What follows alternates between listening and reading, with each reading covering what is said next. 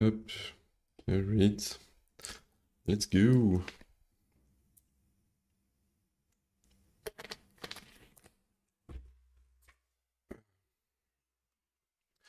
Advent of Code, day 17.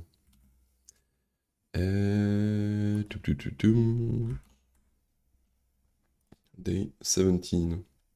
The lava starts flowing rapidly. Let's see. The lava starts flowing rapidly once the lava production facility is operational. As you leave, oh, I forgot to poop. Poop. Yes, that's better. The lava starts flowing rapidly once the lava production facility is operational. As you leave, the reindeer offers you a parachute, allowing you to quickly reach Gear Island. As you descend, your bird's eye view of Gear Island reveals why you had trouble finding anyone on your way up. Half of Gear Island is empty, but the half below you is a giant factory city. Oh, okay.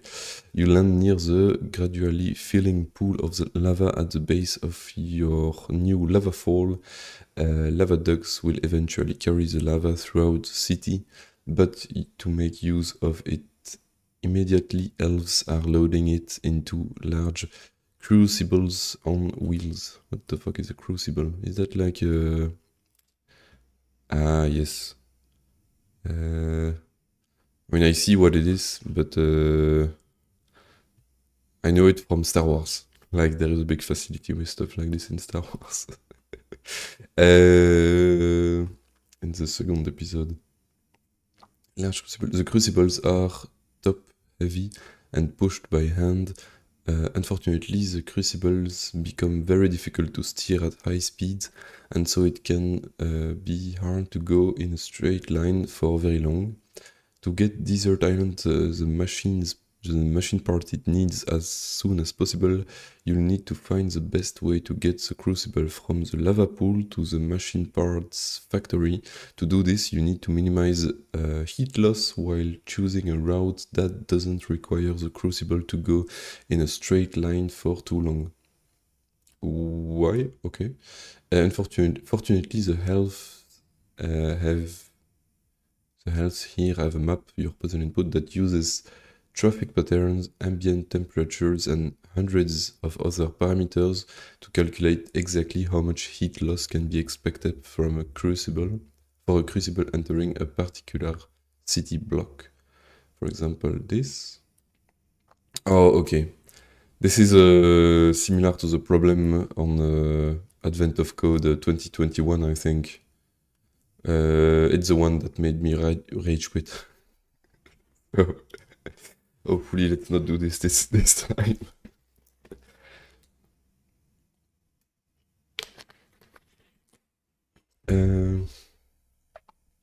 Each city block is marked by a single digit that represents the amount of heat loss if the crucible enters that block.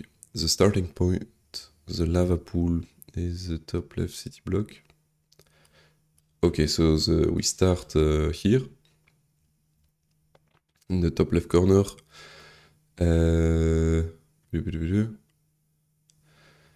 Because you already start in the top left block, you don't incur that block heat loss unless you have leave that block and then return to it. Leave the block and then return to it. Because it is difficult to keep the top heavy crucible going in a straight line for very long, it can move at most 3 blocks in a single direction. Okay, that's different. But that sounds like a simple if. Before it must turn 90 degrees left or right, the crucible also can't reverse direction. After entering each city block, it may only turn left, continue straight, or turn right. This crucible also can't reverse direction. Okay. One way to minimize heat loss is this path.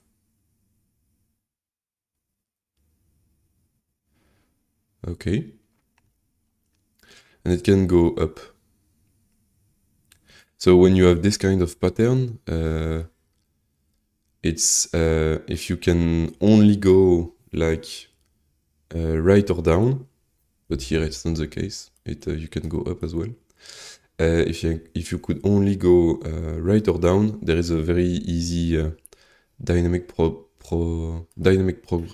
programming way of solving this. But here I think we have to use Dijkstra. Since we can go up and left as well.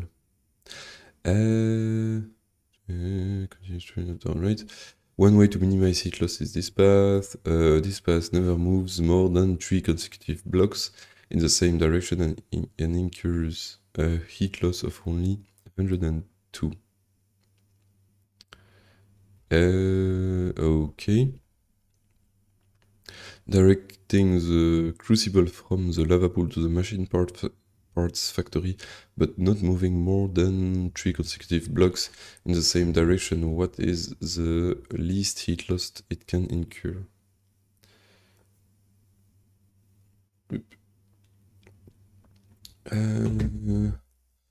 Okay.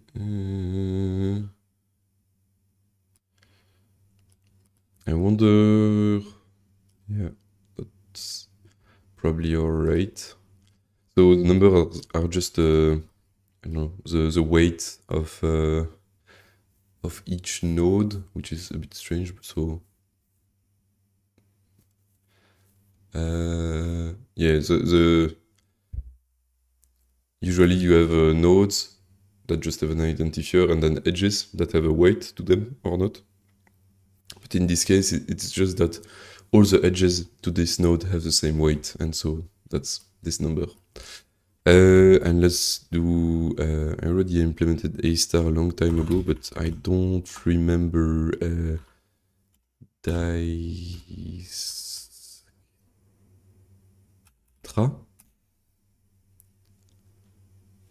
Okay, I cannot spell this, but it's fine. Dijkstra, for finding the shortest path between nodes in a weighted graph. I think that this is what we want. Give me pseudocode. So we have a graph, we have a source. Source, I guess, is maybe the current, the starting position. For each vertex in graph vertices, vdist is equivalent to infinity. So the distance to it, since we don't know yet the distance to it, it's infinity. Previous, I'm not sure what it is. Add v to q. So q is this q is a queue of node we have to visit. While q is not empty. And I feel like whenever you have a queue like this, it feels more intuitive to me to make it recursive, but okay. We can try making it a queue. I don't know if Odin has a built-in queue. It has, so maybe I can use this. Oh, there is even a priority queue, so could use this as well. While queue is not empty, u vertex in queue with min-dist. This remove u from queue for each neighbor v of u vertex in queue with min-dist. Min-dist u. What the fuck is u? Oh, okay. U is just a vertex. Where do you get the vertex? U vertex in Q with min-dist. I guess vertex is maybe the current vertex. Yeah, I'm really not sure. Remove U from Q.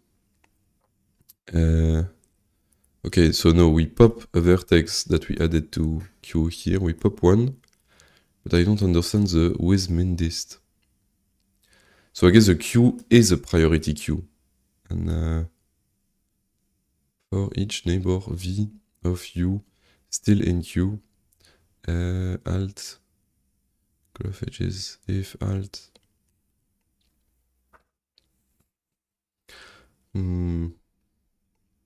Using a priority queue.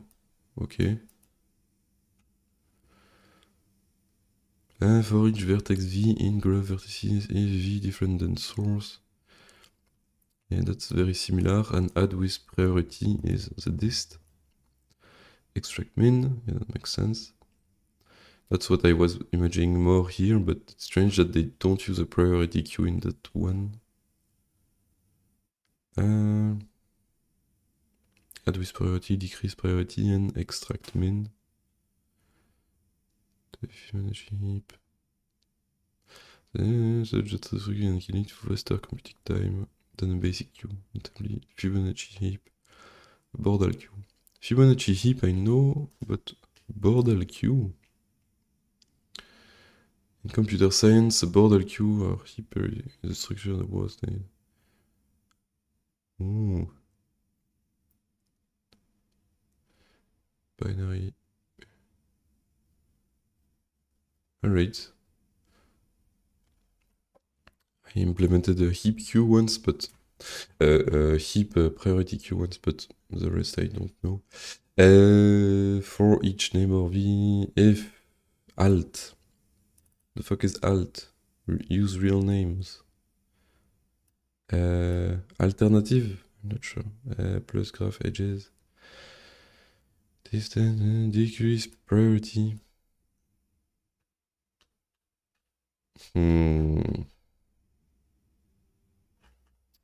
Yeah, okay, I'm not sure. Let's, when in doubt, let's try to parse it first and let's actually just try to code something up. Example, like so, and then for line in strings, split line, iterator, s, then I think they call it a map or something.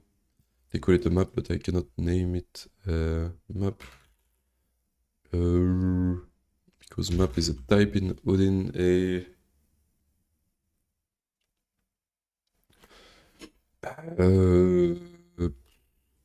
I don't know, let's call it city map. Is a dynamic slice of rules. That's like so. Differ, delete, city map, and differ for row in city map, do delete row, then append city map. No, it's not in strings. It was in Unicode UTF-8, UTF-8. What was it? Strings to rune line, like so. Let's try to run this. Yes, let's try to print it. Make sure we have something that is correct.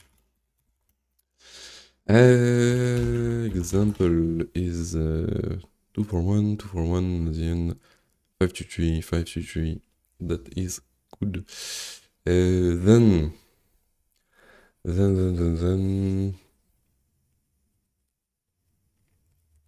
I need to understand Dijkstra.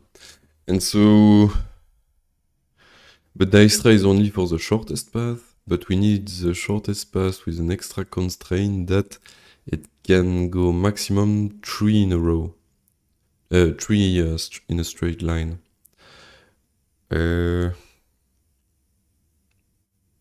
So, yeah. But I guess maybe we can implement Dijkstra first and then worry about the 3 straight in a row after. Yeah, that should be fine.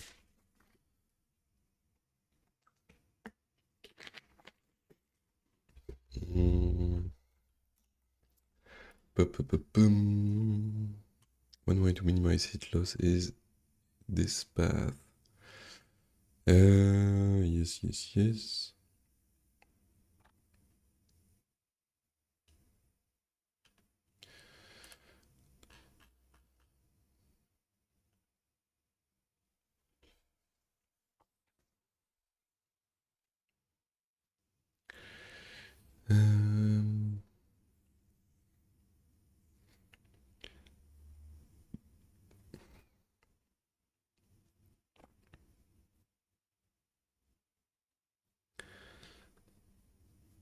What is prev?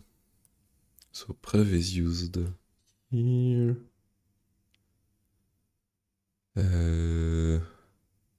Not sure what prev is.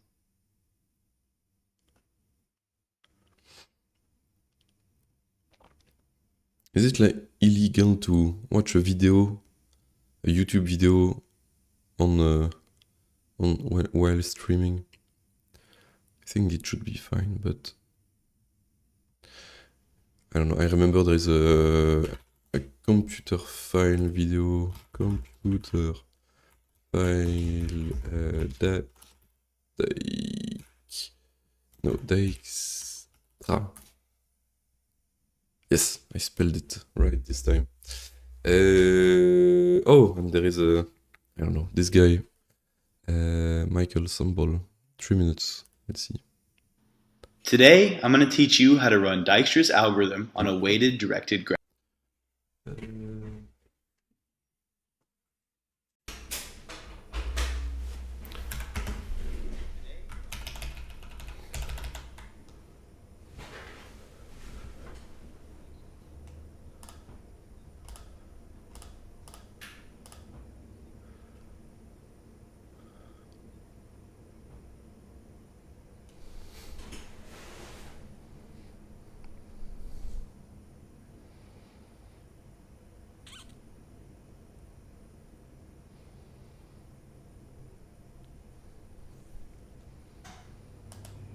Okay, so this is this where we set it to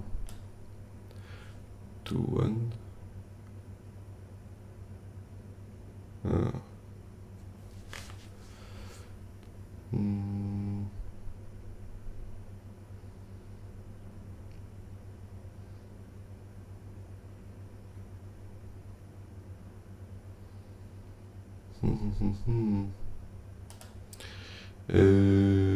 Let's see.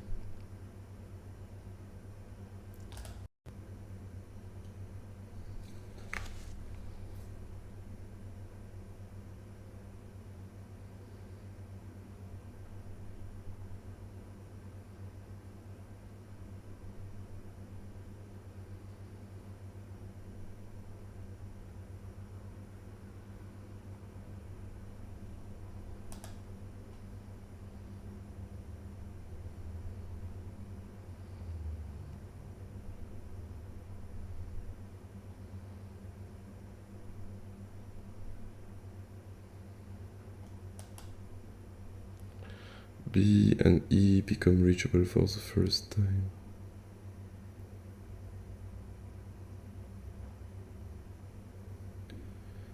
Yeah.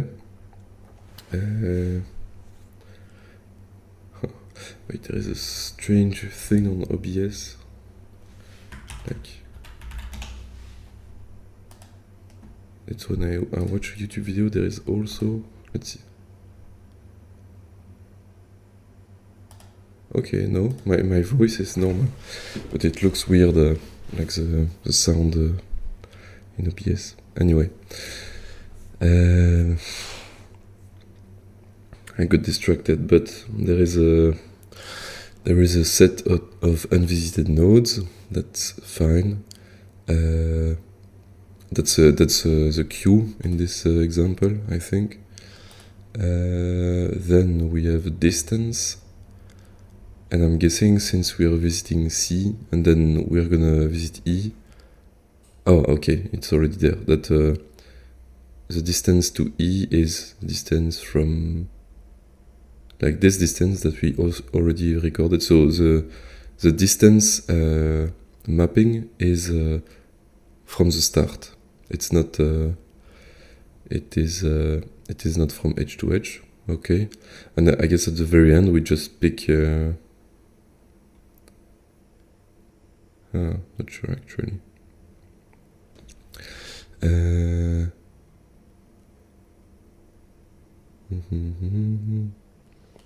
Maybe.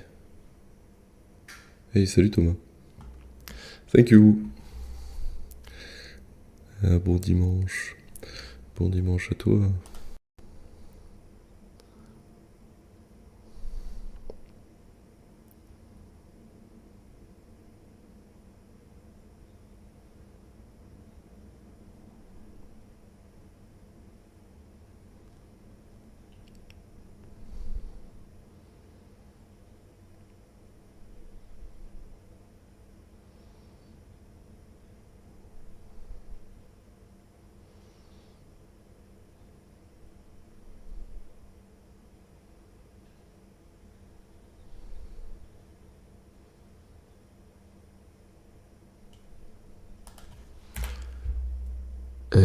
Short espace, but why is there still a D in this short espace?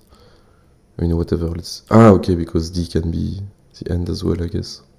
Maybe. Okay.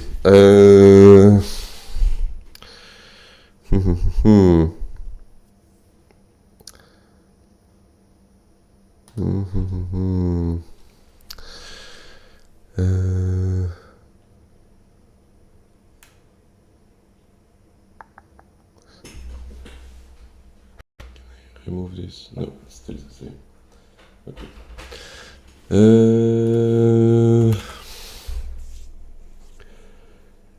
So let's do distances is a map from a position to a distance in int. Yeah. Delete distances. Then we have unvisited, which is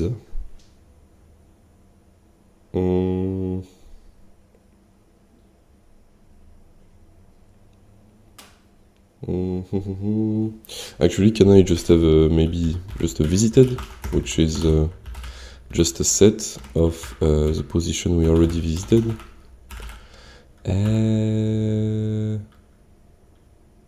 And it's an empty struct, like so. And again, visited, like so.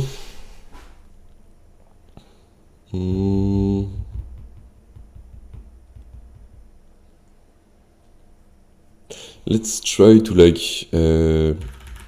copy what is on Wikipedia first and then slowly understand it. So I saw that there is a Q package. Is it easy to understand? So there is I think we need a priority queue actually, because there is a like a minimum distance thing.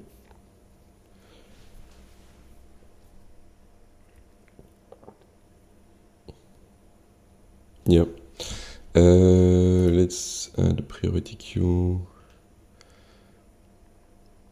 Clear init. So it has a less procedure, a swap. Capacity.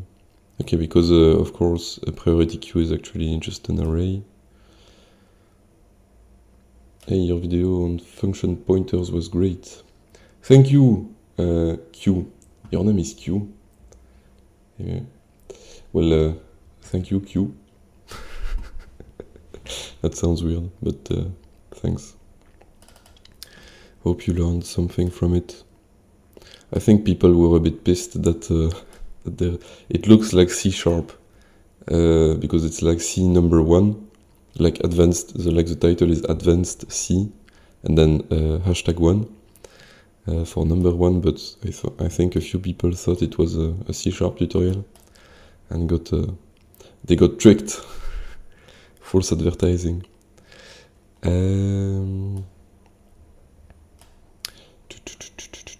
Pop safe. I guess pop is popping the minimum or maximum value. Pop save, push, remove. I thought this was a priority queue. Why is pushing reserve? Why is pushing is like a value but not a priority? And the documentation for Odin is a bit scuffed, huh? I mean, at least there is documentations, but like there is 0 descriptions. I guess I can just browse the source code, but you know what? Let's do that. Fix destroy init. Let's see. So priority queue is a struct that takes this. It has an underlying dynamic array. That's fine.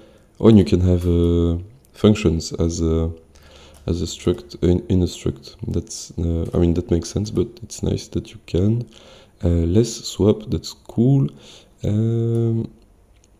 And swap takes an array, and then how to swap the 2 elements should be fine.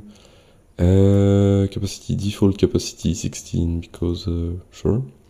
Allocator is allocator. Default swap procode. It's nice that it includes this because I think in most cases that is fine. I init from dynamic array.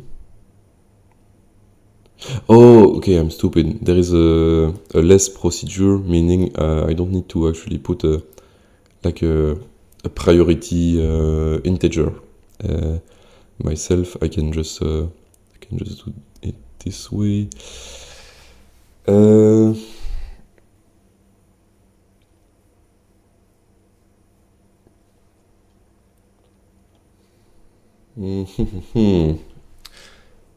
Shift down, shift up. Yeah, I remember stuff like this. Remember implementing a heap queue like this.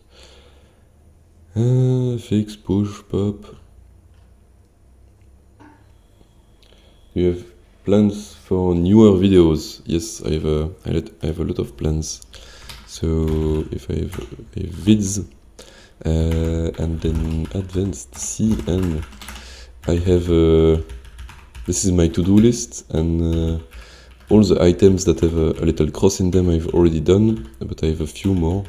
So I have variable arguments for macros, I have constant struct with name the fields, pointer arithmetic, how to split a string, byte ordering, and DNS. I have type punning, memcopy versus memmove, the execute command, how to properly execute another program, variable length array which someone asked as well yesterday, and that you mostly shouldn't use, but still nice to know about and still useful in some case. Inline assembly, which is surprisingly more complex than what you would think. Extern C, I mean, it's kind of a C++ topic, but still useful to know what it means in C. Like a meme one, which is you can have a $sign in a variable name, but still fun.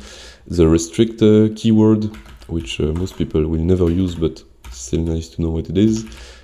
Complex numbers, and the fact that you can you don't have to pass a struct by address, but you can also, for small structs, you can pass them directly as arguments or directly return them from functions. And yeah, that's pretty much it. Maybe I shouldn't have shown this. It's kind of a spoil, but it's fine because I don't think many people watches these streams anyway. so yeah.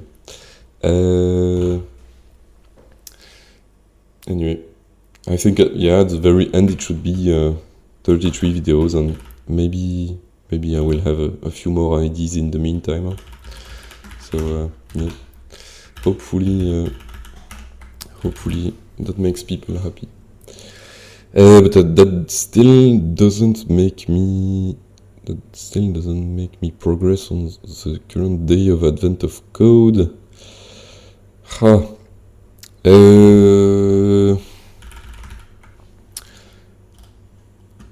fuck it, let's do the pseudocode thing. Let's imagine I have a queue of whatever, I have no clue, that doesn't exist, but so for len q different than 0,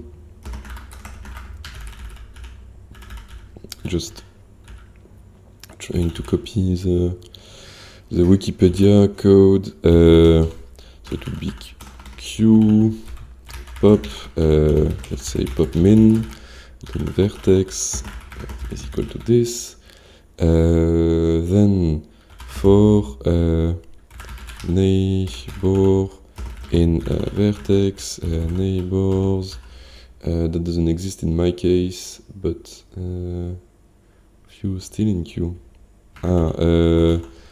So we need to do if neighbor in visited do continue. We ignore it if it has already been visited. And then there is a alt. I still don't know what the alt is. Huh? Alt is graph edges. Oh, alt is like the new distance, I think.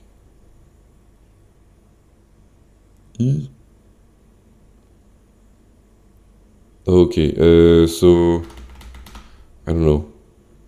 Current dist is equal to distances of neighbor. No, it's the distances for the current vertex plus neighbor, and this we can search in city map, neighbor y, neighbor x, like so. And if current dist is lower than distances of neighbor, what we do is distances. Actually, we can do like so. Up is equal to min of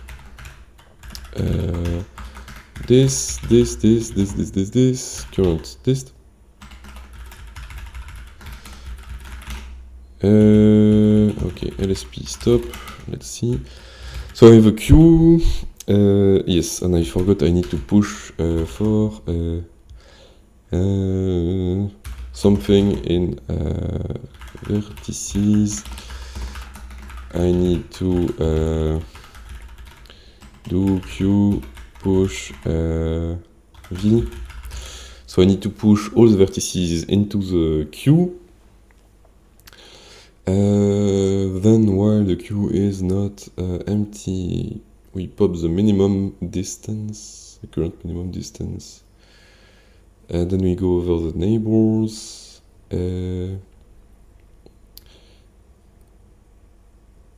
And to go over the neighbors, it's quite easy. We do mod in like so, which is 2 ints. Then we have -1 0 1 0 0 -1 and 0 1, and we do if mod x is below 0 or mod y is greater than no, is below 0 or mod, wait, no, we need to do vertex plus do neighbor is equal to vertex plus mod. So that's the neighbor. We need to do if neighbor x below 0 or neighbor y below 0 or neighbor x is greater or equal than len city map 0. I cannot like I've wrote this condition so many times. Up, let's move this slightly to the right.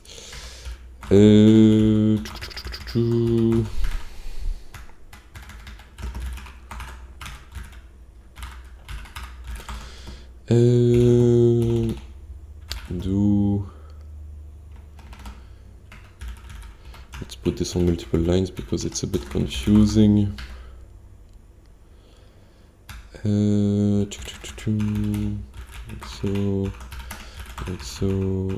Like so, and like so. And I think I can even have this one up, and like this.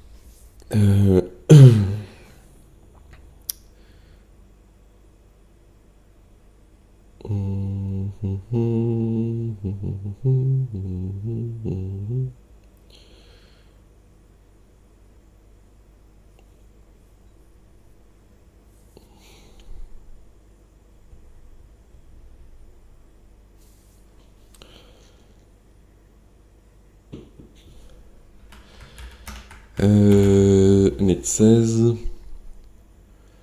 u vertex in Q with min dist to with min dist u. Remove u from Q.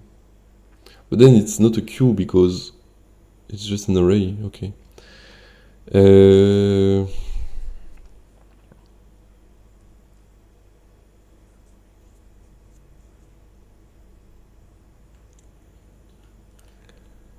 Huh.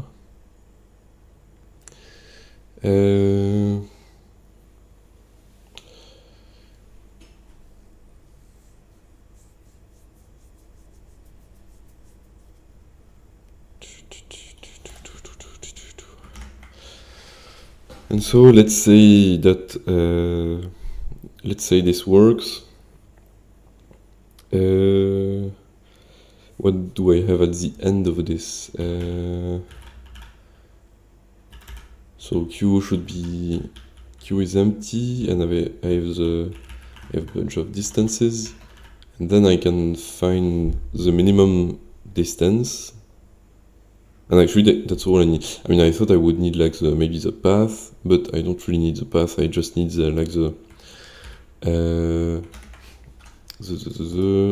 I think this path never move north and continue in the same direction. Incurs. Oh fuck! I need. No, actually that's fine, because like the heat loss is the weight of the edges, and so yeah, if I only keep a number and not keep like the actual position of every single node I'm going through, just the number of heat loss is fine. So yeah.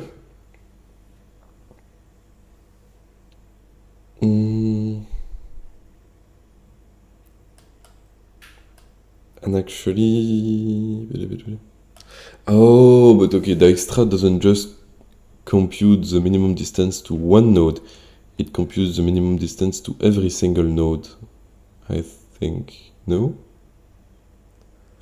It's just that it's gonna try to optimize to not search the same, like if he found a path from this cell to this cell that has a length of 10, and suddenly he goes on a way bigger path that is eventually going to 9, but is here, let's say it has a distance of 11, it's not gonna bother exploring the rest of it.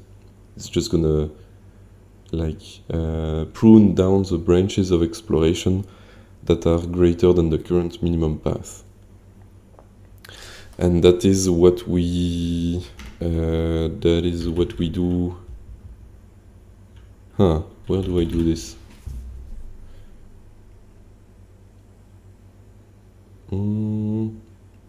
I guess that's what we do in visited, maybe?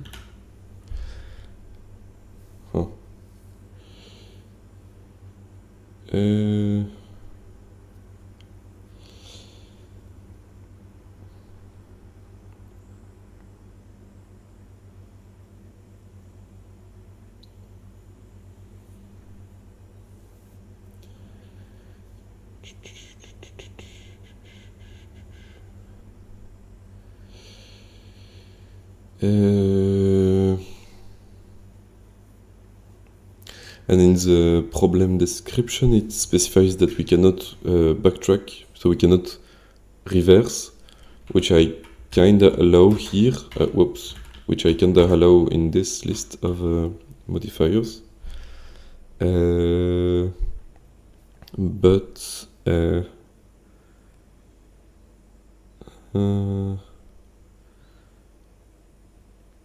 But since we have a visited thing, it cannot go on something it already went on. Visited, and we can do neighbor. Actually, do I really need the visited?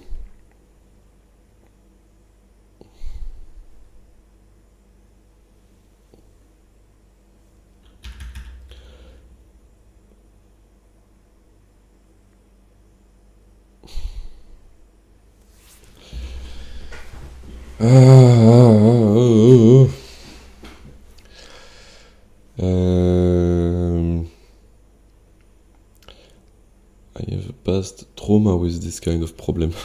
I remember spending like 8 hours on this shit and being very, very frustrated at the end.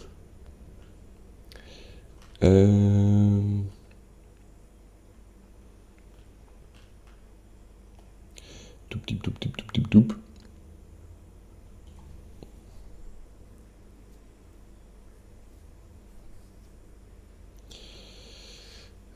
Still not sure how to enforce that it can only go 3 straight in a row, but that doesn't matter too much right now. And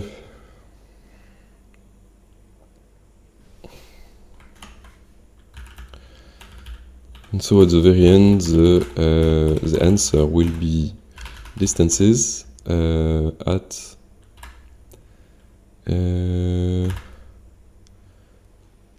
it's the x is len citymap 0 minus 1 and len citymap like so.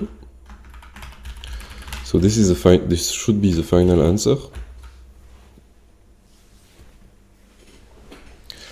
This should be the final answer, and then I need to have a way to have a priority queue.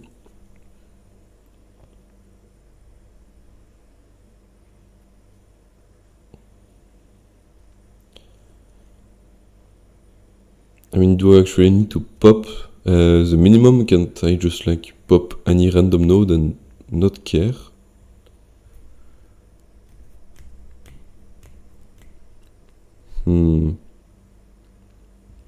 Yeah, no, because we cannot go through it again, and so if we go through any random ones, like it's gonna say that this one is the minimum, but actually maybe there was a better path. So we do need to pop the minimum.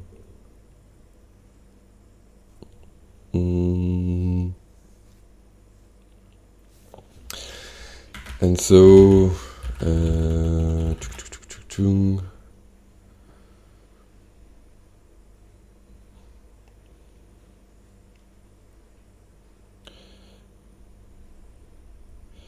and this may be stupid, but I mean, I know there is optimized priority queue, but maybe I can just do a linear search. Like I turn this into unvisited, oops, unvisited, and then I do and I can actually make this with a capacity of len citymap times len citymap 0, like so, and then we do for let's do just I in citymap through row, do for block. I think it's called, they call it a city block, so let's call it a block. For block J, actually we don't need this. For block J in row, can I do this? Oh, I can, that's nice. I can do unvisited. We do like so. Let's make it clearer that this is y, this is x, and here it's xy is equal to nothing. Then run expected expression 36. Let's comment this out. I mean, that's what I'm doing right now, so 30. Apparently I cannot do this.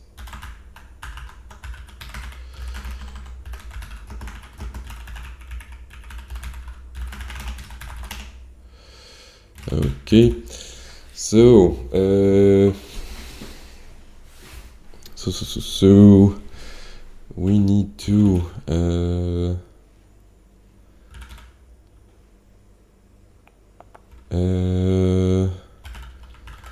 current min is this with a very large number, like so. Then we do, oh wait, no, it's a distance, so it's just one number. For this in distances, and actually this is a block. We do current min is equal to min of current min, current min, and distances.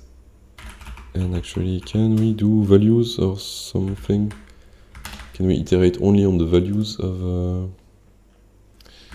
a map? So, okay, can I iterate? Oh, I can. Like so, okay. So I can do this, and do this, and this. And I can replace this with a 2.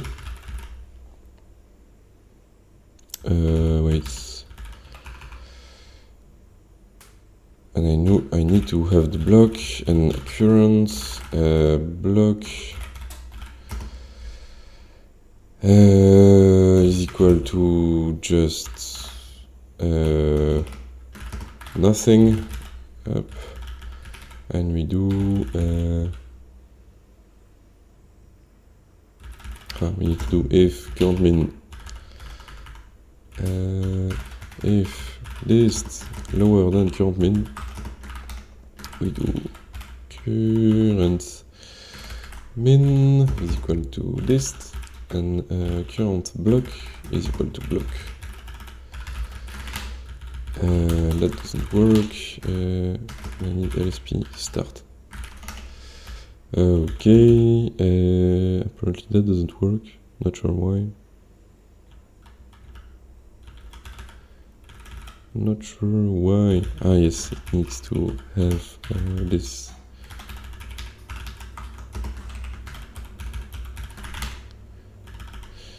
Okay.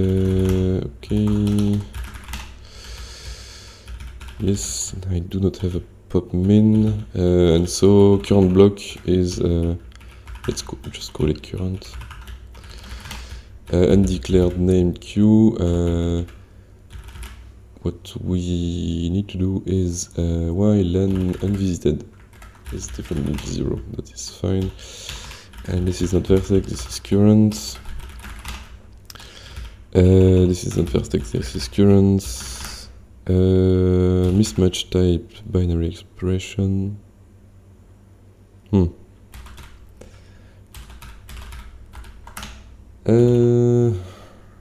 Whoops, let's bring this back. Mismatched types in binary expression in versus rune. Yes. I mean, that's rather simple. We just do this is an int, and then we do actually we can do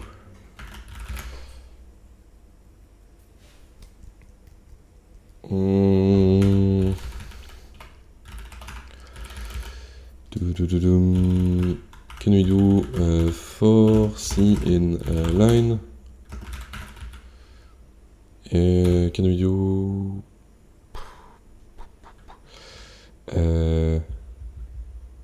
row is make of int that have a size of len line, and then we do row let's add an index here, I is equal to line, and it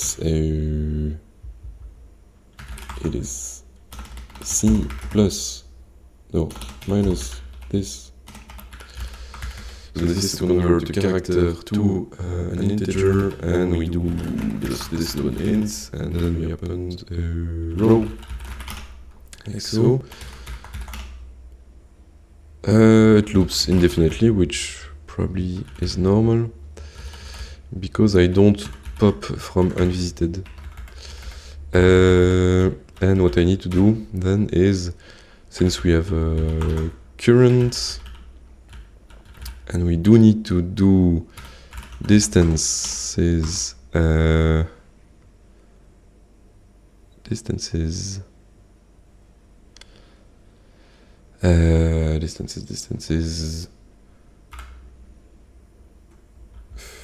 0, 0 has a length of 0. Yeah, that is sounds good.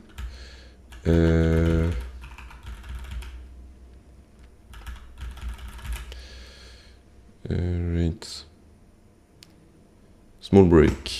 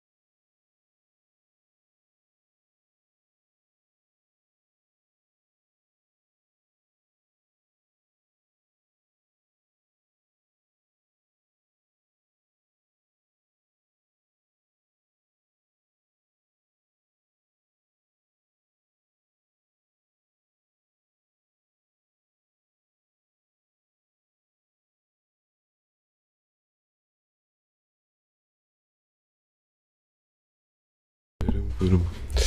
Re.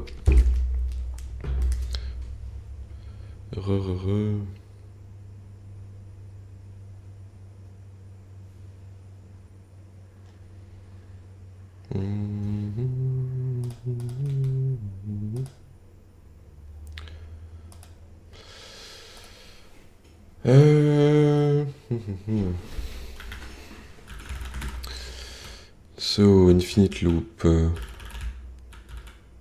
Is it called? Oh, not remote. Remove.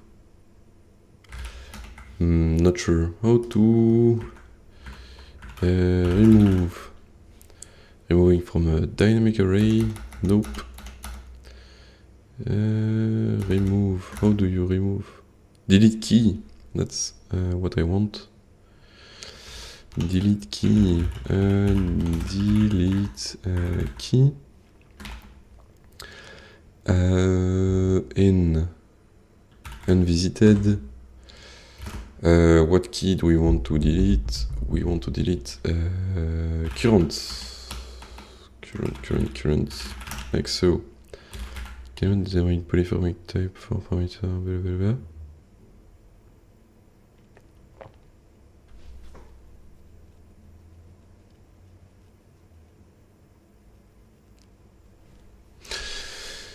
Eggbug neat. Je ne comprends. I do not understand. Cannot determine polyformic type for parameter. This. Unvisited. Ah, okay. It needs to be. Wait. I mean that's. Oh, it should be by address. Yes. Okay. Still is running for forever. I mean, let's make sure, maybe let's read it and make sure it makes sense. So I have a set of unvisited nodes. And what I do is, and I have a dictionary of distances. I set the distance to the starting node to 0, which makes sense. Then I want to, at the very end, get the distances for every single node, the minimum distance for every single node. So while we have still unvisited nodes, that sounds fine, we search for the node with the current minimum distance to the origin, which is fine as well. And the way I search is a linear search, which is not optimized, but we don't care for now. Block distance lower than current min. We just get the minimum distance of it. That's fine. Let's println current, which should be 0, 0. And let's also break the loop just after. Yes, that's fine. That is fine, my dude. So it's 0, 0, and it has a distance of 0. Yeah. Except that's weird because it should crash, but sure. But sure. Density -1. Okay.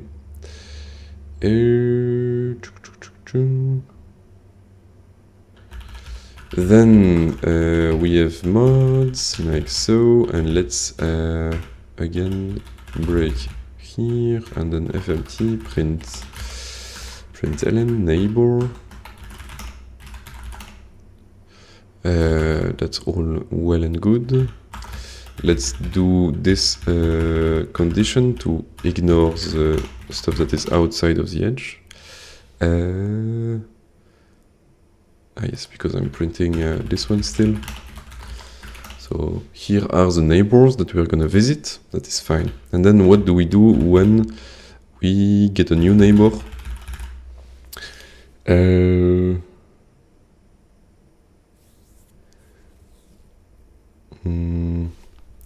First, I think we want to ignore our neighbor in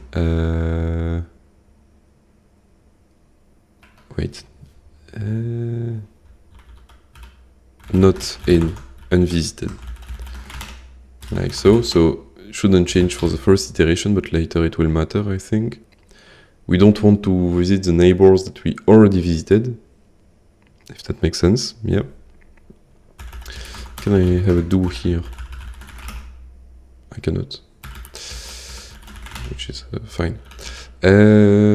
So what I do next is current distance.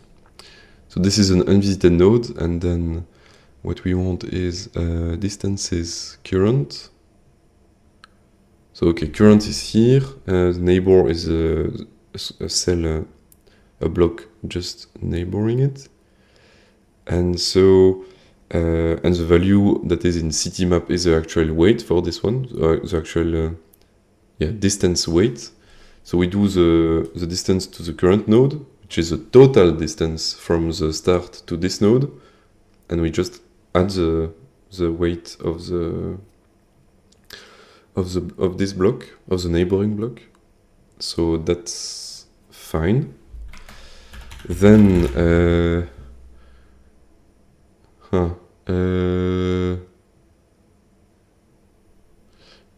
then I do the min, but I'm wondering if, since we only go once over each node, actually I don't think we're supposed to go once over each node, but so for now my algorithm would look like this. Okay, so we found the current distance to this node, but I think we need I think there is a crucial part in the Dijkstra. So I guess alt is for alternative path. So this, and if it's for each neighbor of u still in queue.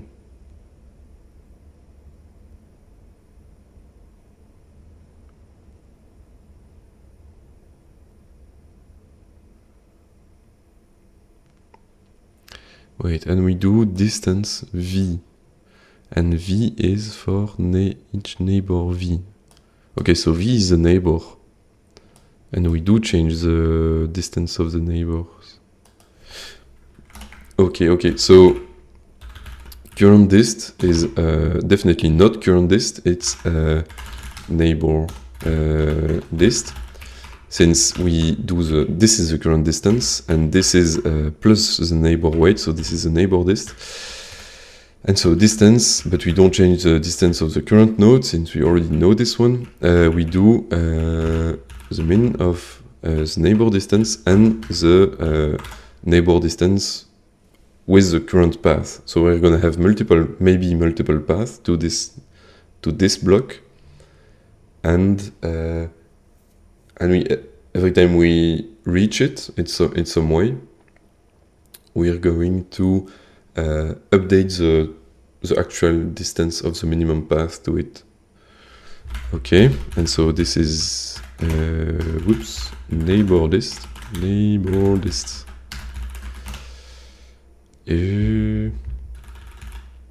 Yes.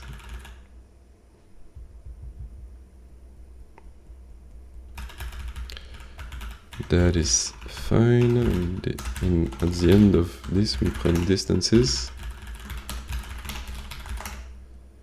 And so we know that 0, 0 you have a distance of 1, and this is definitely not correct. Can I print, let's see, CTMap, did I do my conversion to int correctly? Yes, those are integers, that's fine.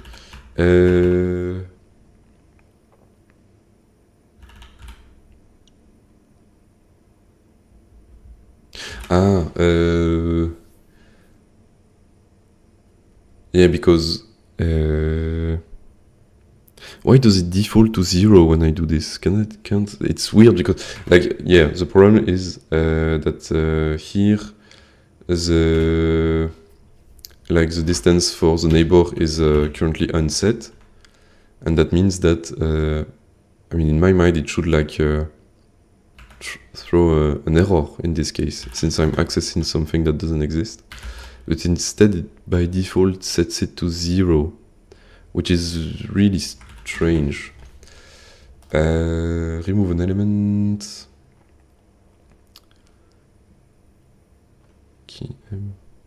So I have this way of checking if it's alright, and I think I can do an or else.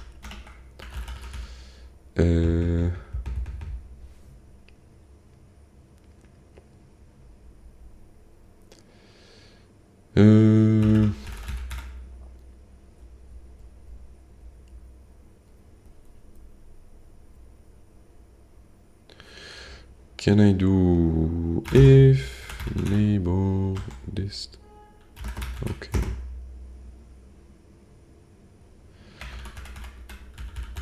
So this is updated neighbor dist, and the neighbor dist is the actually current one.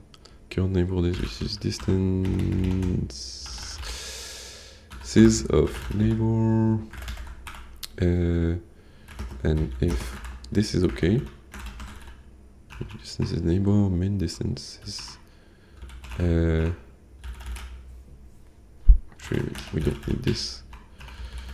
Updated neighbor list. Else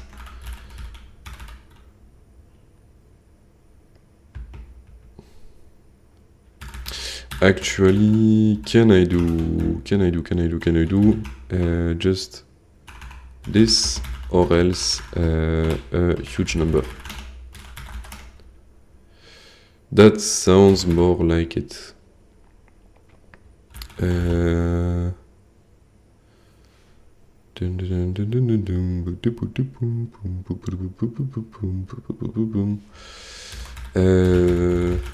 Let's just have a thing called infinity, which is not really infinity, but let's just assume it is, which is 7f and then 1, 2, so this is 2 bytes, this is 4 bytes, and this is 1, 2, 3, 4. Okay, and then this is infinity, and this is infinity.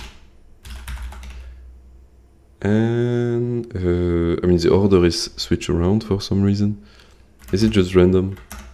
Yeah, okay, it's a bit random, that's fine. So let's get the example and see if that's correct. So the distance to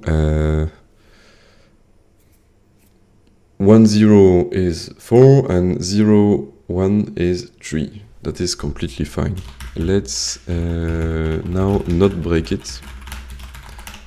See if it does something. Okay, no, that's an infinite loop. And let's maybe print the len unvisited. See if I can actually... okay, so the length of unvisited doesn't move at all. But I delete key. I would assume that delete key does something, but apparently it does not.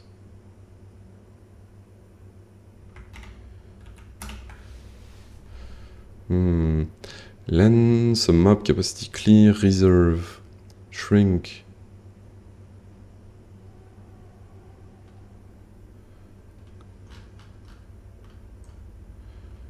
Remove an element. That's exactly what I'm doing. Insert or update.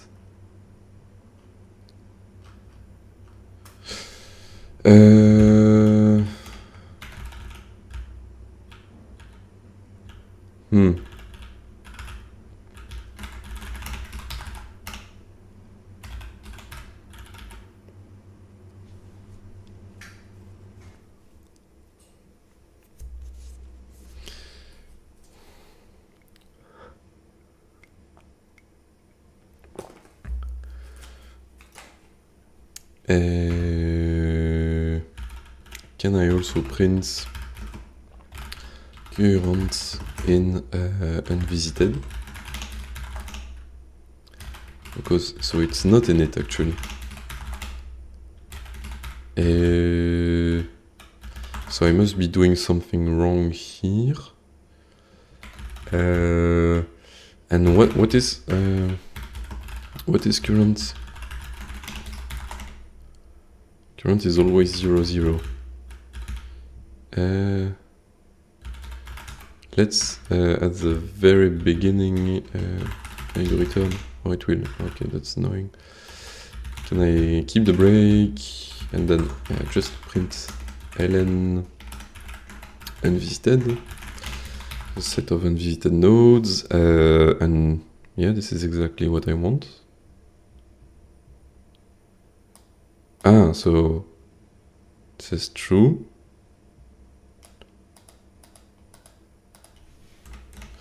Okay, so my problem is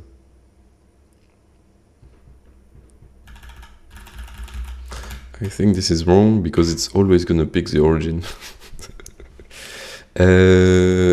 Yes, I need to do this and do if block not in unvisited, do continue. Maybe. Let's see. Oh, okay, I mean, at least it's not infinite and it seems to be visiting a lot of stuff. Although the answer doesn't seem okay. And it doesn't reach the end. Oh, never mind. It's just because I'm, again, accessing something that is impossible to reach.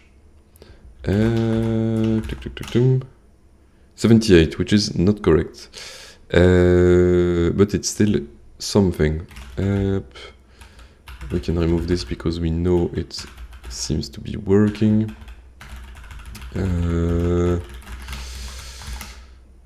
Okay, 78, which is not correct, but let's remove this as well. Up. So 78.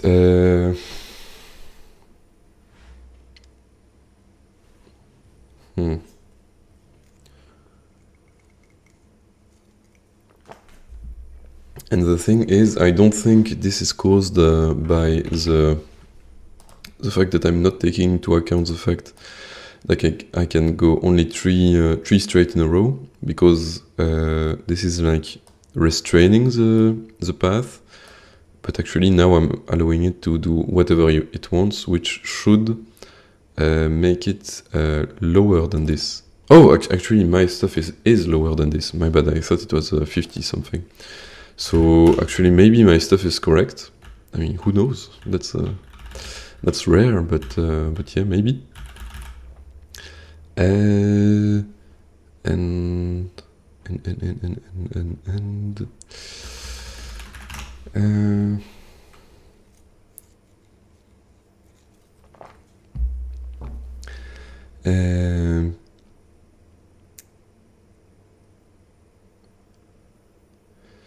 now I need to add the restriction that it can only go 3 straight in a row. How can I do this? How can I do this? And just...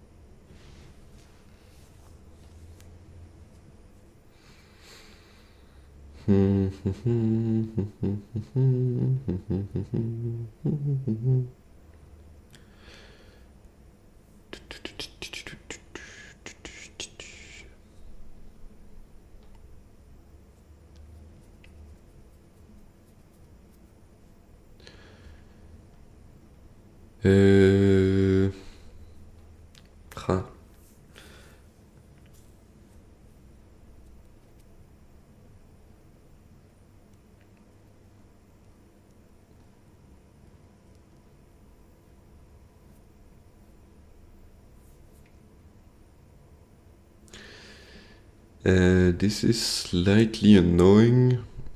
How do I add...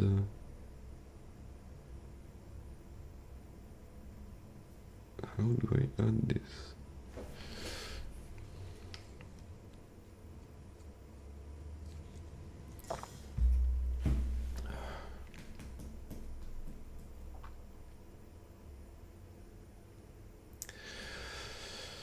Ah là là là là là là.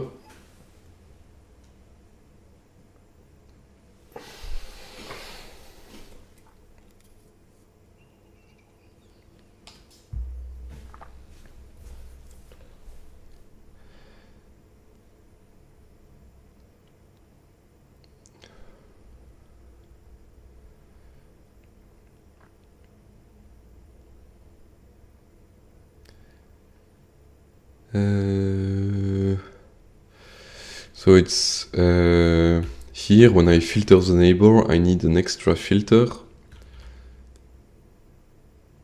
But the issue is,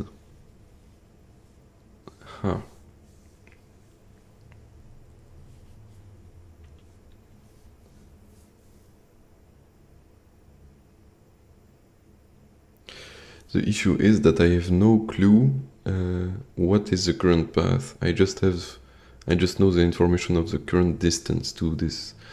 And I'm trying to be lazy and not have to keep the path to it, because it would be simpler. Can I just get away with just having the minimum distance and not the actual cells?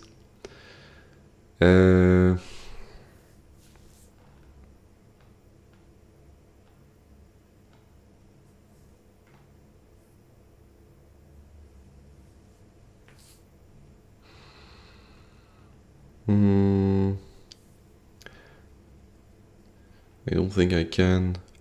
I don't think I can.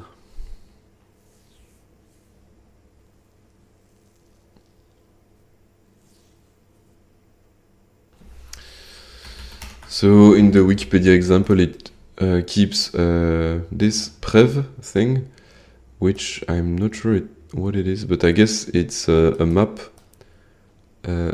for each vertex. This is the previous node with the lowest distance, since as shown here.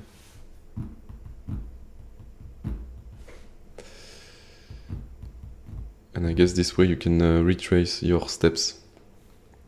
And I guess in my case, like I have just above this line the condition of neighbors being inside of the bound, and I can add a condition that says if in the previous array we're going this way, if we're going straight 3 in a row, ignore this neighbor, basically. Alright. I mean, I guess it's not too bad to have this, huh? Let's have something that is called, this can be here. Then we need to do previous is, again, a map of positions that maps to positions, like so.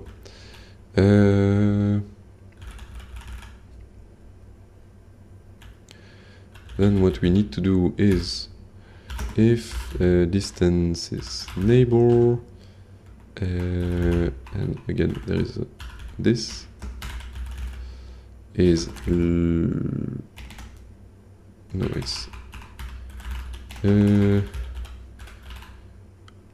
let's call it update.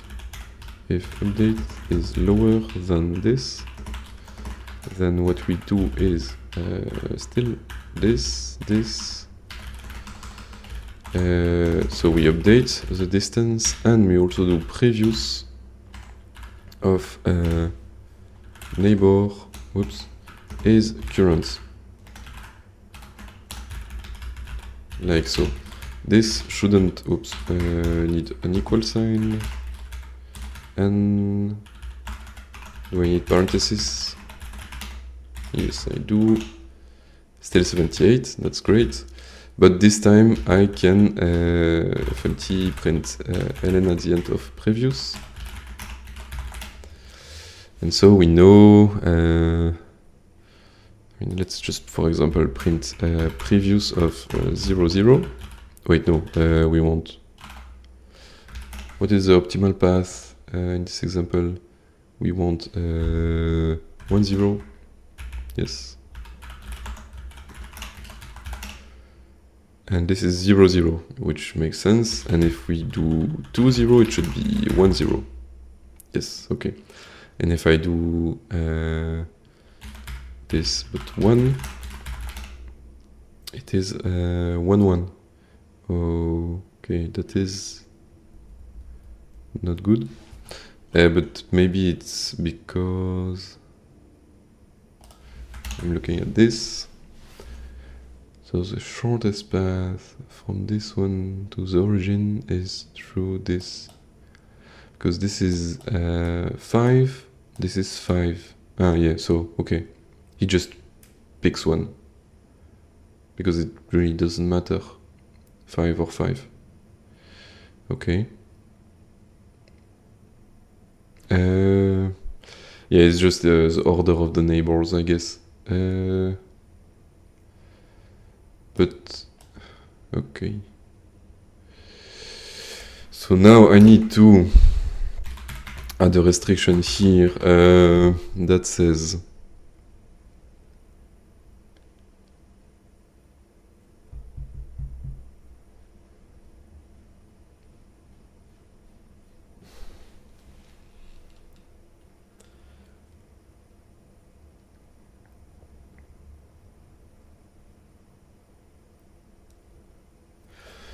I need to do for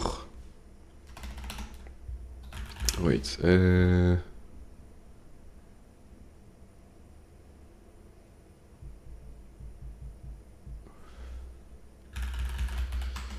for I have no clue, just something in from 0 to 3.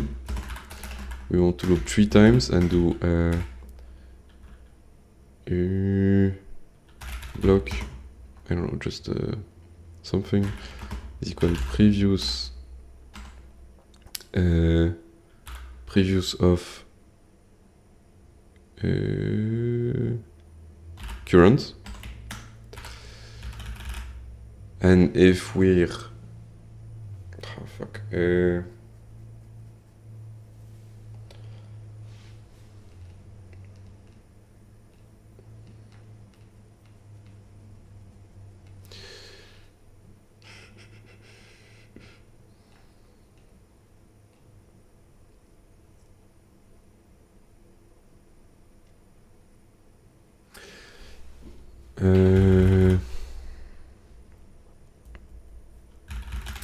we need to actually have previous current of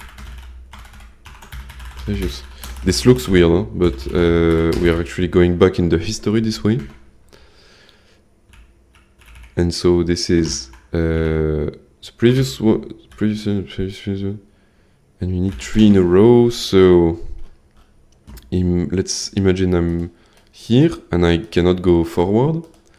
And what I'm doing right now is I'm doing previous current once, previous current twice, and previous current 3 times. Okay, so that is fine. And then I need to do the difference in x between this and this. And if it's 0, no, difference in y between this and this. And if it's 0, I cannot go forward. And I need to do the difference in x between this and this. And so that would be vertical. And if it's this way, I cannot go up or down.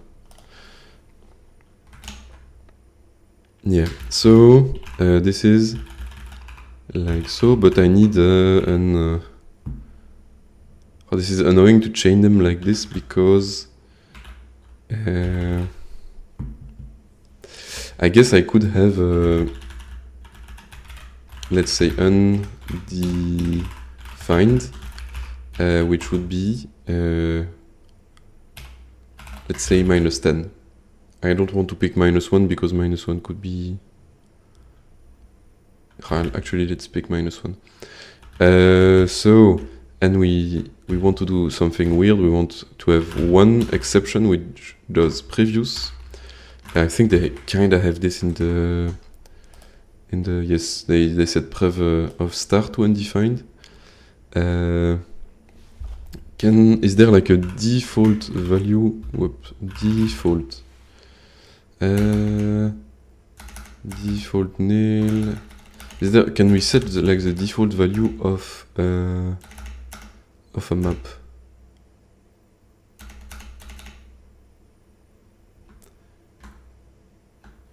Hello, hello, Maoul.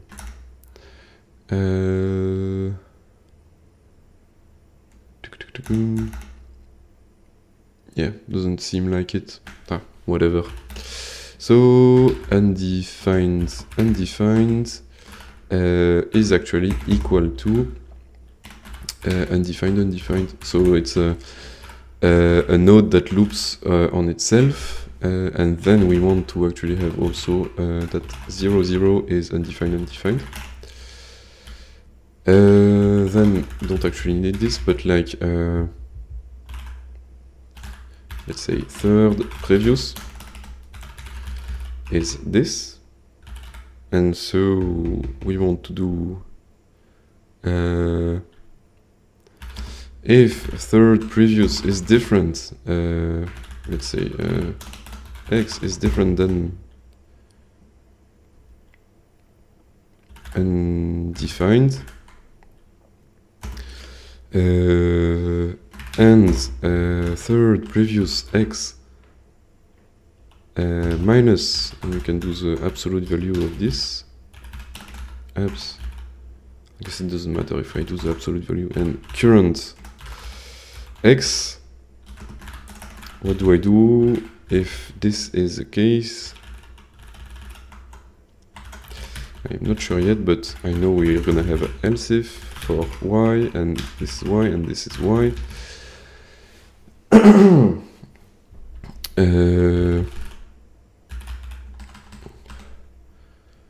Yeah, this is not like very readable, but let's just try to solve it first. And we want to do is equal to 0. So that's like the condition if it's going in a straight line horizontally. We want to cancel the horizontal moves, which are this one and this one. So we want to do and mod x different than 0. We want to just ignore the current iteration.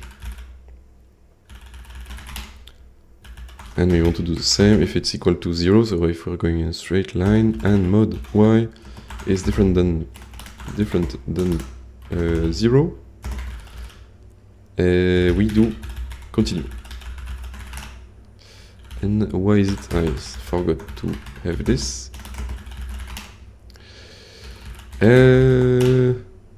Oh, almost 104. And the actual answer is 102. And I feel like the reason why is it's counting the start.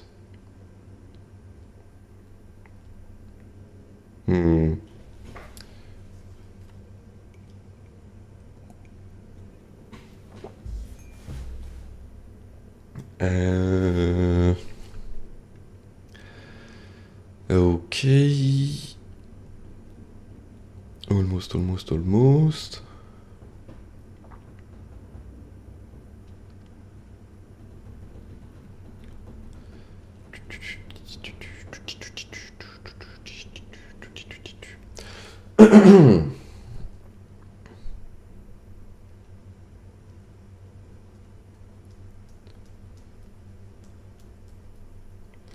Why is it counting?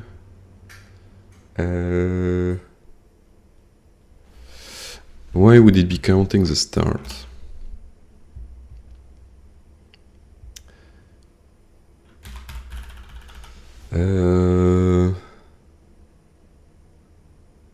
So the distance is distance of current. The distance current is 0, so distance of the distance of the start is 0, so it shouldn't add it. Or maybe just my algorithm is wrong, huh? And it's just close to the actual answer by chance. Yeah, maybe it's a luck thing. I don't understand what to do, but it's almost 102. Yeah, that's what I'm thinking as well. I'm thinking maybe let's try it on the input and remove the top left number, because like this is 2, huh? So it could be that I just need to do -2. But I have a feeling that this is more like a coincidence than an actual thing. And the problem is actually in my algorithm. But to rule out the possibility, maybe I'll just copy the input and try it once. It should be fine. And so xclip into input, and let's run it on input.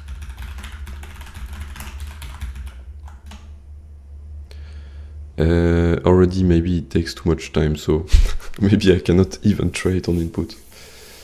And my guess for as to why it takes too much time is, well, it takes a lot of time, but my guess is this loop, which is not optimized. But let's first do input, and then the start is 2 in this case as well. And so let's just do this -2. So, wait, no, whoop. I don't think it will be correct, but let's try it. No, okay, it's not the right answer, and it's too high. Okay. Up. So at least I know the problem is in my algorithm, and it's not a start thing. And let's keep track that this answer was too high. Okay. So, and the answer in the example is too high as well, so it makes sense. It does make sense. What was I going to try to change? Just, yes, I was going back to the example.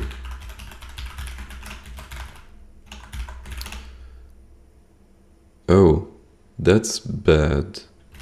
So I changed undefined from this to this. Wait, what happened? What?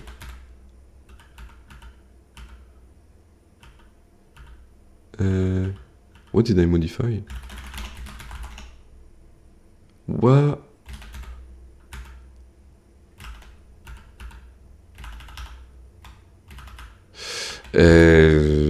Wait. Did I just hallucinate and it was 104? What did I change?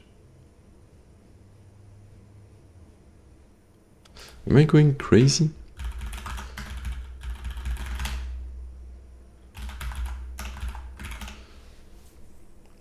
Okay, it's back. Maybe I just forgot to save the file. Alright, that was weird. And so I wanted to try like if it's -1 that is causing an issue, and apparently it is. So third previous is different than undefined.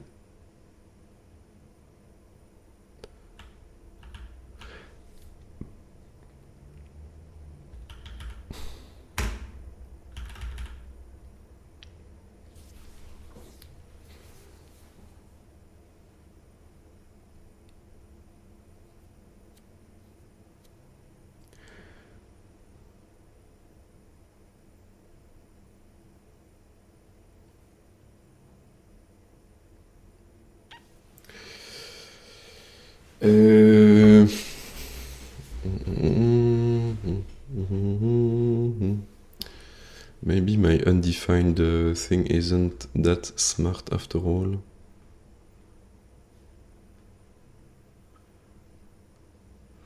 Maybe my This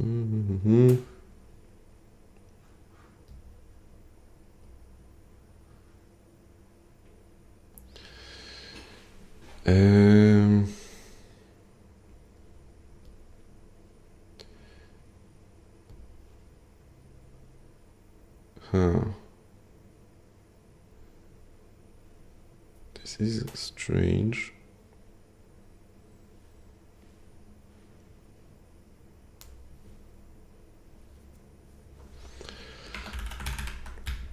What if I change it again?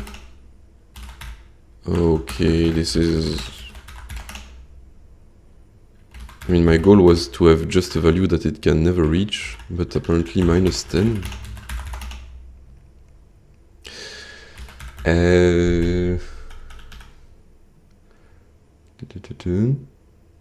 So it's move into this to this.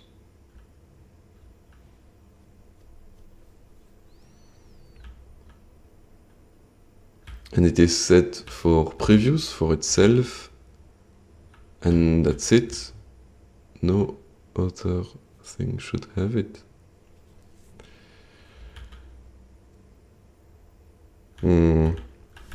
Can I do nil by any chance?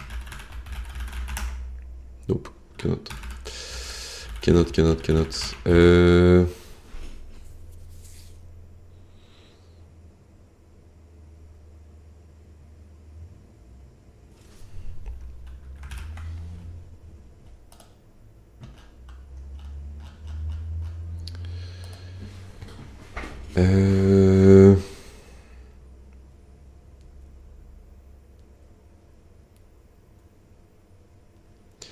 Maybe I should have print the debugging stuff. Like, since I have a previous, I actually now know the path, the path with the lowest distance.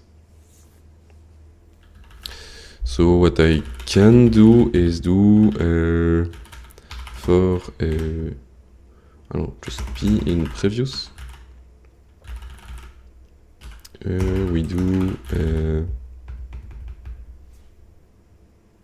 no, we should do p is equal to 0, 0. No, we should do this.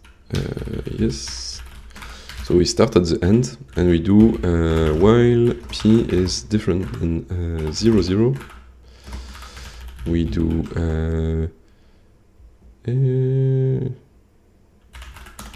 fmt println, and we print p to previous of p, and we do p is equal previous p. So we go back at the time. Okay, let's get the example. So we start at 1212, which I guess is this, which is correct. So we start there, and then we go up, and then we go up, and then we go left. Already that is not what is shown here, but they say one way to minimize, so there could be other ways. But my plan is to go, I mean, my current algorithm is going up and then left.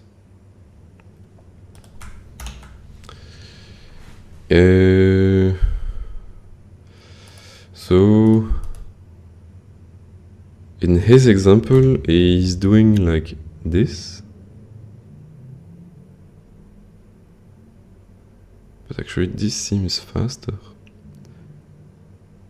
Oh, but he already did the tree there.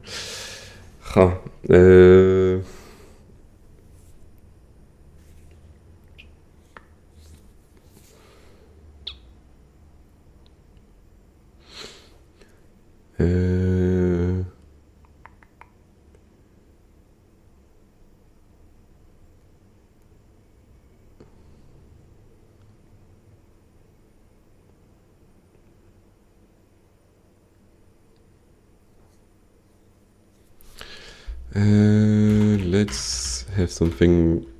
Best path is dynamic array of 2 ins, like so. And let's do append best path. And we want to append p. And at the very end we append p as well. And then we do for row I in city map for block. Let's do this is x, this is y, and we do for I don't know, whatever b and best path.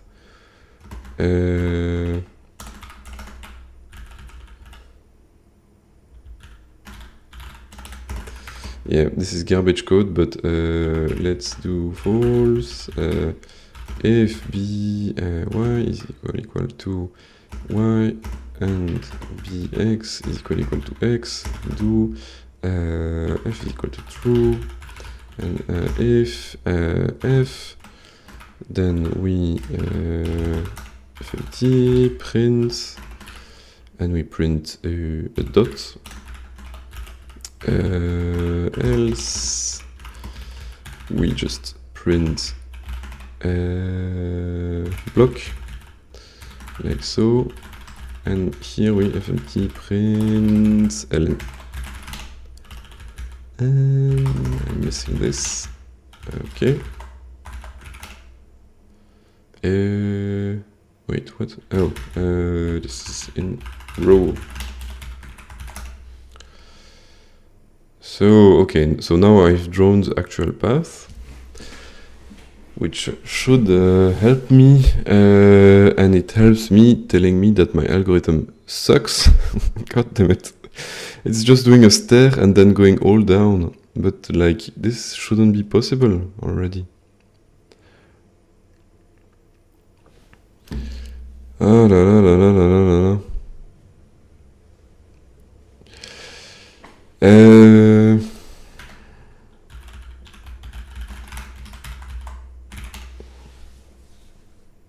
Oh, and it's random as well. Why is it random? What the fuck? Oh, okay, that's bad. Okay, so it's a bit random, which shouldn't be the case. And it also doesn't apply the rule of three in a row max.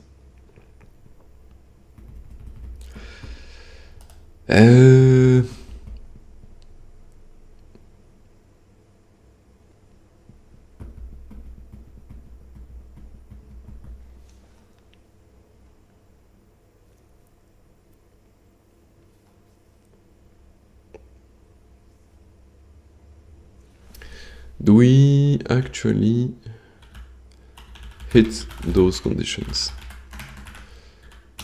Skipped.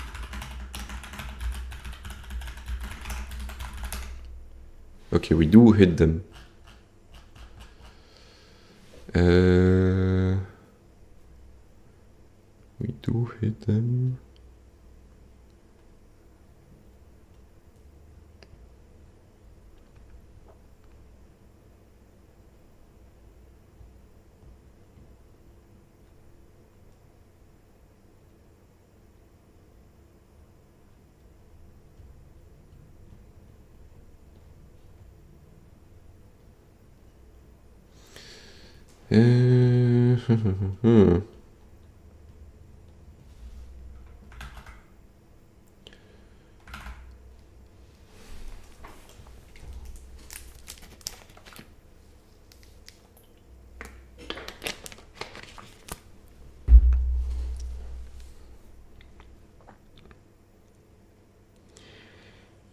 Why are you doing just a stair, my dude?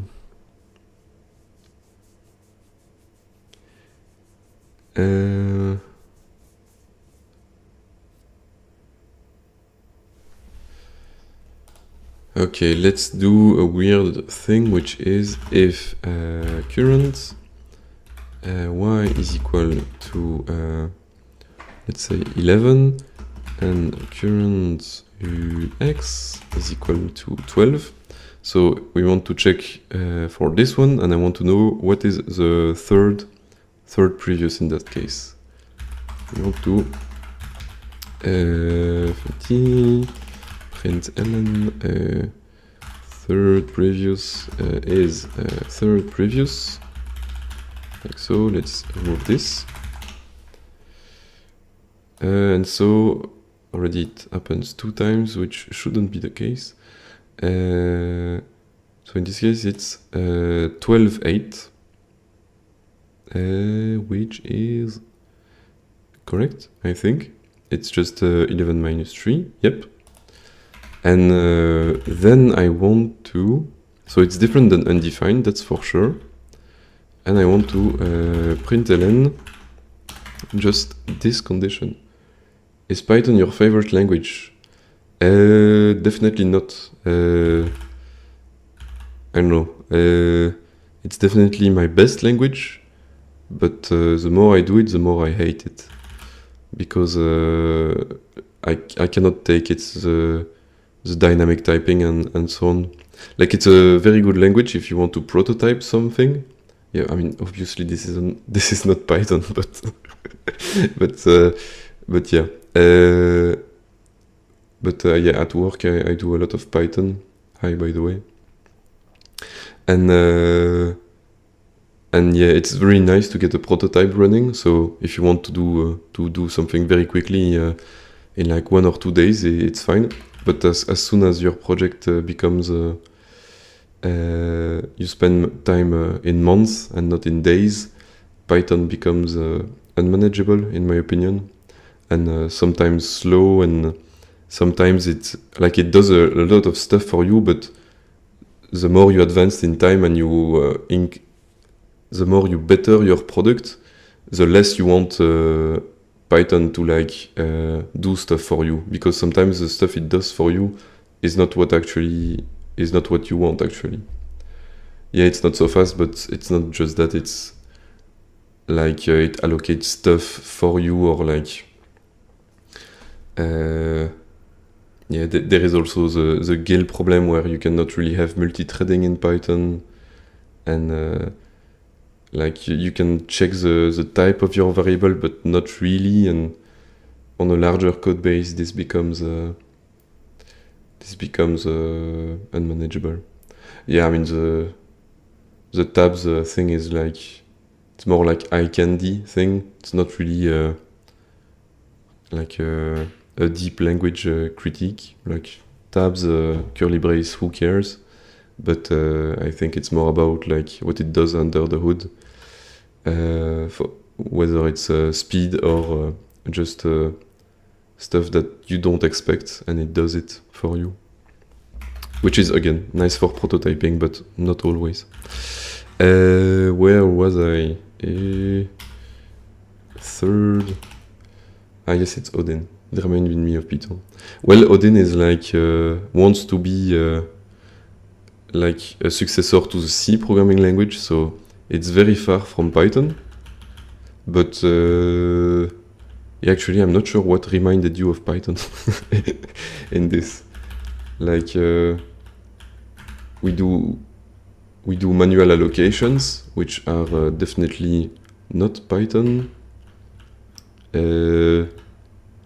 Yeah, maybe the in keywords made you think of Python.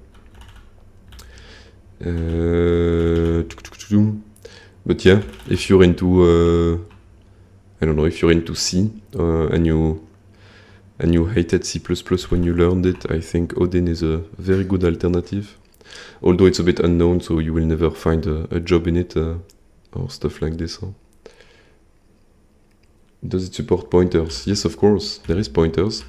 You can do x is equal to, let's say, just an integer 1, and then a pointer to x would be just the address of x.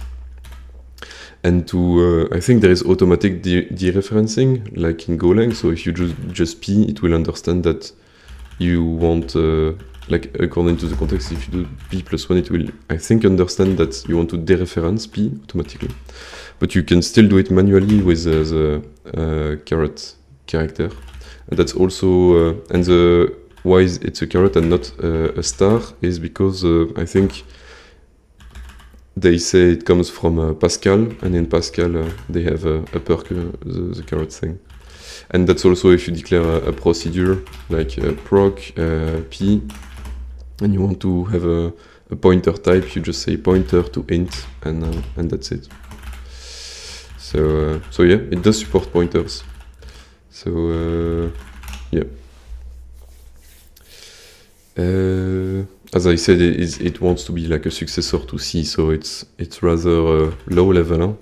There is a built-in SIMD stuff. There is the standard library is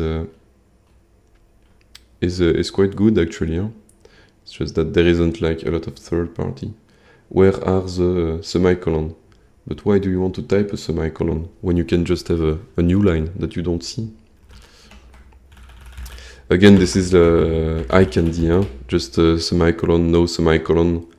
Who cares, really? Like, I just want a good statically typed language that doesn't get in my way when I want to do some specific allocations or have some low-level code. Like, if it uses a semicolon, not a semicolon, it doesn't matter. If it uses a caret or a star for pointers, I don't care. I just want something that works. I love semicolon, I mean, okay, yeah, sure. How Odin terminates char arrays. Actually, it is compatible with C in the sense that it has a type that is called C string, which is exactly the same as in C. So it terminates them with a null character, but that's only for compatibility with C, and the actually type of strings is the string type, which is this one, which is actually just what you expect from most modern languages. Huh? So it's just a pointer and the length of the string, which makes it often faster than C strings. So yeah, it says here, as previously mentioned, the Odin string type is just a row pointer plus len. So yeah. What was I doing? I think I was trying to print I was trying to print this condition. This. And no, we want the Y one. Up. So this should be 0. It's -3. Oh. What did I do wrong? Oh no, it says X. X value. Yeah.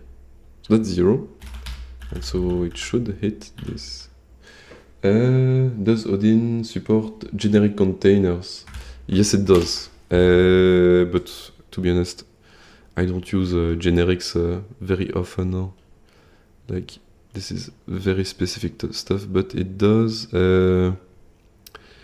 It does. I don't even remember where it is.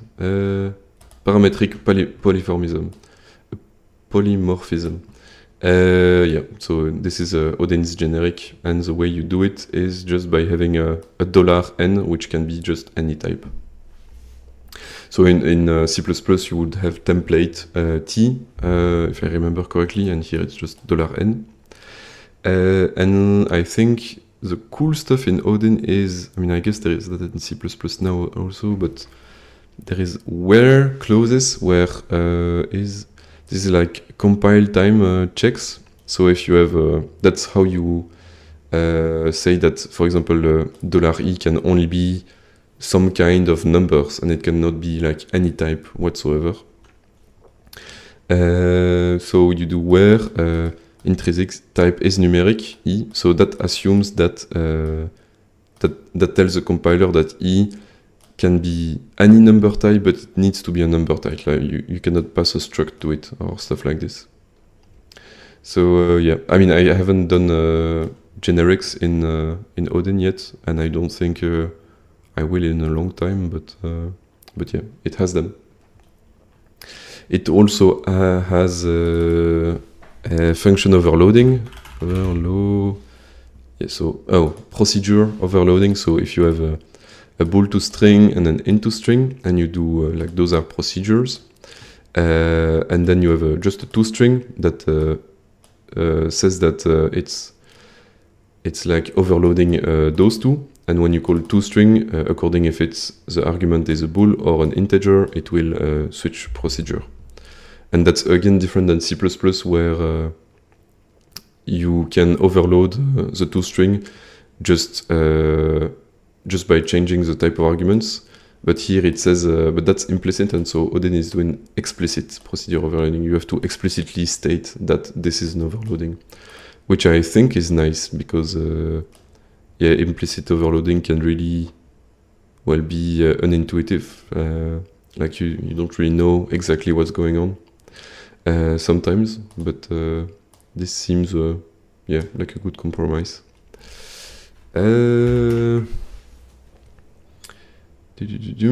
And I wanted to print as well mod x.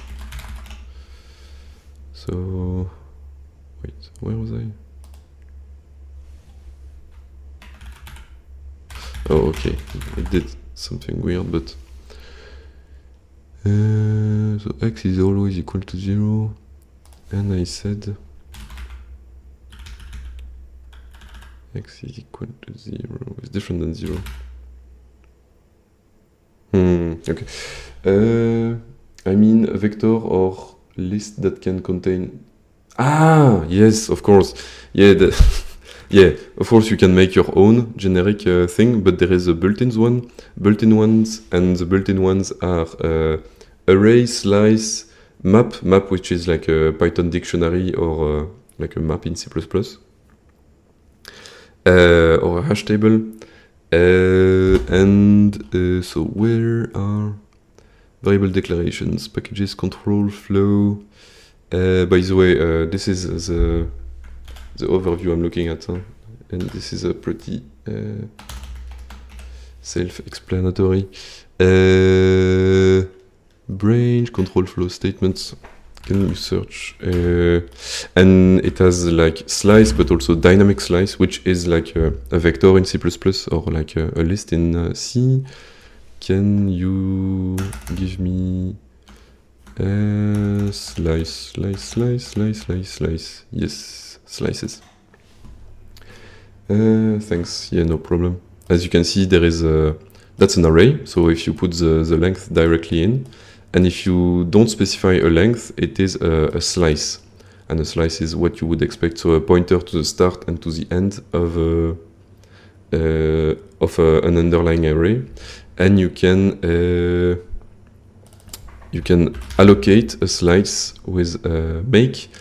And if you indicate dynamic, you will be able to dynamically change the size of this array. Otherwise, if you don't include dynamic, you can allocate it once, but then you can never change the length or the capacity of it. And otherwise, you have map or dictionaries, which are exactly the same notations, I mean, very similar notation to what you have in Golang. So you can have a map, and then you specify that the key is a string and the value is an int in this case, and then you can make them with the capacity. You can set a value, you can delete a key, and so on and so on. What you would expect, basically. You can loop over them. You can check if the element is present in a key. You can make literals with them. Again, all of this is very similar to Go, but it's a bit lower level than Golang, because you have to manually free the memory, and you have pointers as well. I mean, I guess, yeah, Golang has pointers as well. I shouldn't say this, but yeah. And yeah, it's a sane language. I mean, I've only done Advent of Code with it. I've played a bit around with like the, how do you say? the graphical library thing. So the way Odin works is there is a core library, but there is also a vendor library collection, which is bindings for like the most commonly used C library. So as you can see, there is bindings for Lua, there is OpenGL, there is Raylib, there is SDL2, Vulkan. So it's a language that is very targeted to game development, I think, or like just general graphical things. And so yeah, that's why it has a lot of graphical libraries. And it's called the vendor library collection because it's like it's made by the actual people that make the Odin programming language. So you know those bindings are quite decent. Not like sometimes the bindings made by some random dude on the internet and they're missing a lot of features. But here it has everything you want from the original C library.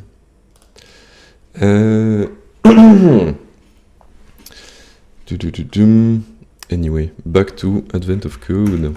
And I wanted to check that in this case, so it's gonna do 0. So this is a distance in x, which is fine. But if the distance in x... Wait, why is the distance in x that way? That's strange, because...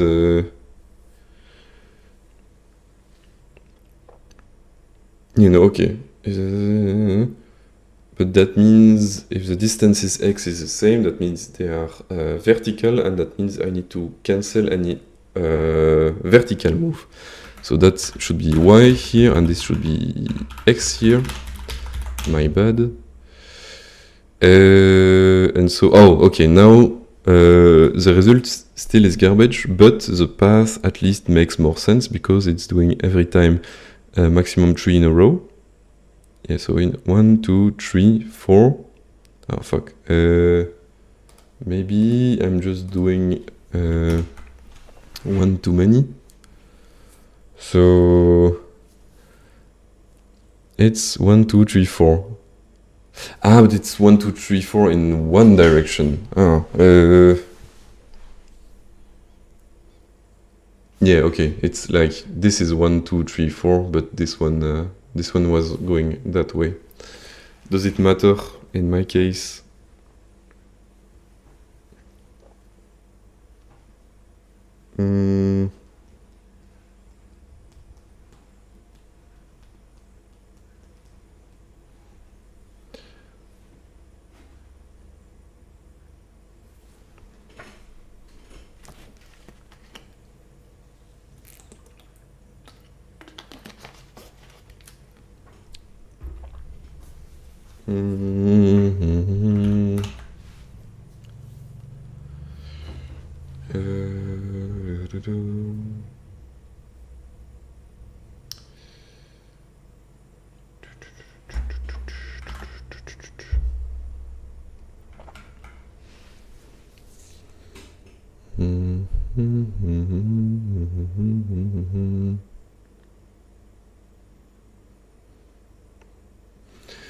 Okay, so this makes a bit more sense, but this is still not correct.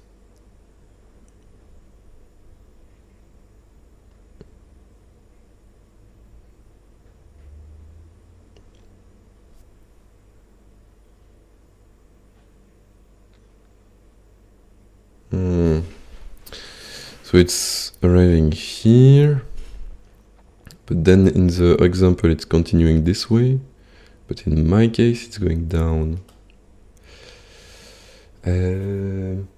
which is rather strange.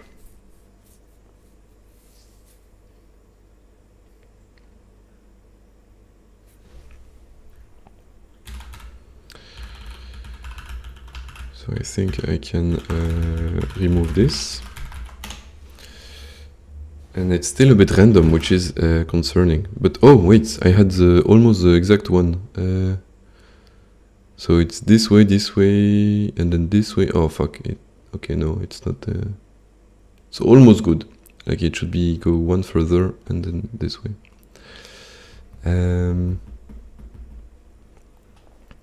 But there is a problem with this method where if it does like a snake move. Wait, can it? Wait, if it. Let's say we are here and then what we do is go there. Wait, we are here. Then we do this. And then it will do pop, pop, pop. Oh, okay, that can be bad. Because if we do this, do 6, 6, 5, 8, and then it will say that the third one is 6, and that, but then they are like superposed like this. So I need to check something else.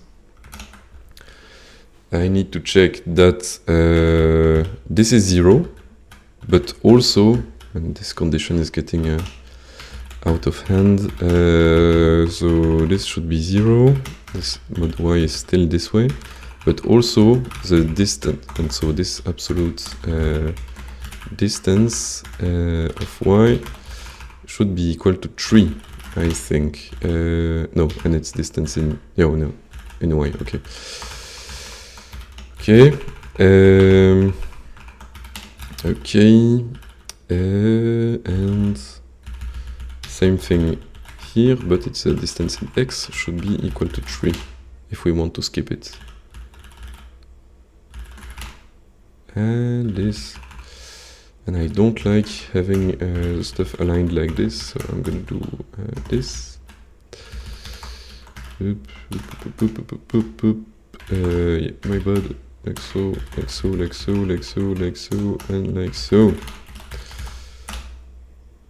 Oh, this looks better. It's still a bit random. It's not random anymore. But it's doing weird stuff here. And also it's still too high. Oh, but it is random. It is random a bit. Fuck me, why is it random? That shouldn't be possible.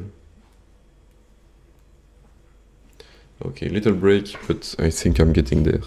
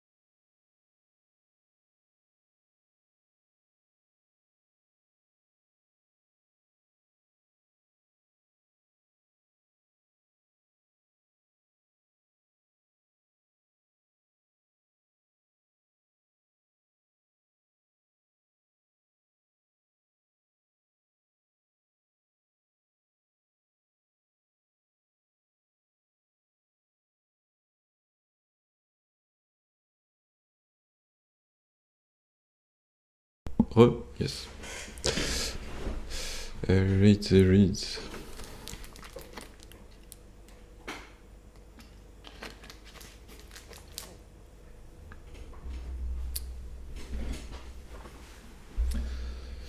So if the third previous is this way. So in this case, let's see, this is 10, this is 9, 8, 7. The distance between them is definitely 3.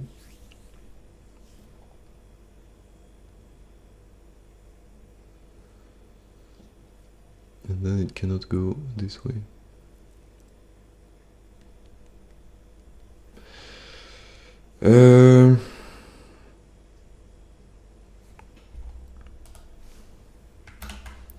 A better question could be why is it random? Do I really need to do this?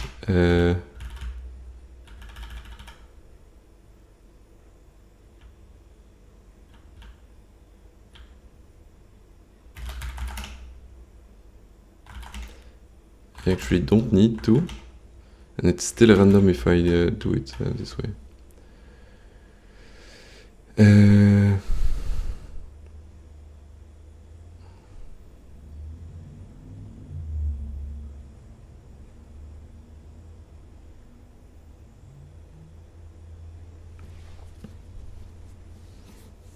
I still don't understand what prevents it from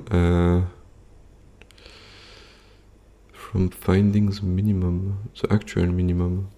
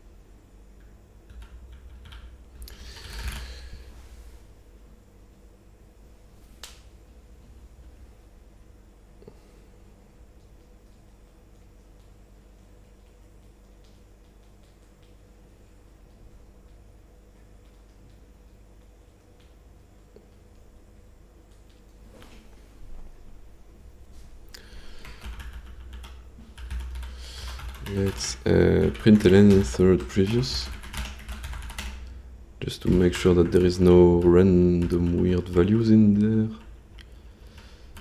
Okay, so at the beginning it has a lot of -10, which is normal, and at some point there is a bunch of zeros, which is normal again, but it seems to be okay all the other way.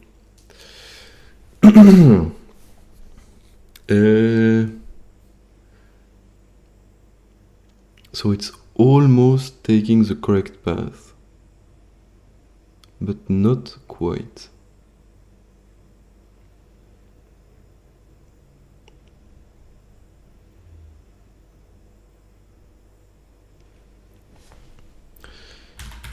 I'm doing a bit of random stuff, but let's stop printing it.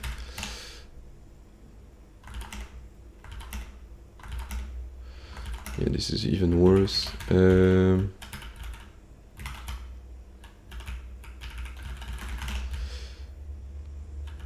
I guess the randomness comes from here.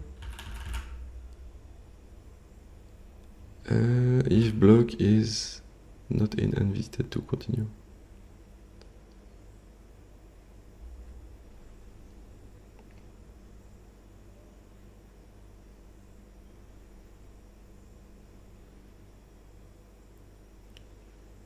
Actually, we want to do for block in, I mean, it won't matter, but unvisited. Okay. And then we want to do distances of block.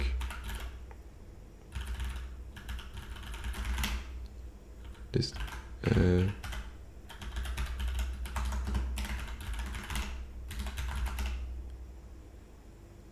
That does not work.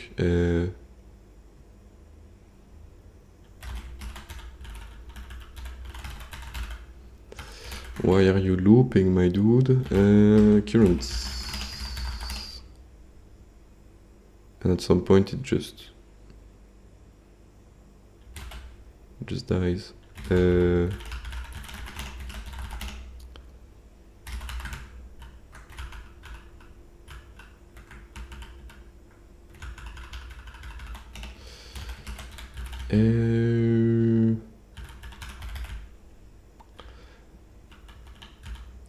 So we loop over all the unvisited blocks.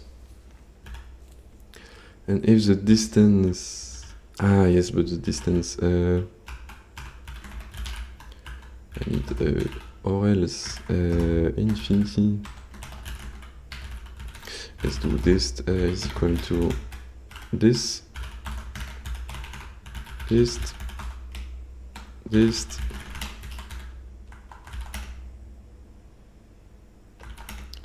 Okay, this is about the same.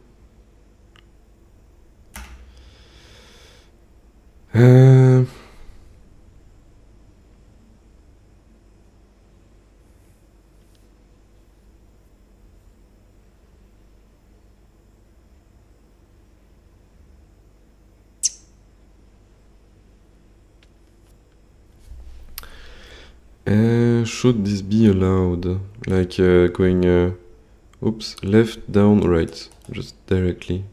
Shouldn't there be like one more space?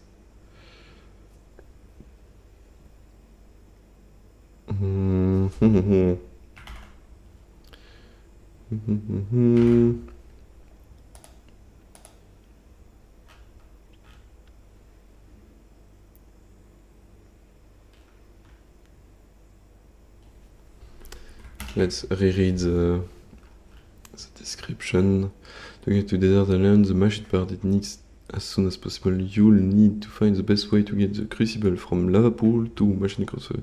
To do this, you need to minimize heat loss while choosing a route that doesn't require the crucible to go in a straight line for too long.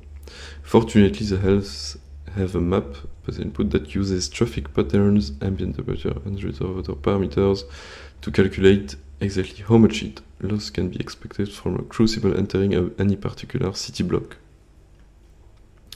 Okay. Each city block is marked by a single digit that represents the amount of heat loss in the crucible if the crucible enters that block. The starting point, the lava pool, is the top left city block. The destination, the machine parts factory, is the bottom right city block. Because you already start in the top left block, you don't incur that block's heat loss unless you leave that block and then return to it. That's fine. Because it is difficult to keep the top heavy crucible going in a straight line for very long, it can move at most 3 blocks. It can move at most... because it is difficult to keep the going in a straight line for very long, it can move at most 3 blocks in a single direction, before it must turn 90 degrees left or right. The crucible also can't reverse direction. After entering each city block, it may only turn left, continue straight, or turn right. Okay. But I don't think the it cannot reverse direction thing is an issue. Because if it goes into a reverse direction, it will just say that the distance is too great and ignore it, I would guess. One way to minimize heat loss is this path. This pass never moves more than 3 consecutive blocks in the same direction and incurs a heat loss of only 102.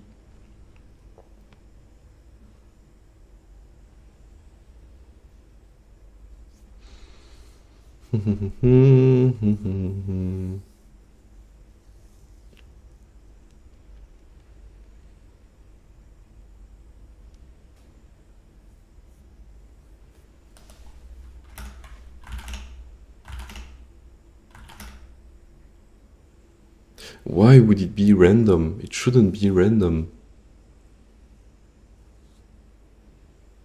I think I'm marking something as visited too fast. So where do I where do I mark? Oh, so here.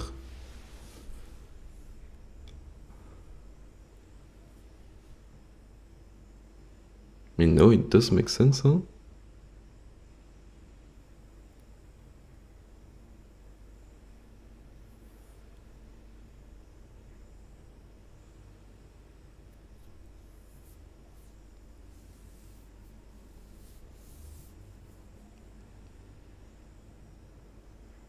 Mm.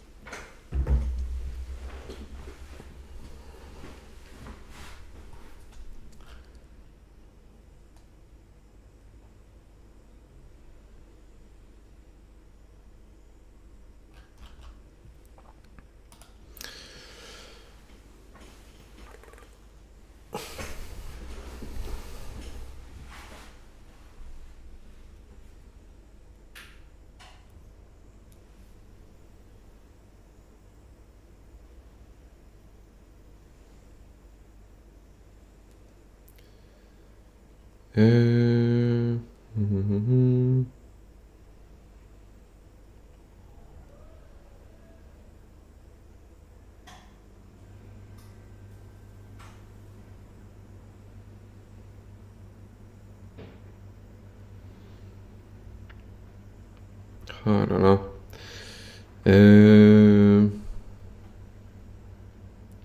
When do you delete stuff from unvisited? Let's check Wikipedia again. So add v to queue. So this is all fine, and this source that I'm also doing. While queue is not empty, we pop u from queue with the minimum distance,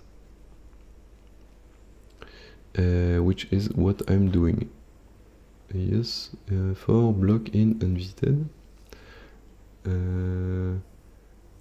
Yes. Then we get the minimum distance. Correct. Okay. And then it removes u from queue, which is also what I'm doing. And for each neighbor of u still in queue. Oh, for each neighbor u still in queue. So the still in queue would mean still in unvisited.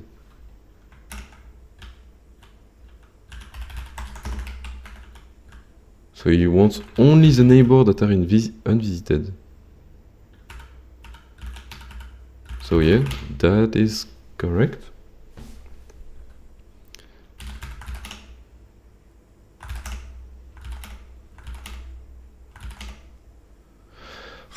Okay, but that doesn't change anything in my case. I'm not sure why, but okay.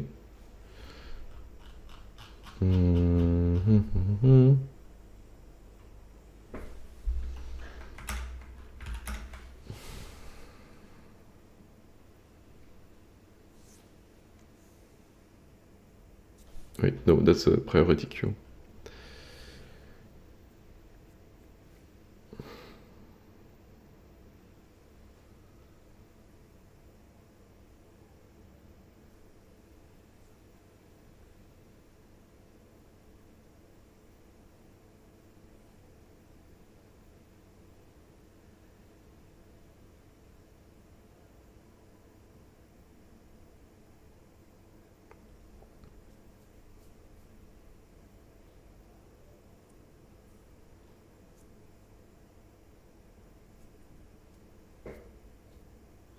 If alternative is lower than dist, we set the new distance and we set previous. That makes complete sense. That makes complete sense.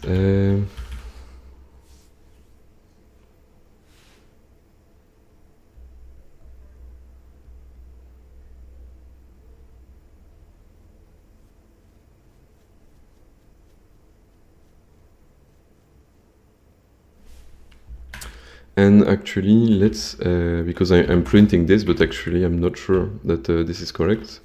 Let's do total heat loss is equal to 0.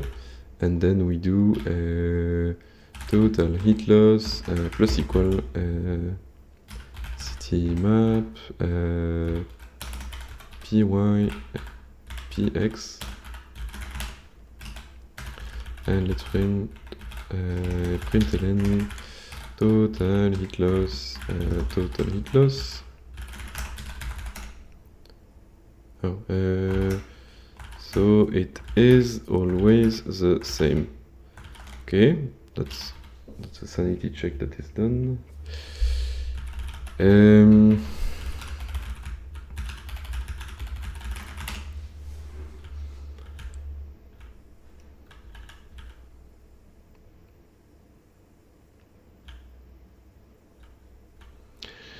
What could be the reason that it's slightly random? And it is random between like three or four possibilities. So it is like the minimum distance, but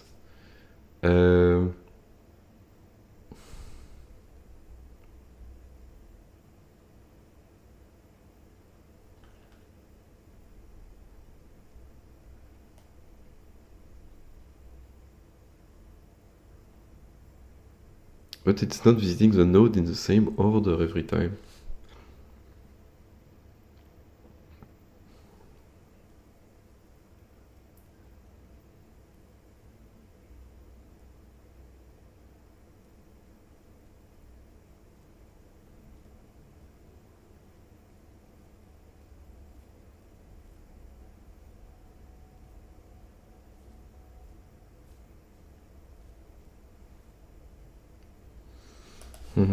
Let's fmt print ln current. I want to see if current, why not current win as well, if current makes sense or if I'm doing so it starts there, goes to 3, 4. It does seem to visit them in like a logical order, where it spreads slowly to like in a logical direction.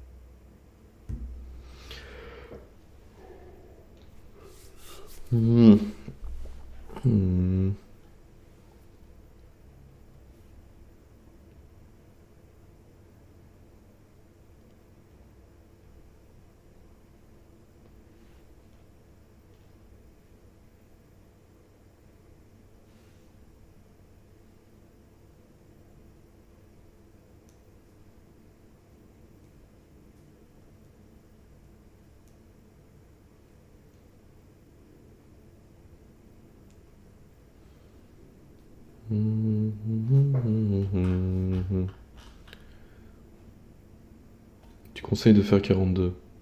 Ouais, c'est une très bonne école, hein. Enfin, en tout cas, pour moi, c'était une bonne école. Je pense que...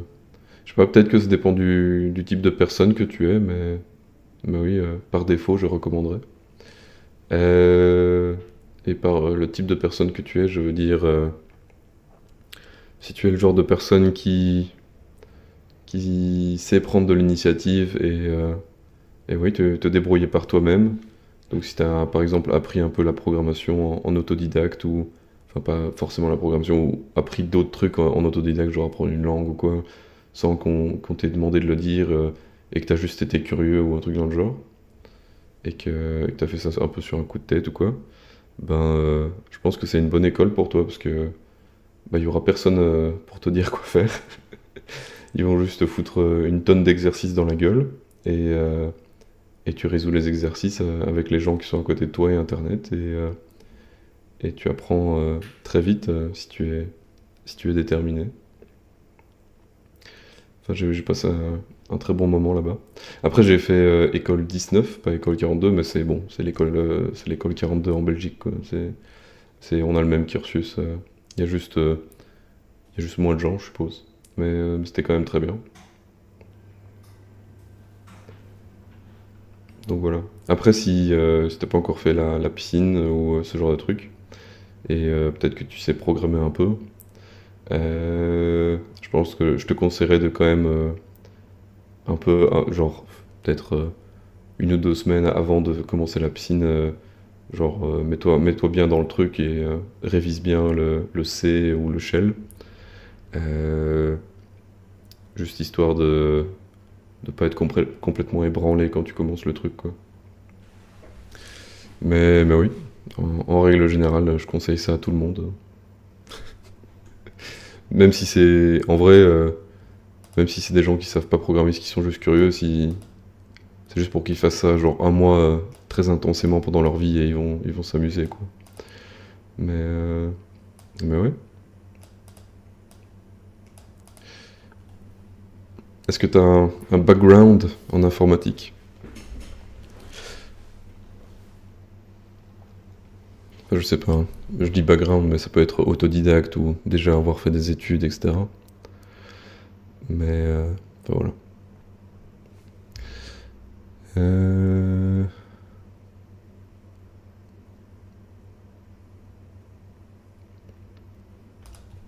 Ça m'avance pas beaucoup pour ce problème de... Ah là là.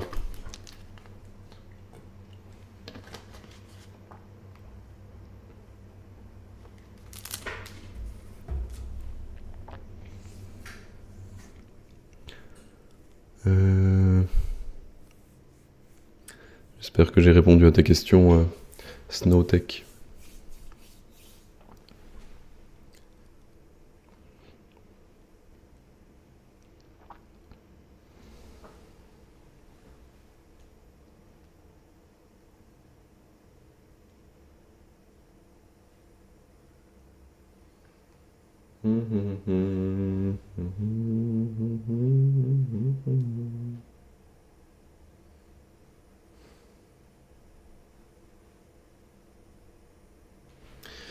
Et qu'est-ce qui se passe si je fais... Si je mets 2 à la place de 3. Je pense pas que ce soit ça, mais... Par curiosité... What the fuck.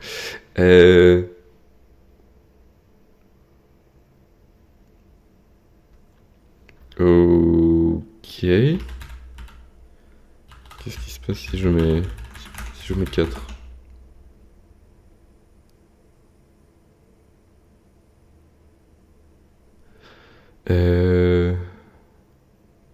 Ah oui, 78, c'est la réponse que j'avais au tout début, ça.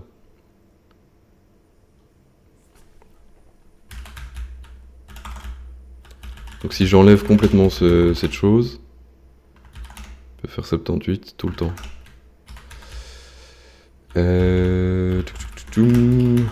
78, 78, 78, vive la vie. Mais ça me paraît très étrange parce que... Ici, même si je mets 4, il fait quand même des lignes droites. C'est spécial, ça. Donc dans ce cas-ci, third previous, ce serait genre, je sais pas, là.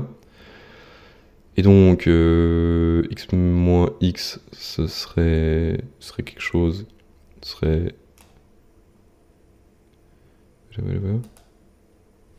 Est-ce que je dois pas faire genre plus grand ou égal à 4? Non, ça change rien du tout. Donc, third previous y devrait être différent de 0, devrait être différent de undefined, et la distance devrait... Oh, attends, je devrais peut-être mettre... déjà, je devrais remettre 3 ici. Ça recommence à faire des trucs, mais aussi c'est pas current. C'est neighbor, je crois. Non? Je crois que c'est neighbor. Je crois qu'on peut juste drop ce truc. Ah oui, non, ça changera rien en fait. Bon, ça fait juste que le truc est un peu plus court, quoi, mais ça changera absolument rien. Web.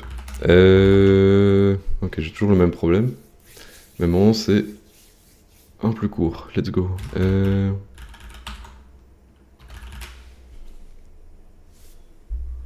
T'es sûr que... Je comprends pas pourquoi je mets 4 et tout d'un coup, il pète les plombs. Ah non, il pète plus les plombs maintenant.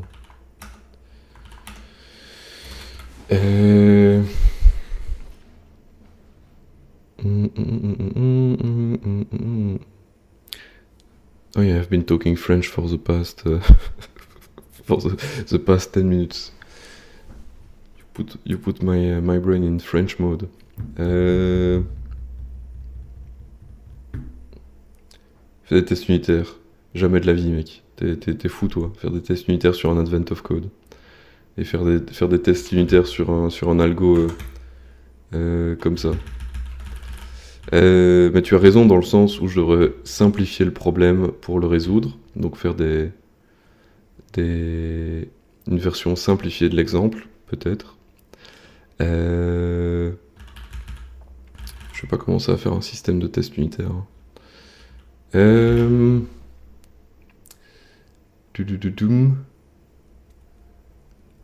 Après, j'ai un peu la flemme de... Ça, c'est un compromis, tu vois. Parce que si je passe du temps à créer des petits tests, ça me prend quand même du temps. Et je me dis que pour l'instant, tu vois, il y a le truc de... peut-être que juste, je peux regarder et essayer de penser comme ça et le trouver par moi-même. Juste plus par instinct et juste en regardant cet exemple-ci.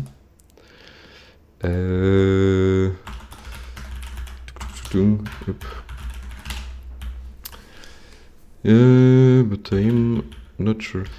So I think the main problem here is that it's a bit random. So there is still this notion of finding the lowest distance, but it's sometimes 110, sometimes 103.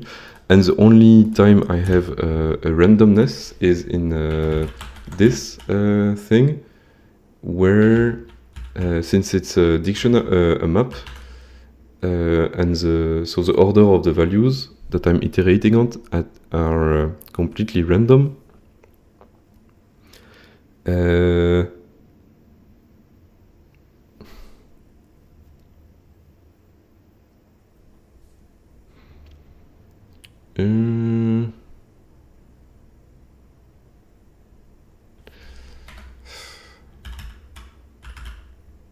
What if I delete the key after? That doesn't do anything. I mean, you would be right about unit testing in the real world, but this is like Advent of Code. Come on. I'm lazy, okay? I already do unit testing almost for a living. This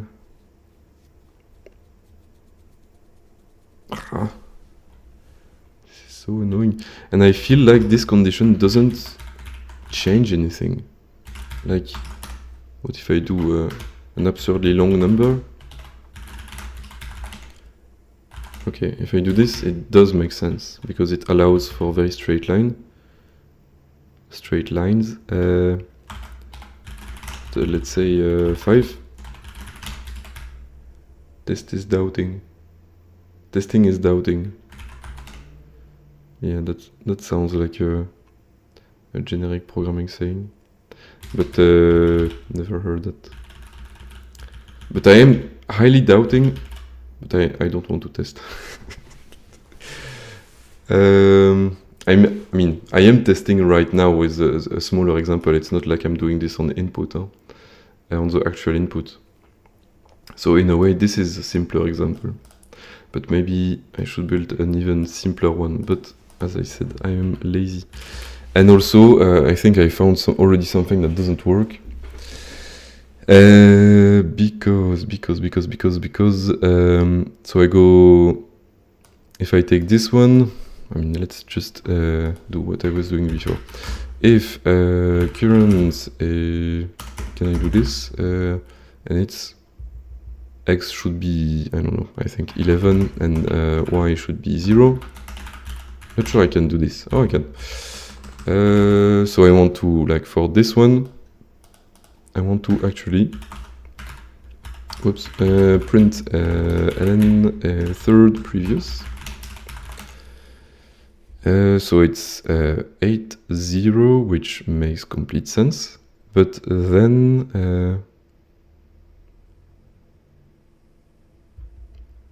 oh yeah, okay. Okay, that doesn't make sense. Yeah, I understand. I'm doing garbage.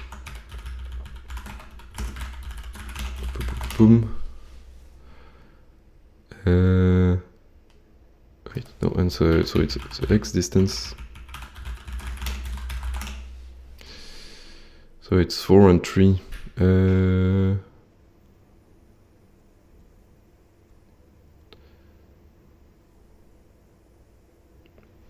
Wait, I need to print both the x distance and the y distance. And so in this case, the horizontal line meaning that the y distance should be 0. So in this case, I want to ignore it when it's equal to 4. So 4 is the correct number. Okay, so we are going back to what I had before. So it has to be 4. And if I put 3, it becomes... yeah.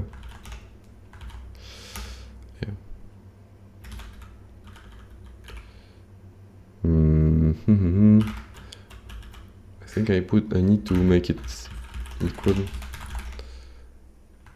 Oh. No, and so, yeah, and so it should be 4, like so. And then, okay. Still, I haven't made much progress, but I understand a bit better what these conditions are doing. On va grimper. Aujourd'hui. J'y suis allé déjà vendredi, moi.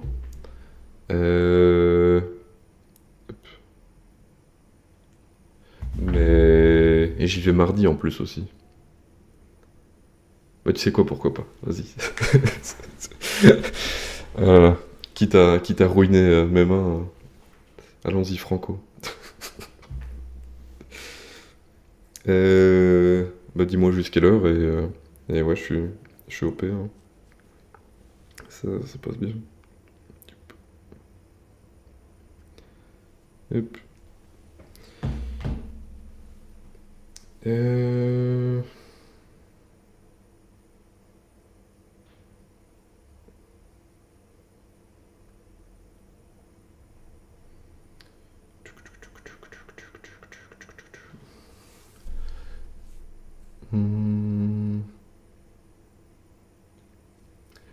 voir si je peux planifier ça, je suis pas encore sûr d'avoir le temps.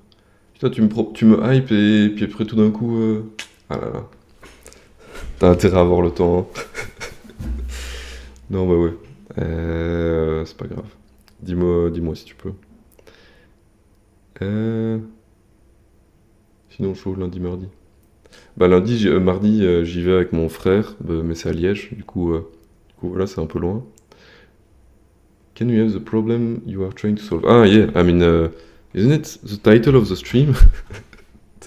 Wait, did I miss? No, I didn't mistype the title. It's day 17 of Advent of Code. So it's this. But it's basically yeah, finding the minimum the path with the minimum length in a graph. And I'm using Dijkstra for this, and I'm apparently using it poorly. I mean, the only twist between this problem and Dijkstra is that there is an extra condition that you cannot go more than three node straight in a straight line. But besides that, yeah, besides that, I think it's just Dijkstra. And I'm almost there, but I have a little randomness problem where it doesn't explore all the paths. It does not explore all the paths.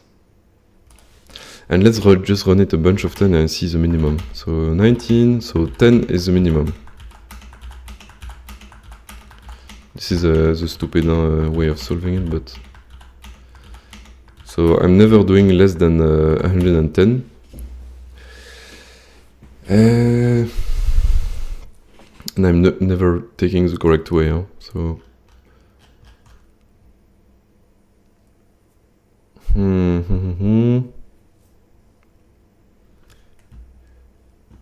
Ah, fuck it. I'm gonna do what Maul said and do some smaller examples. I don't want to go insane. Example, simpler. So, what could my example be? Let's say that the weight is always 1. And let's make it 5 by 5. And so, yeah, let's just try it on this. And I can see 4 contiguous in 1 in your output. Oh, where? If you mean this, it's actually not contiguous on the x-axis. Ah, but yeah, but 4 like this is allowed, I think. Like, because, yeah, it's like 4 straight. So if you're thinking about it, like it's going from upward, and then here the direction is still down, and then when it turns, then it goes right, but for only 3 spots.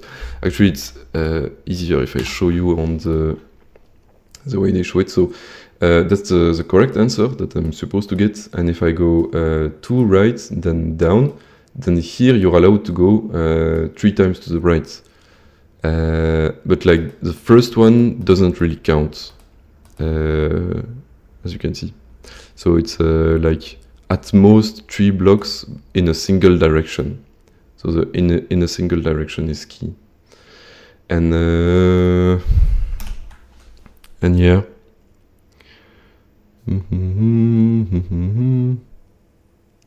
I could try drawing the little arrows like they do, but I think it's unnecessary. And here it's actually oh, you mean the x-axis like in math? So yeah, maybe you meant that one. In this case, I think what's happening is it's going from this one to the left one, and then down, and then right again. And I was wondering if this is allowed actually, but it should be, because I'm turning left, then I'm turning, then I'm doing down, right. I'm not going fully straight.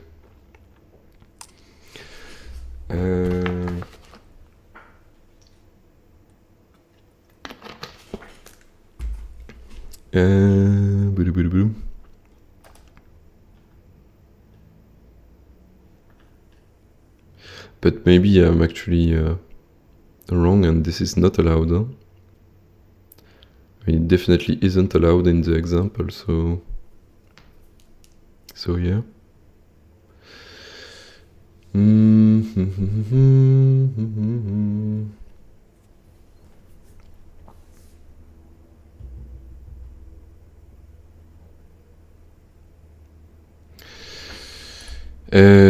was going to try example simpler. Simpler. Boom. And so it does 8. So 1, 2, 3, 4, 5, 6, 7, 8. So actually the distance is correct. That's good.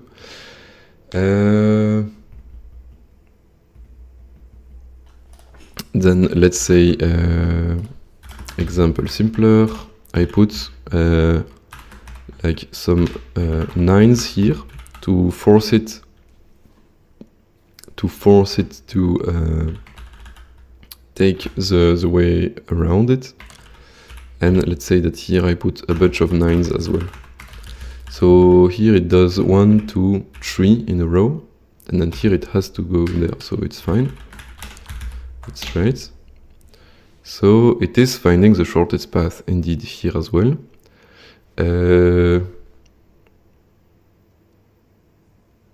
So it's 1, 2, 3, 4, 5, 6, 7, 8, 9, 10, 11, 12. So that is good. And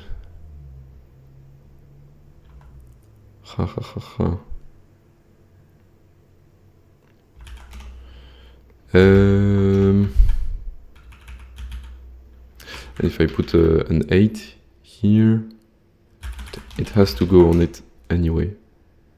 Oh no, it's directly taking the 9 below it and doing 16 that way, which makes sense. And if I replace the 8 by maybe 7 or a 6 maybe, since there is 2 1s. Oh no, it still takes it. Okay, oh yeah, it's a sum of this and this. So this is 6, it's 4. So it can be 4 maybe? I'm just checking the basics. Yeah, okay, it can be up to 4. And if I put 5, then it goes the other way. Okay, but that doesn't do much for me. Because this is never random, like this is 100%. Oh, wait, no, it is random. No, oh yeah, okay. So this way, choosing below, since it's the same distance for those ones, it is choosing either down or right randomly. And I'm actually wondering, so this is where it has a bit of randomness, but here it's fine because it's the same distance, even with the randomness. But what if I do like a 2 here? Is that one I do next to? Is this going to be random? Okay, this is a bit strange.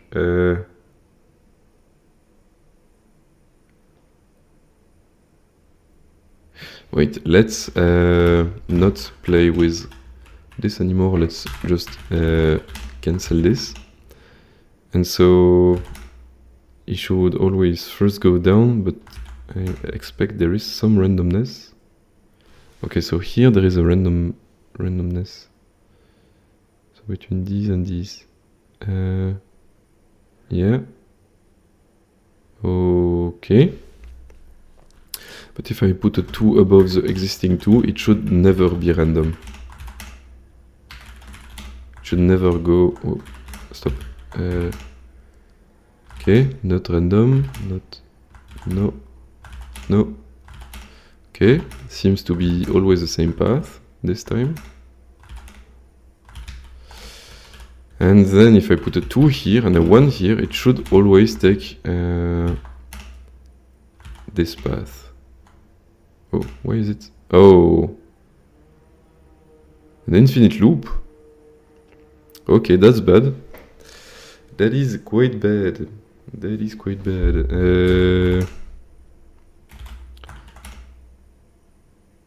Huh. Alright, that is really bad. Let's print current and current min. Okay.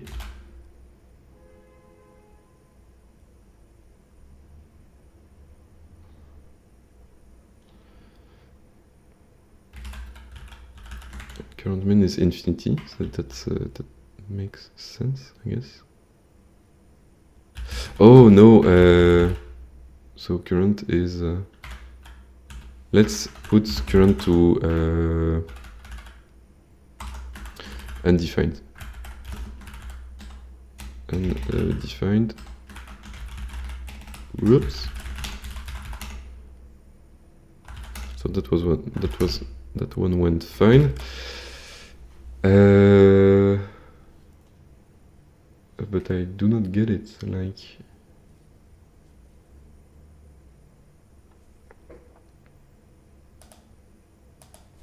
let's print len of unvisited.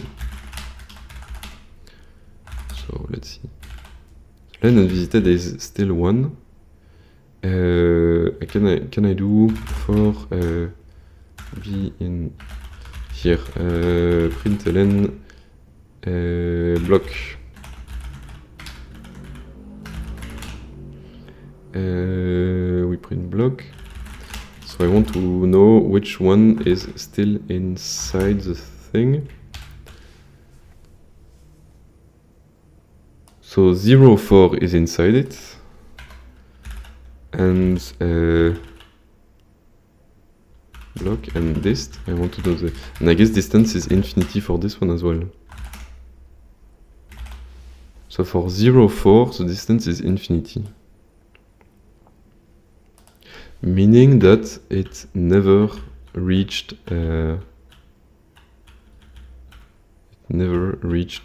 this. Can I do this lower or equal? That shouldn't go into infinity, right? Oh fuck, it's doing really weird stuff now.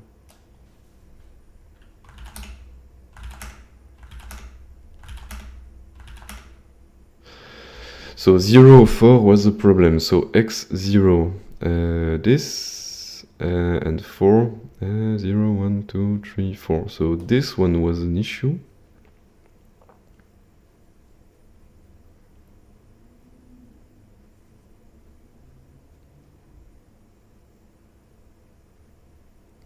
I mean, it's normal that it's like infinity at some point, but it's not normal that it stays in infinity. And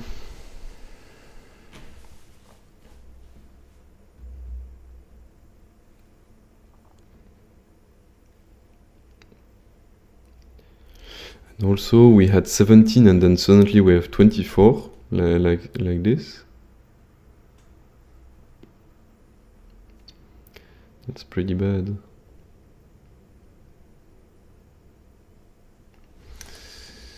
La la.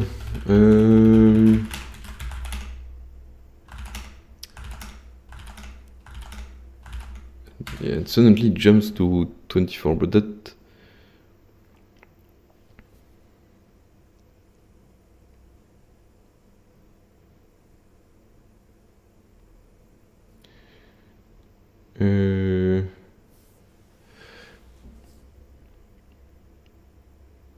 and like if I show the example simpler that I'm using, like this is very obvious that it has to take this path.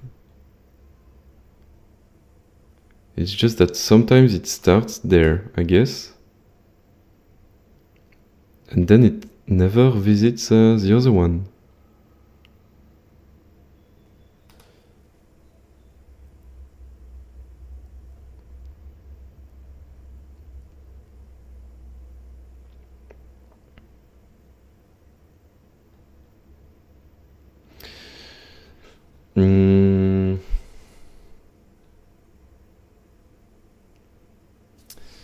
Can we do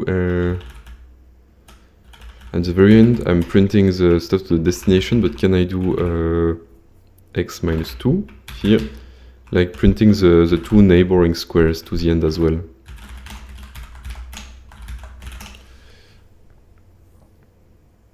So 17, and one is 16 and one is 23. And that means that, like, it does know that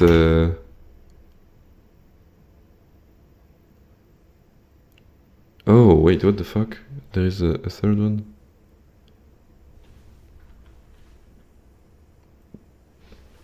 So it assumes that this one is 23 when it's actually 16 away from the origin.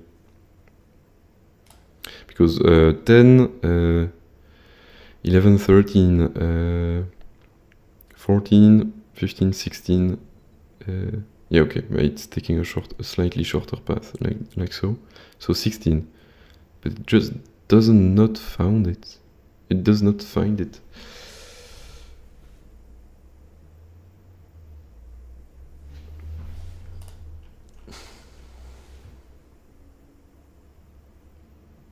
And I don't think this is a matter of like a 4 in a row. This would slightly change things, but I don't think it has any impact in this very simple example.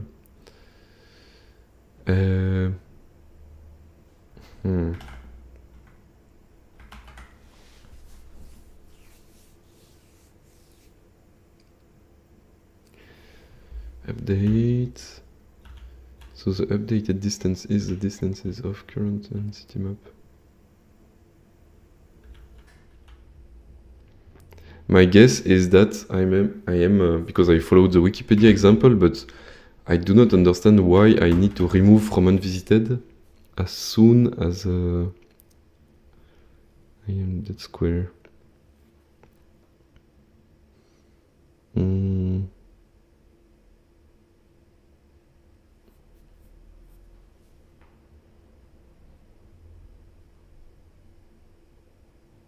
And I don't understand either why in the Wikipedia pseudocode it's using a queue, because it's not really a queue, it's just a bunch of nodes. Like, yes, this remove u from queue. It's not even saying like pop the end. It's saying like remove this specific node that has a min distance from the queue.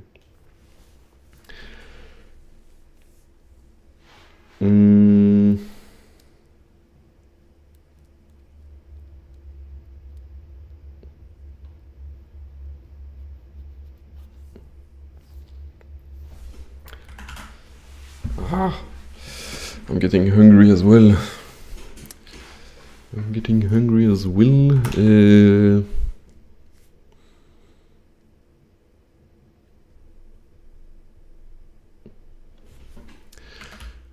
If I didn't do this at some point, it went into an infinite loop. Can I do this? This is now always 1023, which is bad.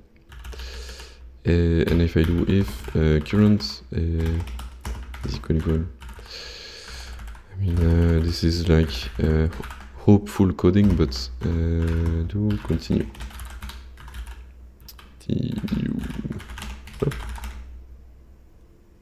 Oh no, not continue. Break.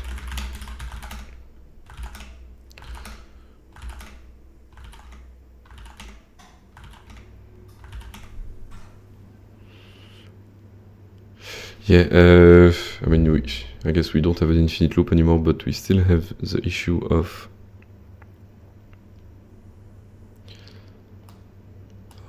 switching between 24 and 17 all the time.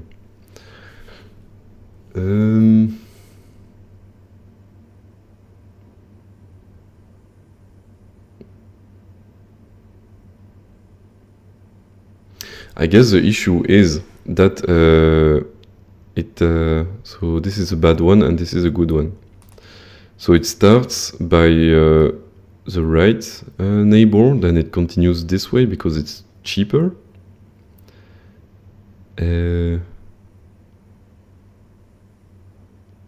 Wait, no, it starts as the origin and the neighbors are the below one and the right one. And then this one is cheaper, so he visits this one, then he visits this one because it's still cheaper. Then at some point it hits the condition that it cannot go one further, so it goes down. And here the distance of this should be quite high. I mean, it should be like 10 or something. And so he should start exploring this one instead, because this one is has a higher cost than this one.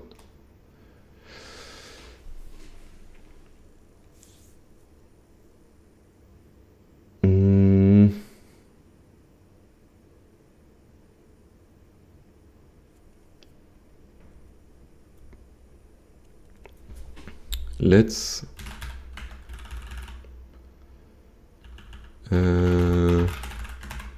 distances.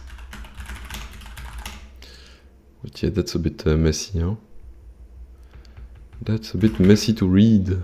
But maybe if I go in the beginning. So, in the beginning there was distance of 0 for the origin, and then that is perfectly correct.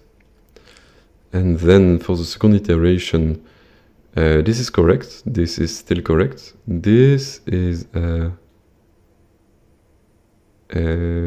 correct, because yeah, it explored it and it's a 9 below. Then this one is still the same, and this one is still the same as well. So it's gonna pick this one to explore. And so I expect that we have 3, 0 here and 2, 1 here. And still 3, 0 is cheaper. So it's gonna go there, and I expect to see 4, 0 or 3, 2.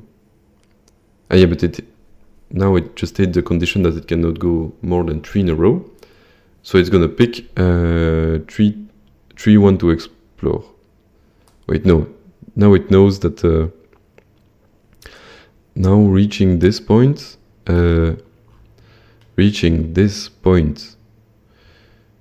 but those are already visited, so the problem maybe is it never like expands 0, 1, does he? And to know if it expands 0, 1, we need to know if there is a 0, 2 somewhere. There is a 0, 2. 0, 2 is 10. It has...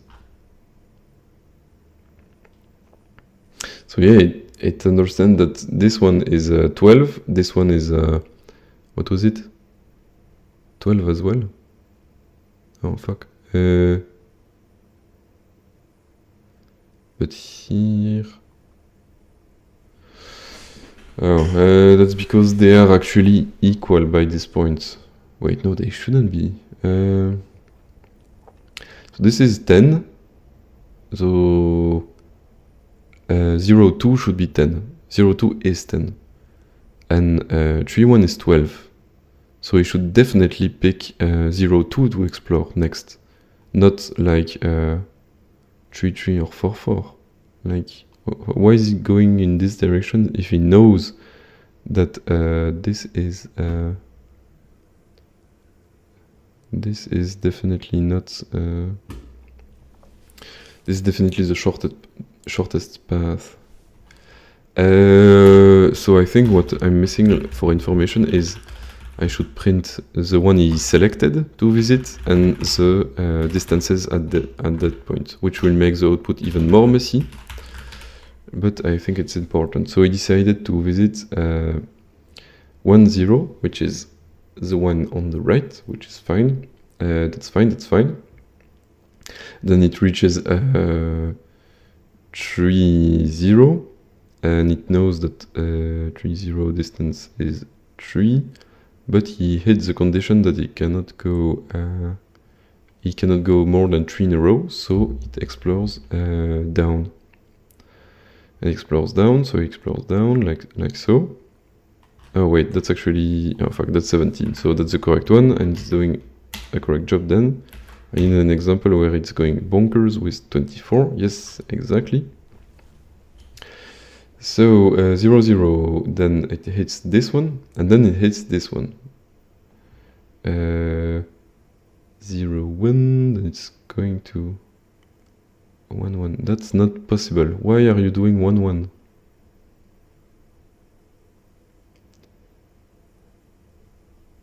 That's stupid. So he goes in the wrong direction for a while. He follows the 1, then he hits the condition that he cannot go further, and he tries the 1 downward, which is a 9. But then the very weird thing is it's trying the 1 on the right as well. But he should try the 1 below it. Oh, I guess it's doing the 1 below it just after. So it's doing this one, and it's realizing that 1 has a cost of 10, which is actually not correct. 1 has definitely a cost of 18, I think, because it's doing 9, 9.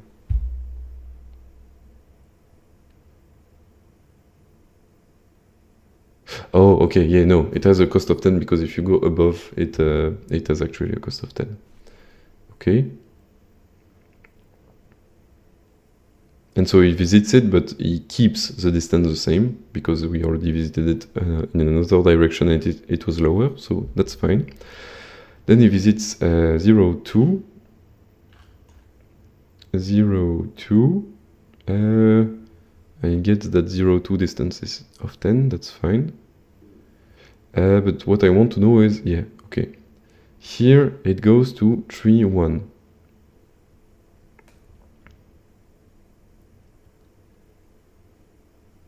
Three, 1, which has a distance of 12.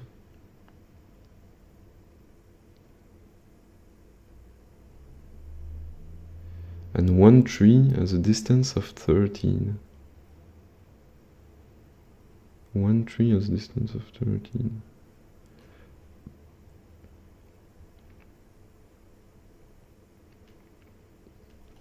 Oh.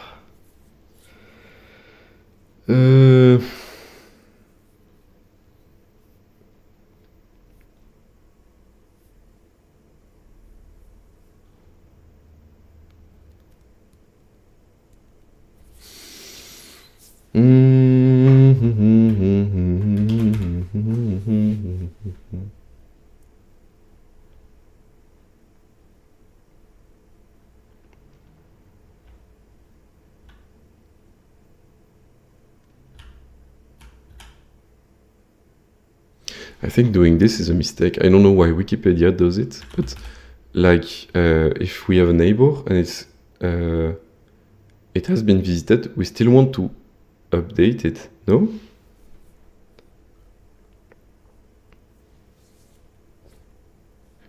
Like if we found a way through a particular node, and then we got this from this one, but then after we backtrack and find another way which is shorter to that node, we should update the value of that node, huh? I think so. Although I've commented and uncommented this a bunch of times and it doesn't change anything. But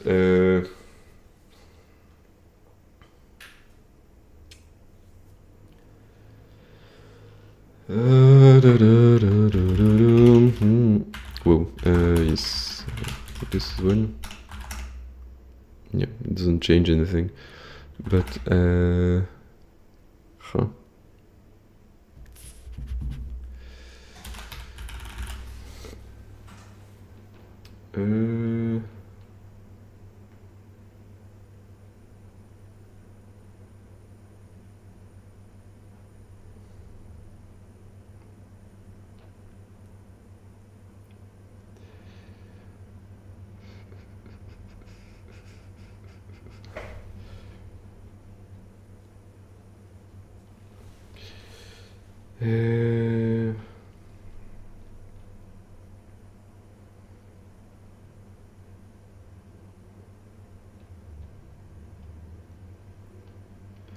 What is the distance of the starting vertex?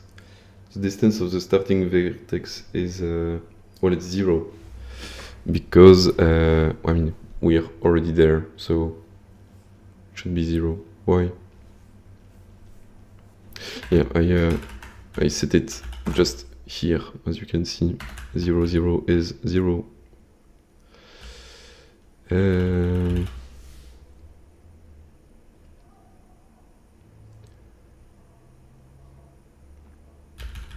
And I still haven't understood why it goes in an infinite loop sometimes, which could be the cause of some troubles.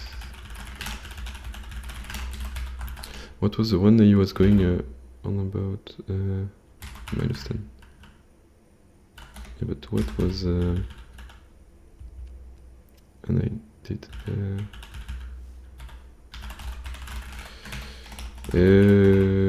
unvisited. So unvisited has 0,4 in it. So 0,4 is x0. This one is 4. So this one is never even visited. Why?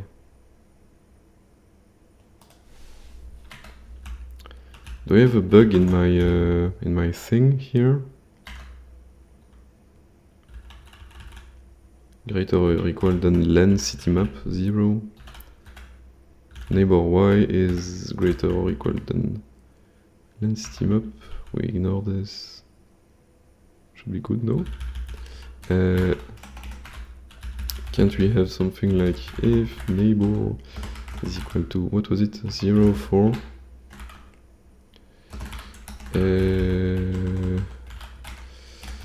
Print ln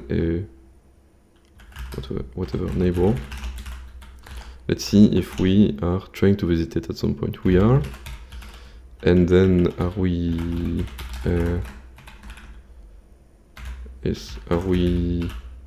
do we pass this? Do we pass the first condition? We do. We always pass the first condition. Okay, so it's not that. And do we pass those conditions? We do not. We do not. Okay.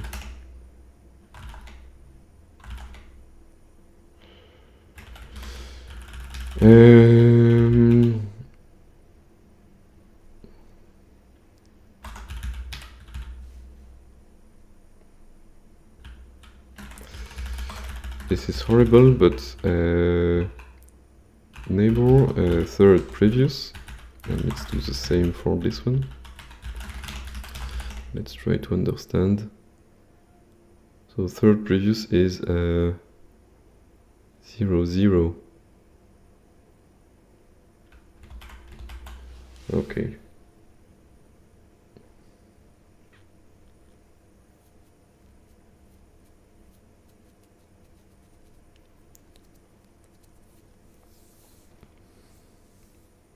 Yeah, because it's going in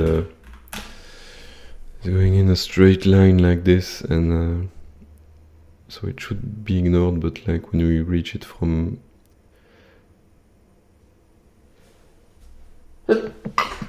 sorry, when we reach it from this way, we actually have no point in doing this.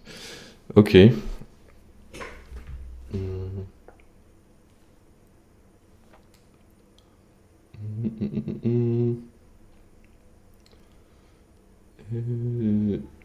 Okay. Okay, Amazon.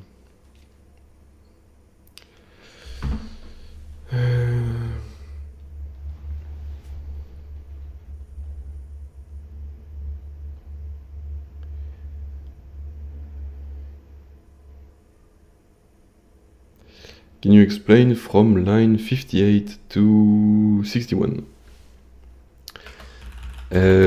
Yeah, this is just a bound checking. So as you can see, I have a list of modifiers, which are just the neighboring modifiers. So I'm going to loop over like the one above, the one on the right, the one down, the one on the left. And every time I do the current cell, the current node I have selected, plus mod to just get the neighboring cell. And then, of course, I don't want a cell that is outside of the map. So I do, if the x or y coordinate is below 0, or the x or y coordinate is greater than the actual maximum indices of the map, we ignore it. because there is no point in visiting a node that don't exist. But yeah, I was wondering if maybe I needed to like maybe do a -1 or some shit, but I think it's correct, huh? So here, for example, the length of the map is well, because the length of the map is 5, and so the maximum indices is 4, and so we want to, if this is 5 or greater, we want to ignore it. So I think it's correct. I mean, we can check it, huh, but println labels.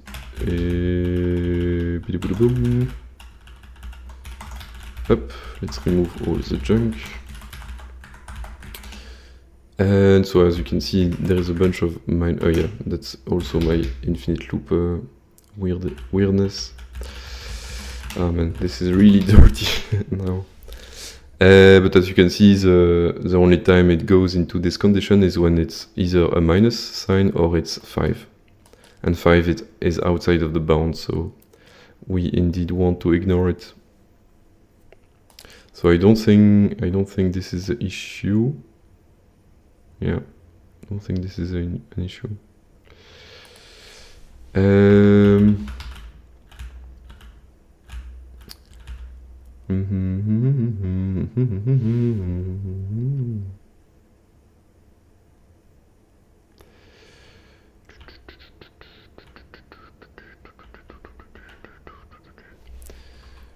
Let me remove a bunch of stuff so that it's a bit less confusing.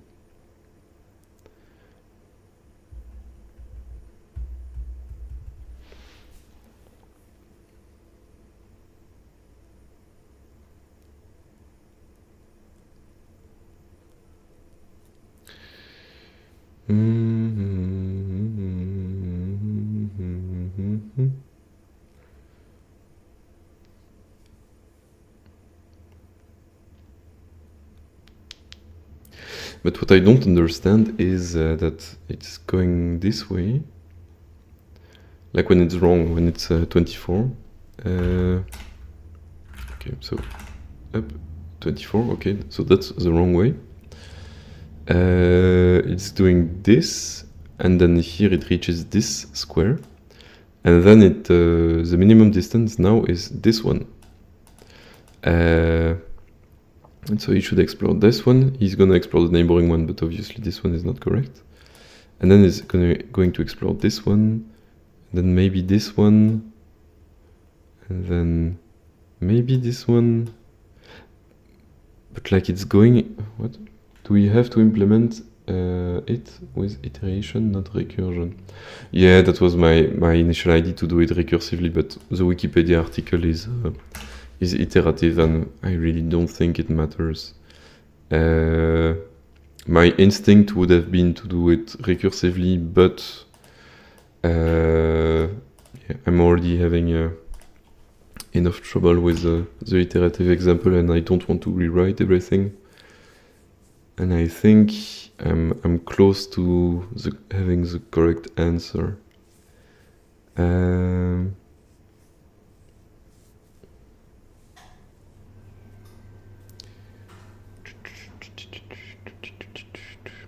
But there is no rule about the implementation. It's just you have to get the correct number at the end. That's it.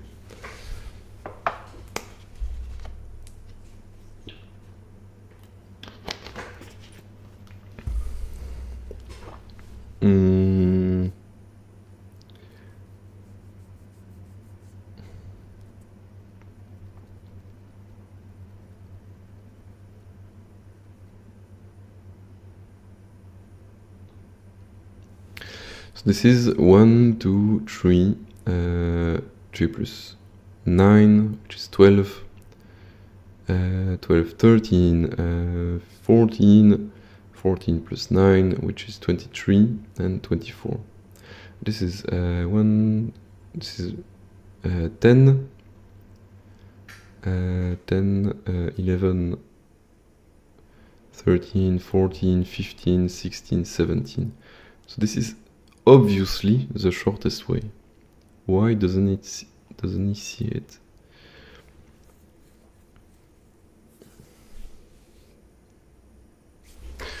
Let me reprint. I mean, all of this can go to hell. Up. That one as well. I really want the current one we are visiting and the distances at this point. And actually, maybe I want to do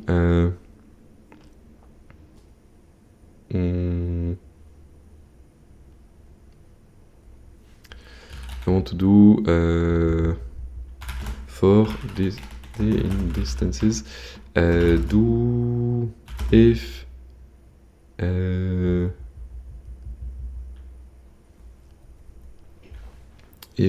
in unvisited, I want to print the distance to the unvisited node.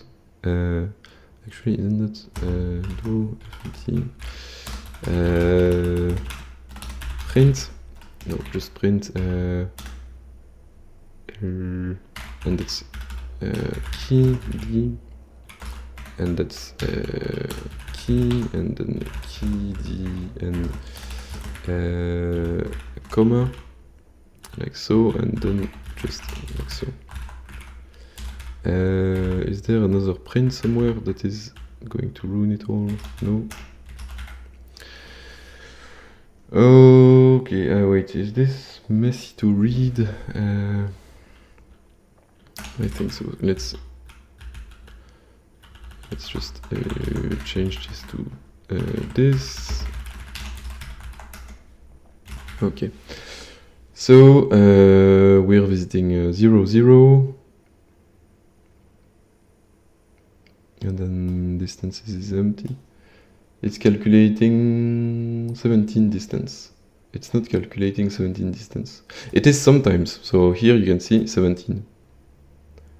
But yeah, my print is a bit confusing. But let's do total distance.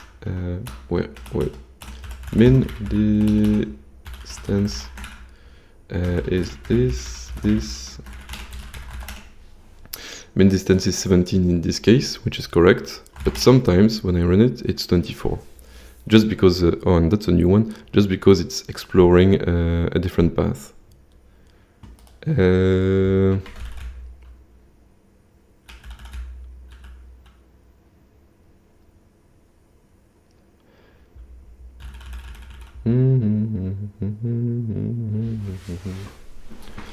So what I wanted to do is check the flow of it. So it's going to 1, 0. That's fine. But it should calculate all the distances and then choose the one which has the least value, isn't it? But it's doing that live. So it is doing that in a way. We have the minimum distance to every single node. But it's stopping early, I guess, or yeah, like it's picking a path and then not backtracking. But that's why I'm trying to figure out right now is why isn't it exploring all the possible paths? Yeah, that's what I'm trying to do now. So this is correct. So there is a bunch of ones to the right, so it's going to the right and exploring it. And then at some point it hits 3, 0. And you know what? Let's make it even simpler by having a 9 here. But it is not doing the backtracking. It is, so you can see it's going to the right here, but poof, at some point here it's going down because he hit a wall. So it is backtracking. But I mean, apparently not correctly, but it is doing it kinda. Then it's visiting, you see, it's going to the right and then it's going down. I mean, it's going back and going down. But so I modified it slightly. Let's see if I have the same behavior. No, this time it's always 24. Oh no, sometimes it's 17. Okay, So let's get one with 24. So the good path is still 17 long, but then it's doing weird shit like this. So it's going 3 to the right.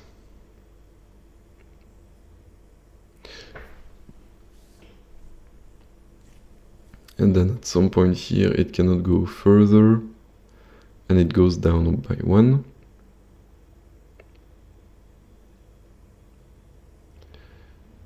And so 3, 1 is 12, which is correct.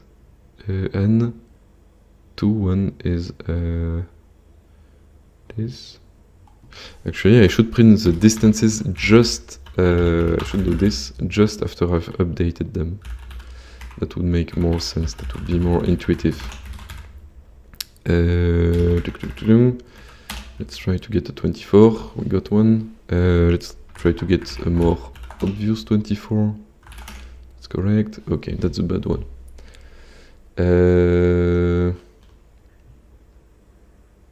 Okay, so we have explored this, and so the minimum is gonna explore 1, 0 after, he explores 1, 0, and then the minimum is 2, 0, he's gonna explore 2, 0, the minimum is, in this case, 3, 0, he's gonna explore 3, 0, now the minimum is 0, 1, he's gonna explore 0, 1, and now the minimum distance is either 0, 2 or 1, 1. So 0, 2 is this one, and 1, 1 is this one. But the best path in the current graph is 17. Yeah, it is 17. But so here here he got it correctly, so that's fine, he got 17, he picked the correct path. But then randomly, like he just, since I'm using sets and there is a hash table which is random, he picks another one, and suddenly the distance is 24. And that's what I'm trying to understand right now. So by this point, so here it picked 1, 1. So here we have 2 nodes with the same distance, the same minimum distance. So we have 0, 2 and 1, 1. 0, 2 and 1, 1, which is correct. And here it shows 1, 1. And after 1, 1, the minimum distance is 0, 2, so he's gonna explore 0, 2. And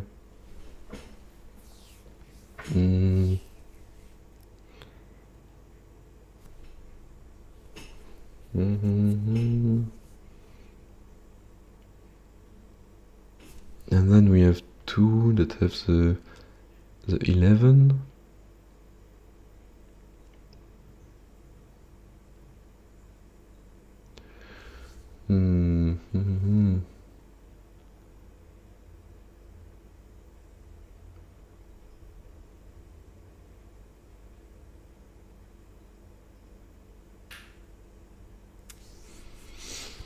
Okay, maybe it comes from the fact that I'm not using a queue. So I'm using a set. So here it's popping the minimum, the element with the minimum distance. So it's exploring the one that has currently the minimum distance in first, which is fine. Then removes it, which is also fine. And for each neighbor, v.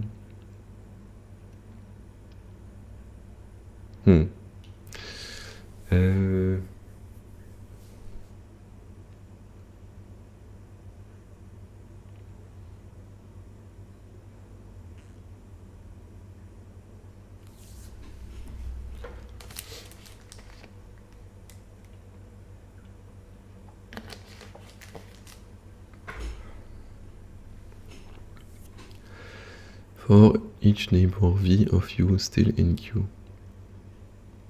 And there they have this condition that is still in queue, but in my case it doesn't really matter if I do this, but I can add it for say sanity.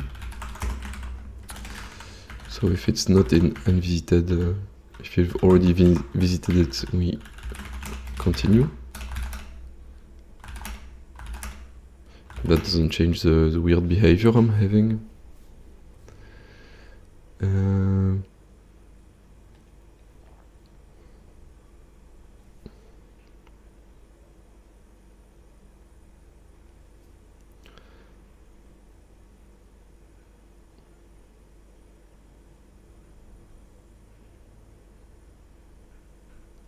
But I'm really unsure about deleting the stuff from unvisited here.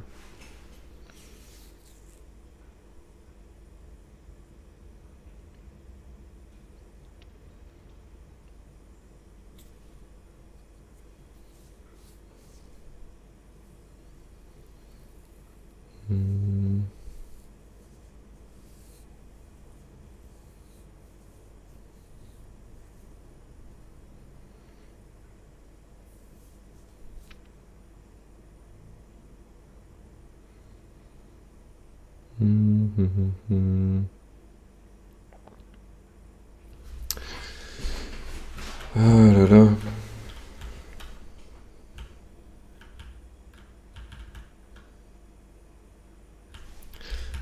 Does that, in my simple example, I don't think this stuff that is specific to Advent of Code matters. Oh. Seems like it does. Fuck.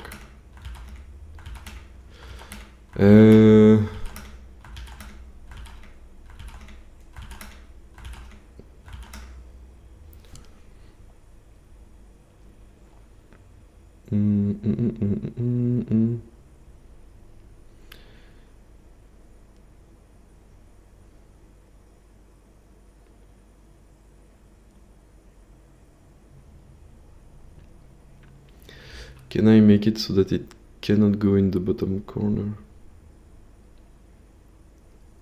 Wait, actually, isn't the 17 wrong? Like, when it does 17, it goes 3 in that direction, and then here it goes 3. Oh, never mind, that's fine. That's fine, that's fine.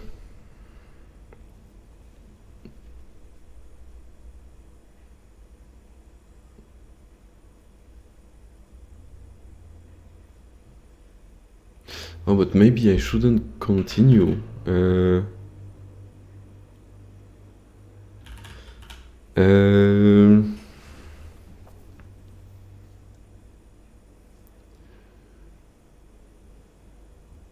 Because if I continue, what happens? I just said that this is an invalid node, but this is not an invalid node. Do I say it's an invalid node?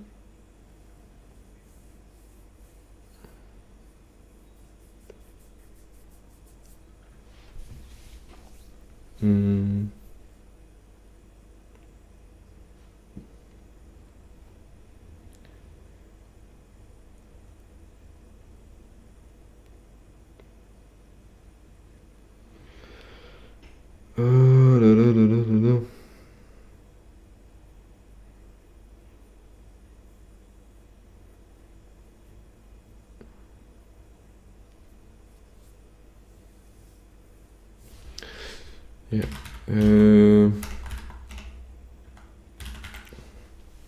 I still want to understand why the fuck. So okay, here it's going from 14 to 24, which seems suspicious. From 14 to 23. So it's taking the 9.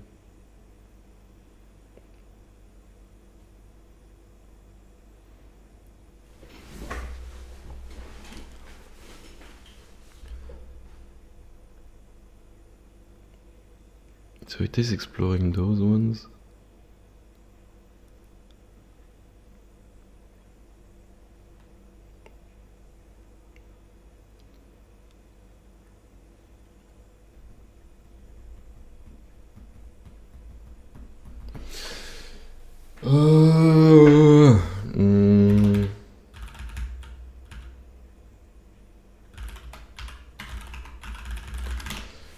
Does not matter.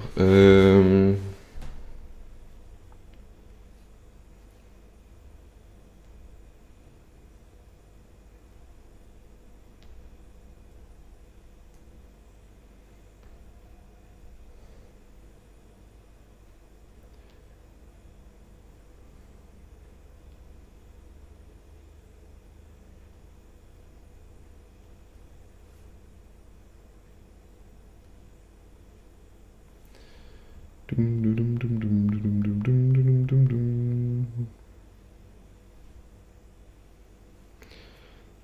gonna get traumatized again by the same problem 2 years in a row. That sucks, man.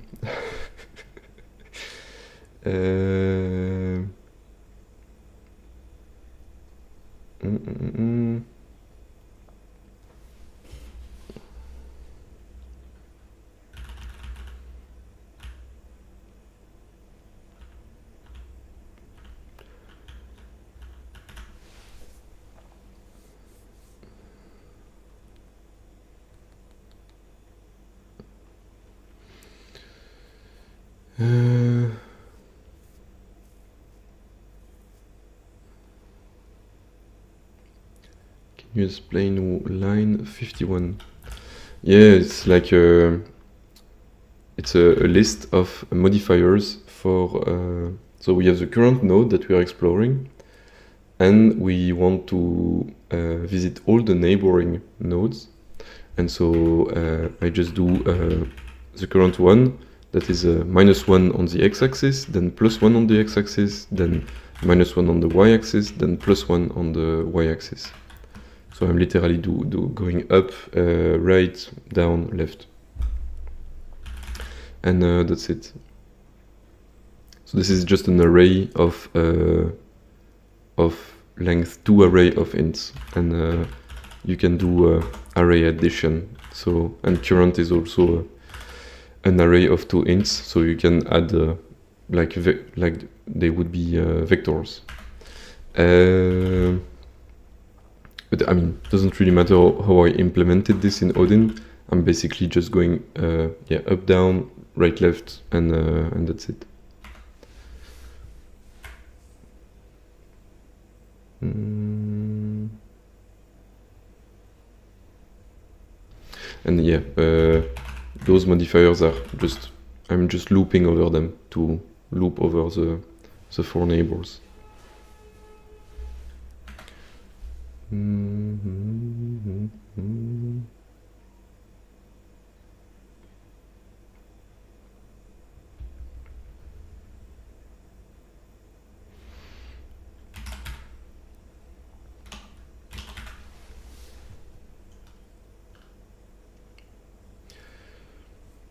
So it's exploring 0, 3.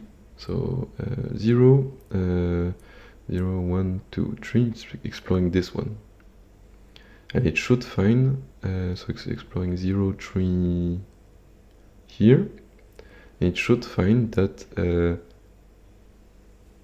1, 3 is actually good. No, oh yeah, 3, 1. Wait, no.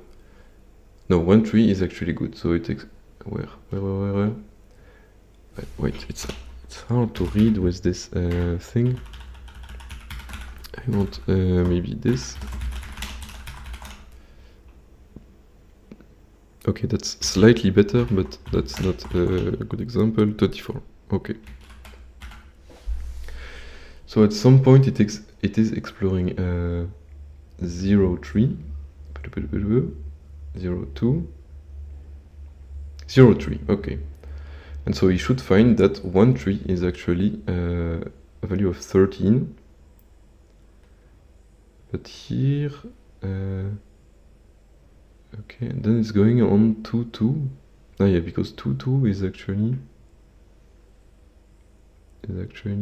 this one. Yeah. So it's doing 2, 2, but he's gonna find that this is bad. So wait, 2, 2, 2, 2 is this. So he's gonna 2, 2, then 1, 3. 1, 3, which is 1, 3. Here. Yes. It's doing 1, 3. But then it should keep in mind that this is 13. Then it's doing 2, 3. Yeah, that's good.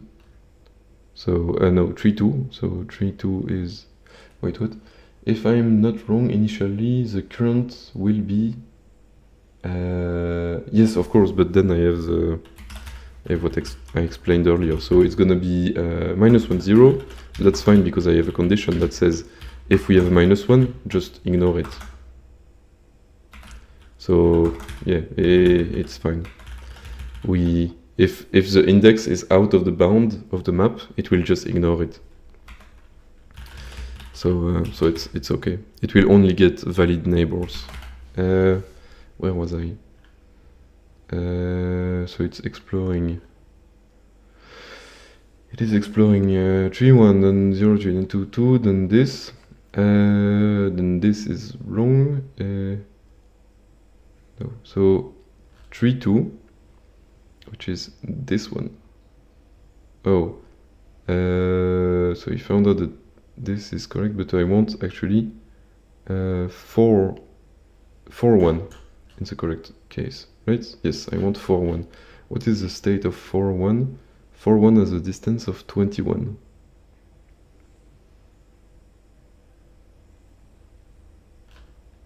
Hmm. 10, 11, 13, 15. Wait, 10, 10, 11, and this is a 2, 11,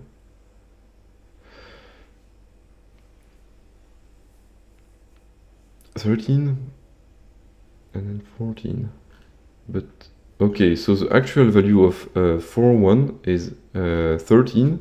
Wait, so 11, 13, 14, yes, and here it is 21. Why is it 21? So it's exploring it from 0-3. Wait, 4-1 is here already.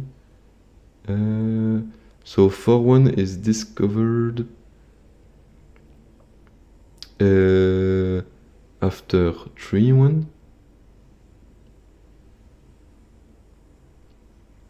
And 3-1 has a value of 12. And so it's going down. Why the fuck is it 21? So from 3-1 to 4-1. Okay, I think I'm onto something. So cat, example simpler. So 3-1, it's this, which is 13, which is correct. And then it's going to 4-1, and suddenly it is 21, which means it did 13.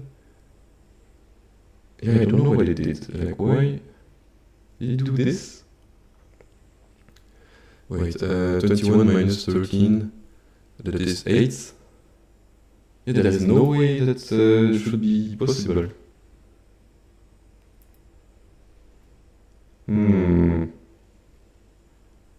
That is very suspicious. How did it get 21? Did it got explored from like this side? So like 1, 2, 3, 12, 12, 13, 14, 23. Yeah, that looks plausible. Maybe from this side.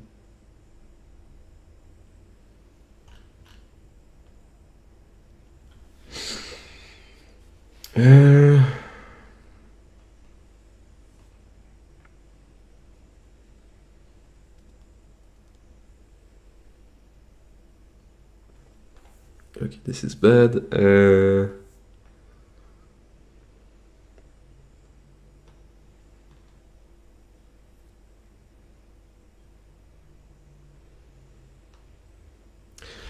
Maybe, so here is the part where I update the distance. Can I do that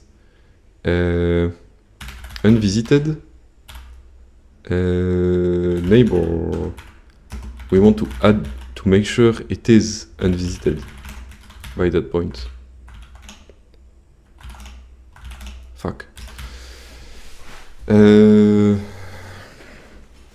My thought was the only reason we don't have the correct distance is because we remove it from unvisited too fast. So if I add it back when I update the distance, maybe it will fix it, but apparently not. Apparently not.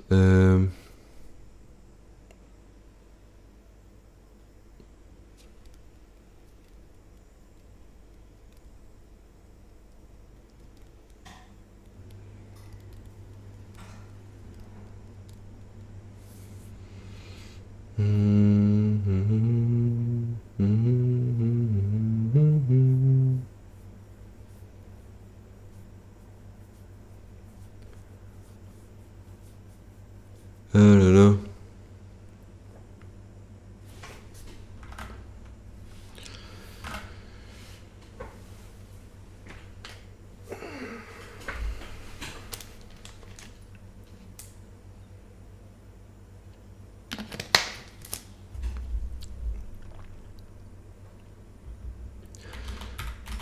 So it's reaching 401, and 401 has a distance of 21, which is insane.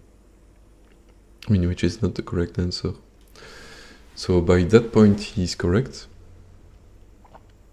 There is a distance of 13 to 3, 2. Wait, no, not 3, 2.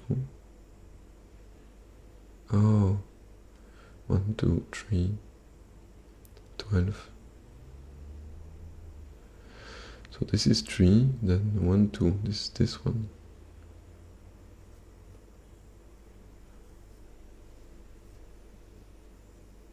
How did it reach this in 13 steps? I'm so confused.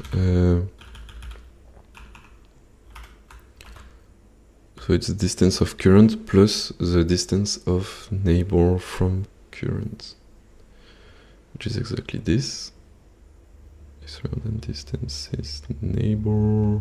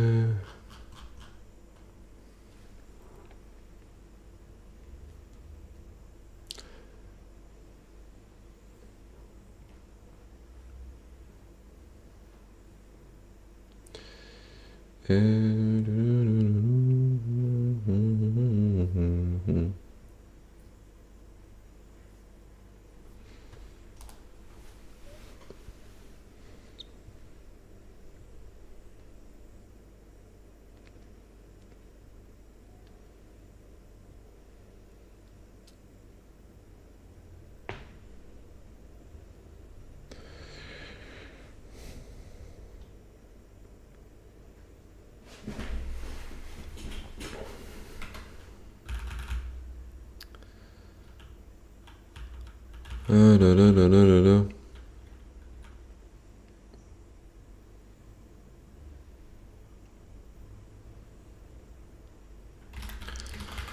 My brain is turning into mush.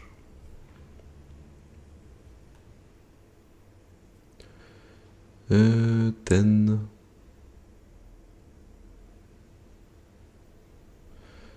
Then.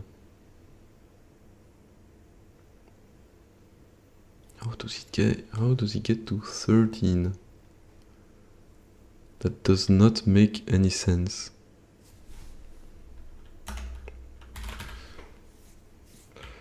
Can I, when I print current, can I print distances current?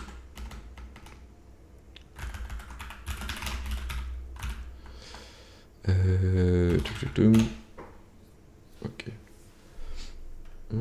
More messiness. So 3, 1 is 12, which is correct, I think. So 3, 1 is this.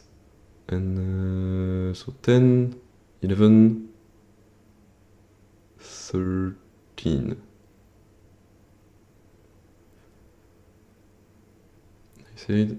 But it said it's 12. 10, 11, 13.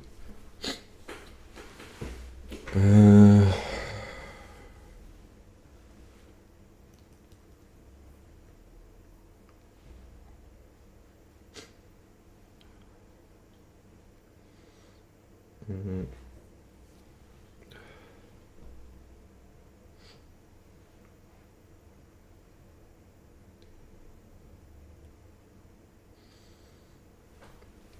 Et...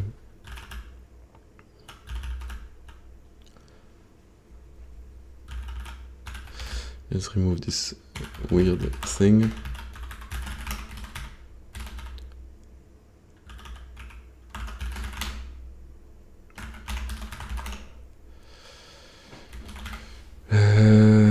So 1 3, so that's 1 2 3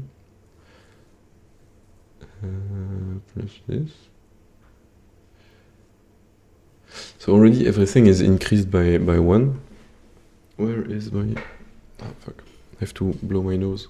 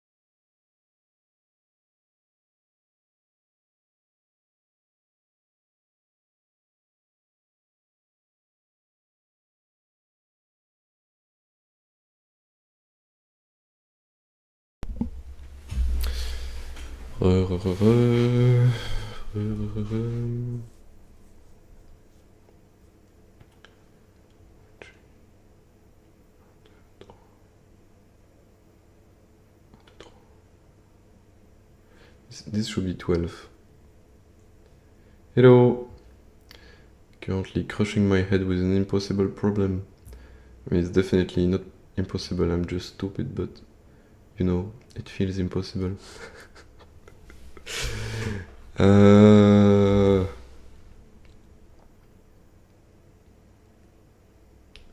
Why does it badly compute? So yeah, trying to do Advent of Code, day 17, with Dijkstra. I mean, I assume this is Dijkstra to search in a graph like this. To search the lowest path in a graph like this. And I'm currently struggling to understand why it's not working.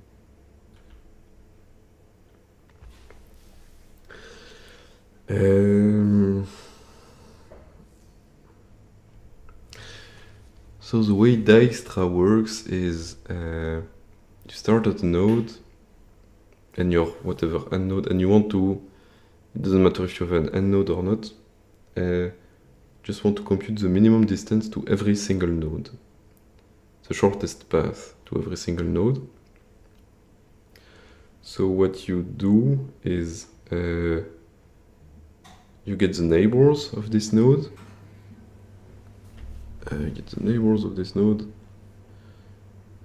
up.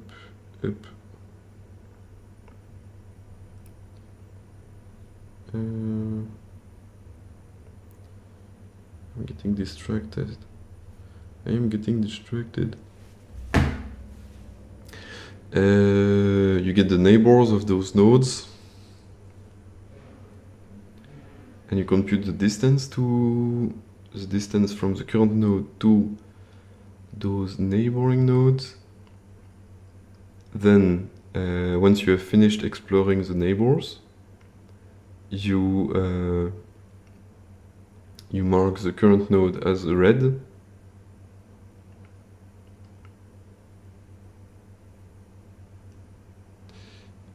Because you've finished analyzing it. Then you mark one of the neighbors as unvisited, and you first try to visit the neighbor that has the minimum distance. So this is what I'm doing. But actually it's not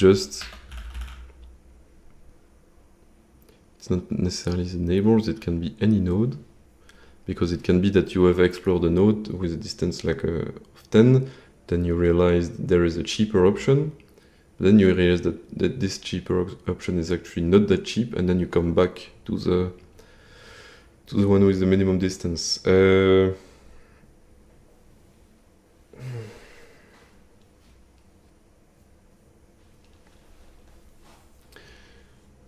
The problem I'm having is it's tricky.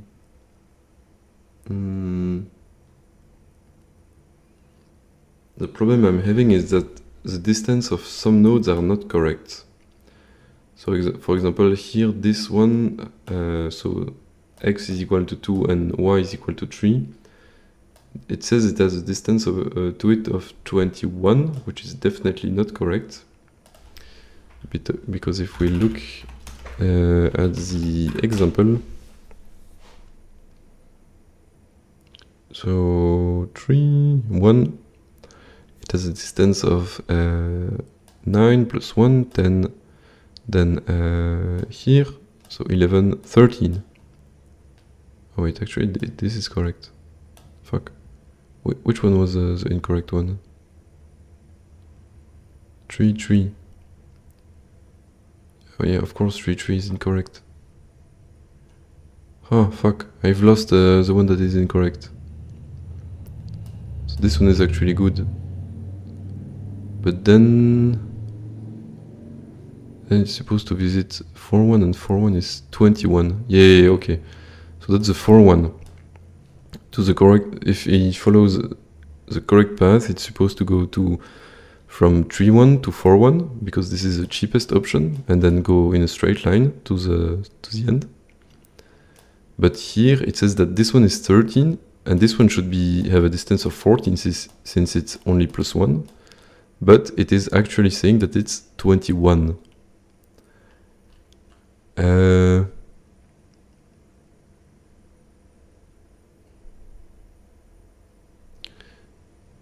And this is because, so this is 12, and 4-1 is, how? Like, so this is a current node, so 4-1 is definitely not visited, huh? Yes? So 4-1 gets discovered here, with the current node being 12, being with a distance of 12, but 4-1 itself has 1, so it should just be plus 1. Okay, let's just print more debug information. So let's do if no, not current, neighbor is equal to 4, 1. What do we want to print? We would like to print current, we want to print, and we want to have a marker for it. We want to print distances current, and we want to print this.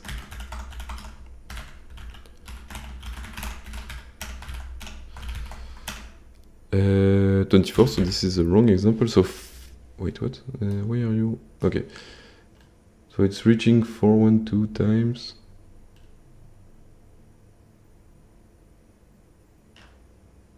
Why does it say that 41 is... So 41 would be 9? I'm just... Wait, what the...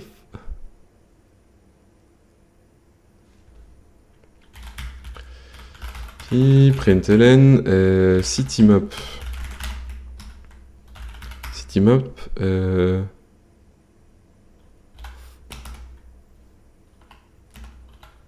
Oh man, I'm getting confused. Okay, 41 is not what I think because this is x first. God damn it. So this is 1, 2, 3, 4, and then 1. So yeah, okay.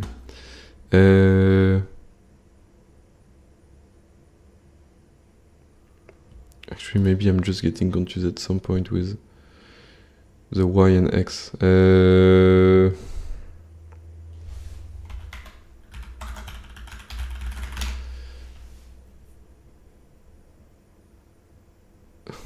So the one I want is 1, 3.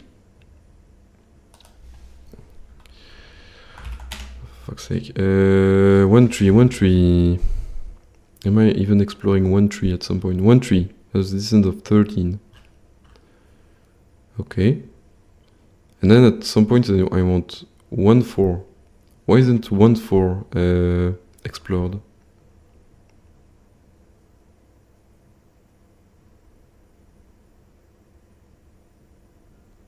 Why isn't 1, 4 explored? That's weird.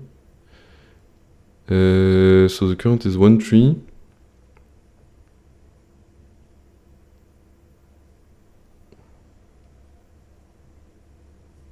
And it's actually not adding anything. So those ones are there.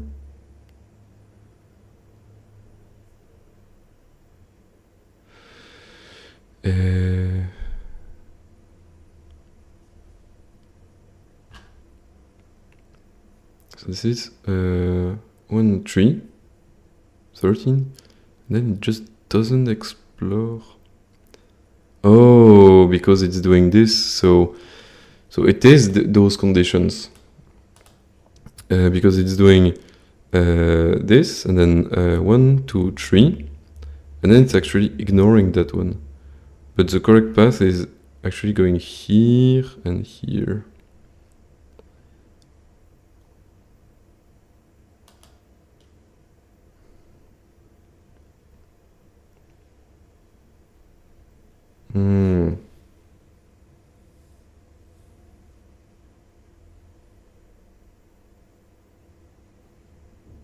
But then, I mean, it still doesn't explain because, like we know we cannot do this, but why doesn't it go, instead of going this way, why doesn't it go this way? Why doesn't it try to go bottom first?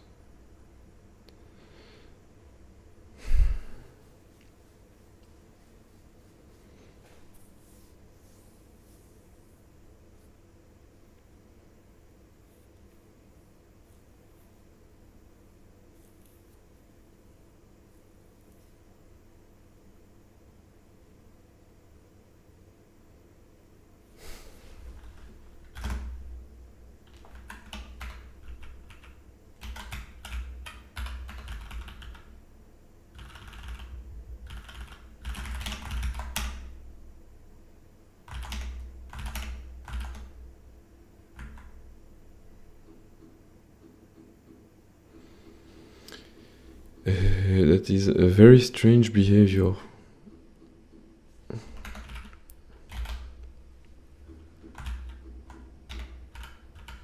Oh fuck. Okay. Oop. It was like this. Like this. Hmm.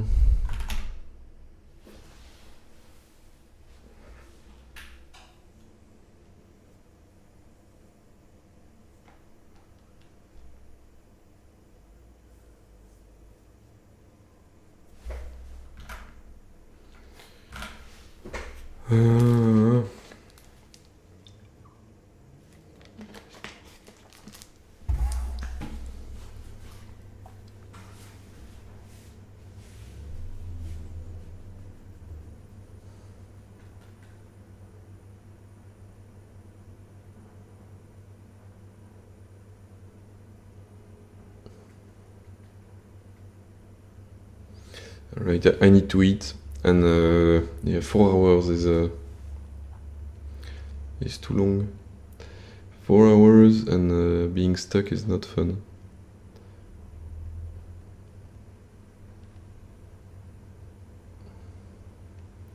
But I know that the problem is it's going this way and then doing a straight line. And here, since it cannot go more than 3 straights, it actually does not visit this. But the question is, so it is random whether it goes first down or first right. But it does this and then goes down, but it does not directly try even to directly go down and then there. So this is like 0, 1, 0, 2. Where are the 0, 1, 0, 2? So 0, 2. Ah, yeah, but that's actually a correct one. I want a false one. Okay, what about 0, 1, 0, 2? 0, 1 is correct. 0, 2 is correct. Where is my 0, 3? 0, 3 is 12. That's great. 0, 3 is 12. Okay, and then it gets that 1, 3 is 13, which is perfect. And then here it reaches 1, 3, but it reaches 1, 3 from the correct one, so it did 0, 0, 0, 1,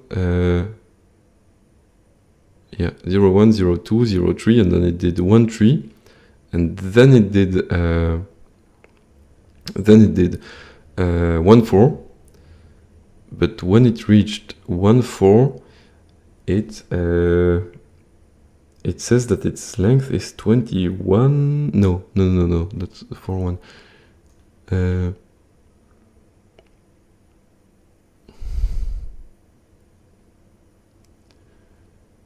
So wait, 0, 2.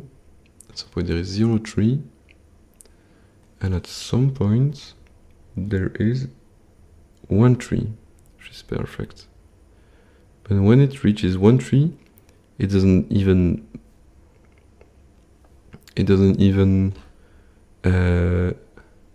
yeah, no, but that's different. Or is it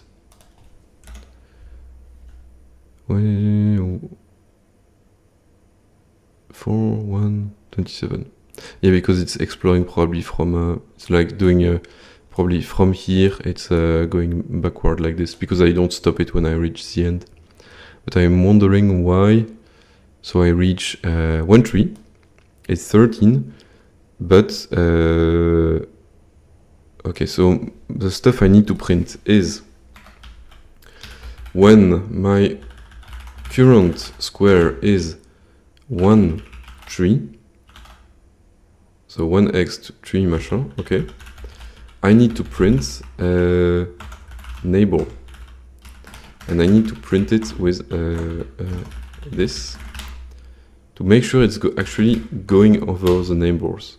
So we don't care, 17, 17, we don't care. Okay. So already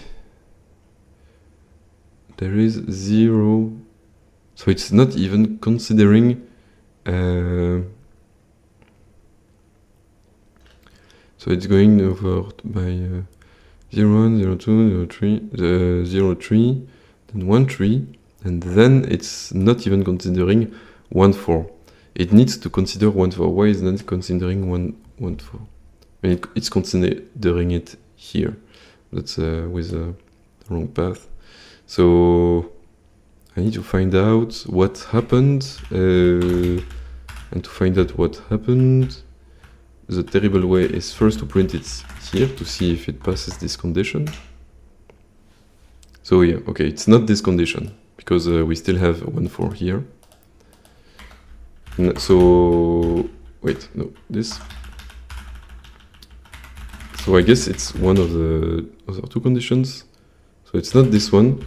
Oh wait, no, that's a 17. Wait, that's a correct one. That's a correct one. That's a correct one. Okay, that's a bad one. Okay, so it is this condition. So again, I'm going to do if current 1, 3. We're gonna print again terrible markers, but let's do a 2 here. Because I'm running out of imagination, we are gonna do neighbor, we're gonna do third previous, and that's it. Let's see. 24, okay. So okay, so it definitely got into this condition, and so 1, 4. The third previous is 1, 0, which seems strange.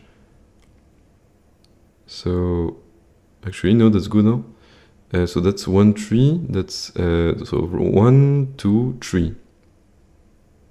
1, 2, 3, 4.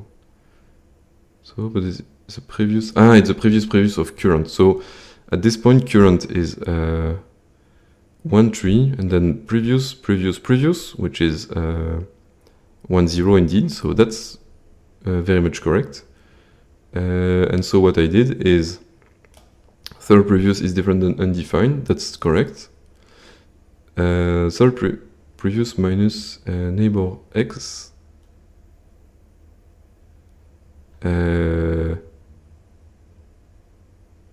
Oh wait, no. So the previous is this one.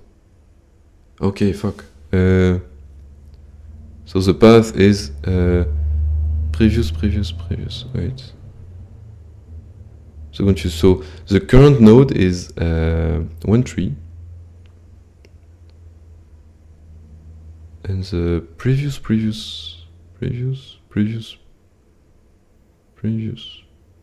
Oh, it's there. Okay. So I was right. It's going there, this way, and then this way. And then why isn't it not going straight down? Why isn't it going straight down? So 0, 1. So it is exploring 0, 1. Then it should be exploring 0, 2. It is exploring 0, 2. Then it is exploring 0, 3.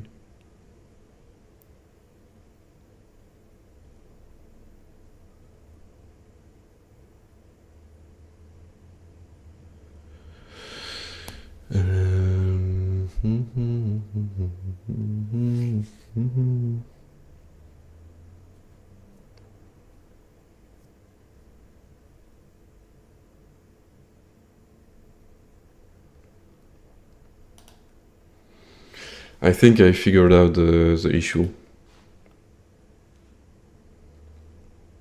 And it has to do with the fact that I store current here and with those conditions. So what happens is, let's try to make a graph for it. So let's say I start here, and the node I'm wanting to visit is this one. Call it D, and then S for source and destination. And then what I can do is I can do this way. Then I go down.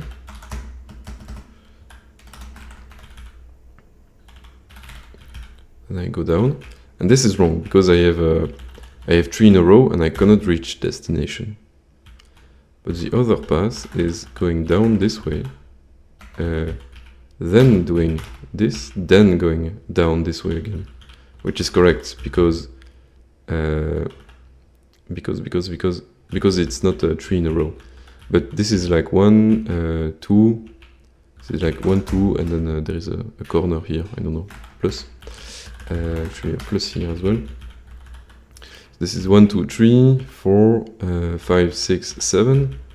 This is 1, 2, 3, 4, 5, 6, 7. So those are the same length, the same distance from the origin.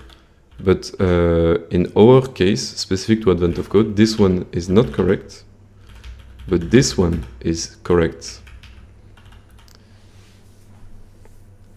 How do I mitigate this?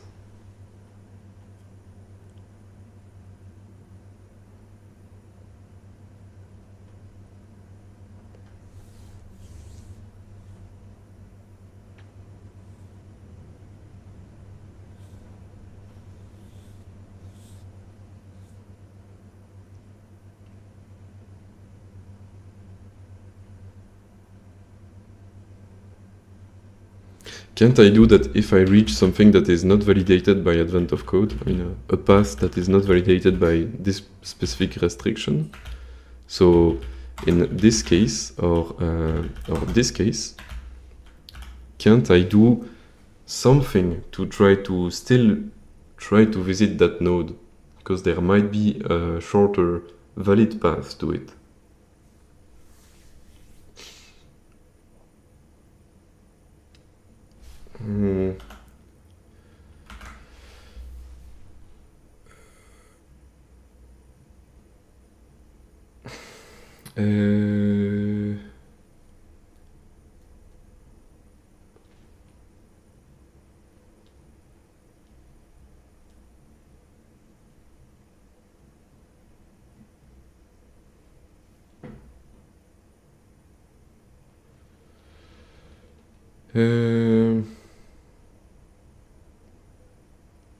And the reason all of this happened is because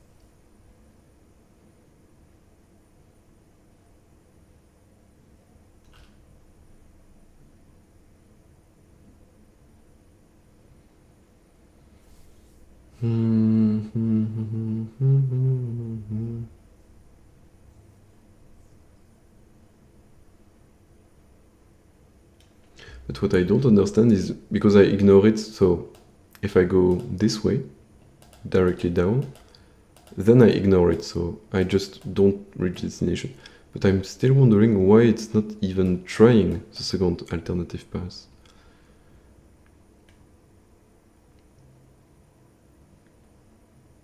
Oh, maybe it is? Oh, okay. I think I understand. So it's trying to go directly down. So this one is visited, this one is visited, and this one is visited, and this one is discarded.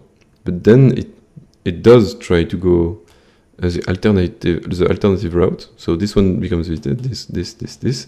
But then it reaches this one, which is already marked as visited, and so it won't try to keep going on it. So can't I don't know, it seems weird, but can't I, like, if I hit this special condition, mark neighbor as unvisited? No, wait, no, that's not it. It's not him that I want to mark as unvisited. It's these ones.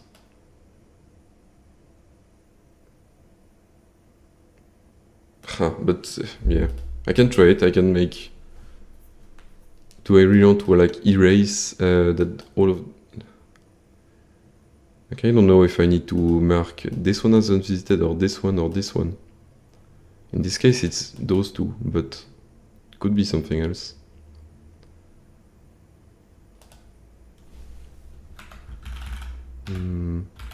Let's try currents.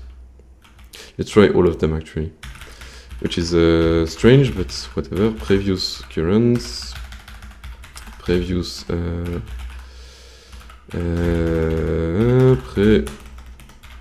previous currents, and third previous. I don't think this will be good, and this will probably lead to some infinite loops, but I would still like to try it. Yep, definitely an infinite loop here. So yeah, I don't think that's the solution, but and what if I only do the current one? Yeah, even the current one is pretty doomed.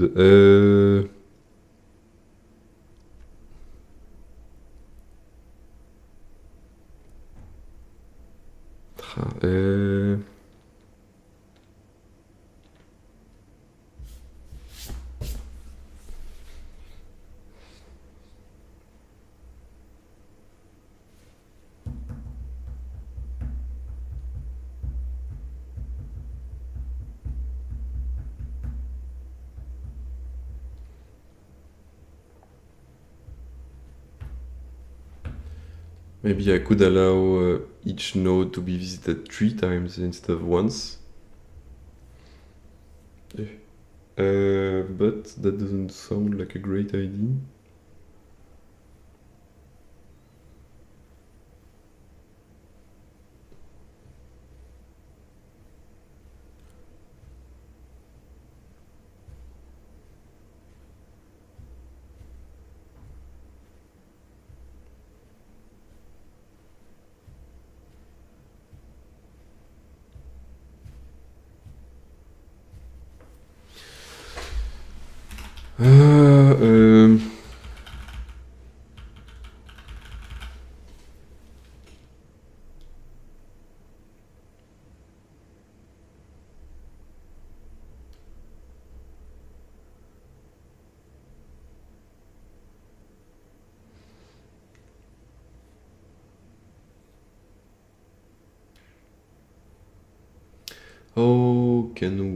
How we can define target in your case loop never ends?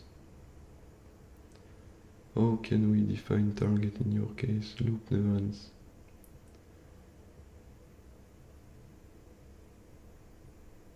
Target in loop case. Sorry, I didn't understood that. Yeah, but anyway, my shitty try was just that, just a shitty try.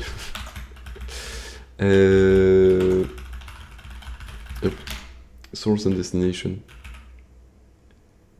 No, it's not a loop, because, I mean, yeah, okay, I'm going to do this with arrows, but, so you can go this way, or you can go that way. And this way, those ones are invalid. So this path, both paths are the same length, but this one is valid, and this one is invalid. Because in Advent of Code, it can move at most 3 blocks in a single direction. So here the problem is that this one is not valid because there is a 4 in a row. Actually, he writes them like this. But this one is valid because there is never more than 3 in a row. So yeah, and it's a directed graph, of course. So it's fine.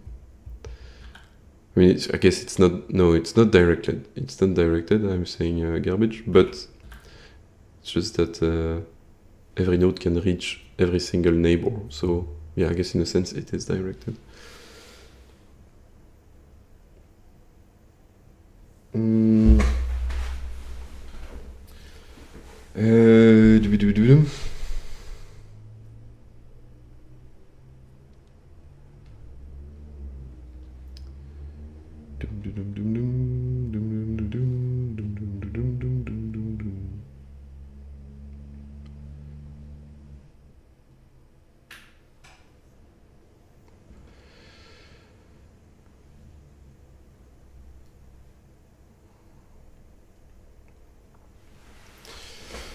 Okay.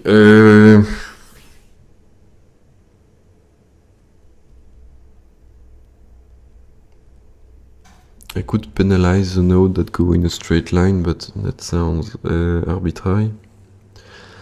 And I don't like it.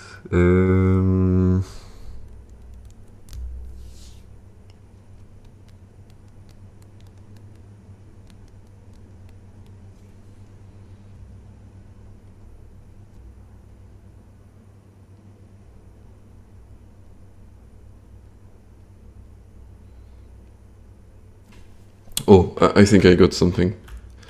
So here we update, we can do, so this is when we visit one and we update the minimum distance to this node. We can do inferior or equal to consider like all the equally minimum, to this path and all the possible paths. Yes, we are, but here it's getting, this one is getting ignored when it shouldn't be. But we are exploring it. Like in a classical Dijkstra, it would be correct. Like we would reach it, but in it's because specific rules based on advent of code, it cannot reach it with this alternative path. So yeah. So no, we are not computing all the possible paths, obviously, but it's because of this. But now I'm trying to, and the reason is because we need to set previous to something else.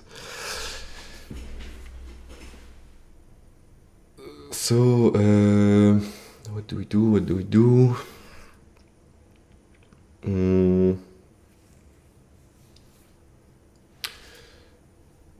Yes, then it has to turn 90 degrees left. Yeah, it's already doing that. It's just wait, whatever. Let me think for 2 seconds. So I need to. So here the problem is that previous is this one, but we actually want previous to be this one. So I want to like assign some kind of score to the previous one, and if the previous one is 90 degrees to the left, we want to privilege to make this one privileged to the one that goes in a straight line.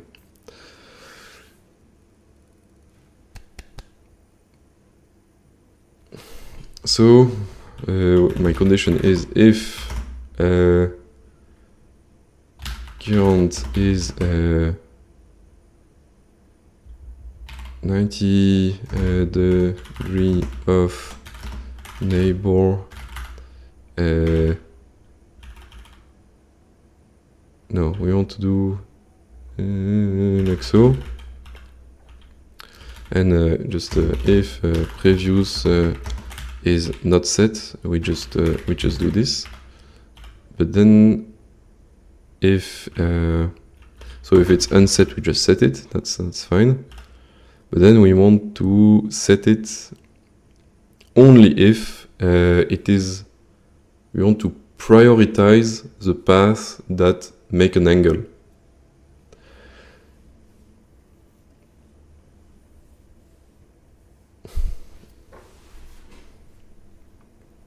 How do I do this?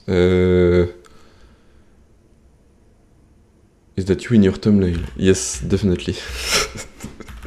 Definitely not a random image from that I googled. But this is me metamorph. I cannot speak English. I mean, I cannot speak at all right now. But it's a metaphor for myself, or it's a comparison to my current state of mind when coding for almost 5 hours now. It hurts. Cool. Well, not cool. My brain. I have brain damage now.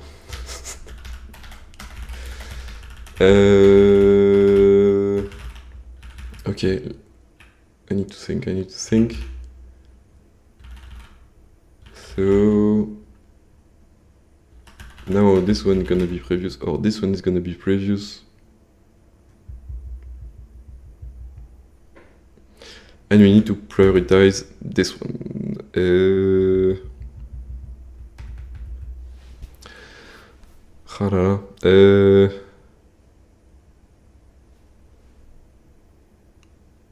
This is fucked, man. This is fucked.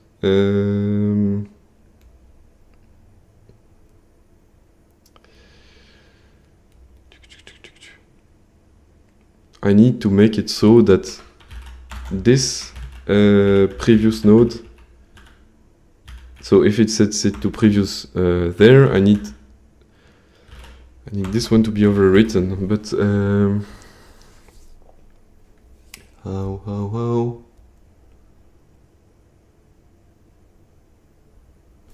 Because when we, let's say that this doesn't exist and we just, like the algorithm currently only knows about this situation, it has no clue that it's supposed to go down or right.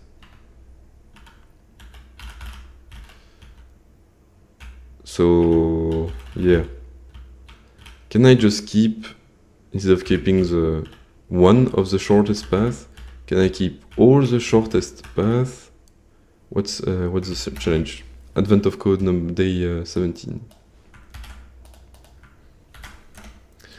And it's there is a map, and you have to find with numbers, and numbers is like the weight of a node, and that's the price you pay when you go on a node, and you need to minimize the distance. So minimize the distance according to like the weight of each node. So if you go on a node with a lower value, it's cheaper than going on a node with a higher value, like an 8 or a 7 and so on. And there is an extra condition which is really annoying, which is the reason I spend 5 hours instead of 1, is at most 3 blocks. So it can only go at most 3 straight in one direction. And this is fucking me up a little. And I think the solution is, instead of keeping one of the previous paths to the current node, we keep all the previous paths, and if only one of them, so here it will be, if all of them fill this condition, then we know it's we cannot go there. But if only one of them is valid, we know we can actually explore it, and it's not breaking the rule. So I need my previous, where do I have previous? So instead of being a map of this, it will be a dynamic array, a map of dynamic array of this. Okay. This is getting stranger and stranger, but what I want to append this. Oops. Yes. And I want to append this. And I want to append also this. Like so. And where do I have previous? Previous.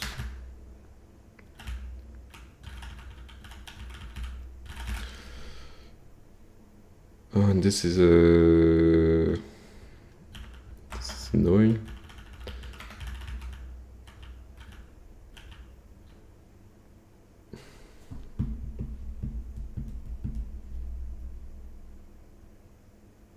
I think I need to make a recursive function to explore all the previous paths. For fuck's sake, let's do it here for the sake of just, I don't care.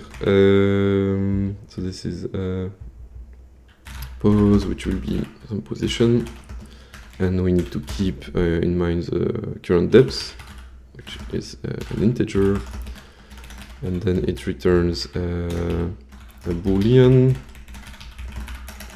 and this will be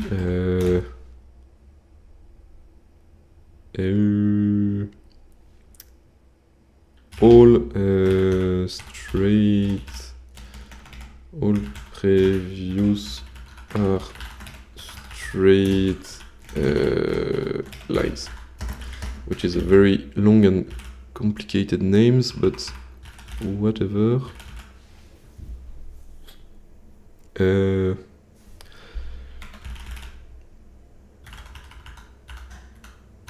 And so we have previous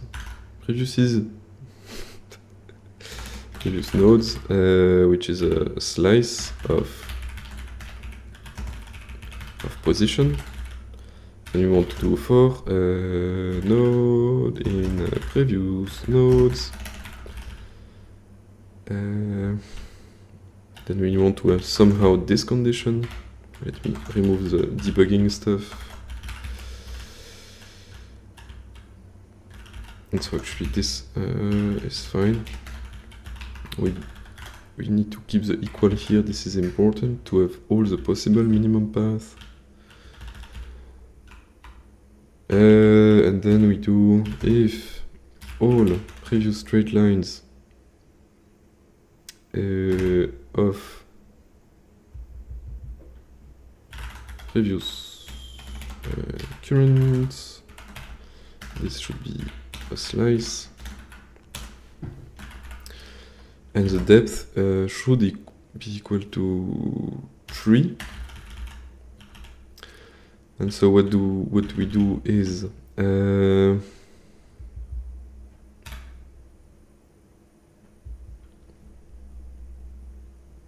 if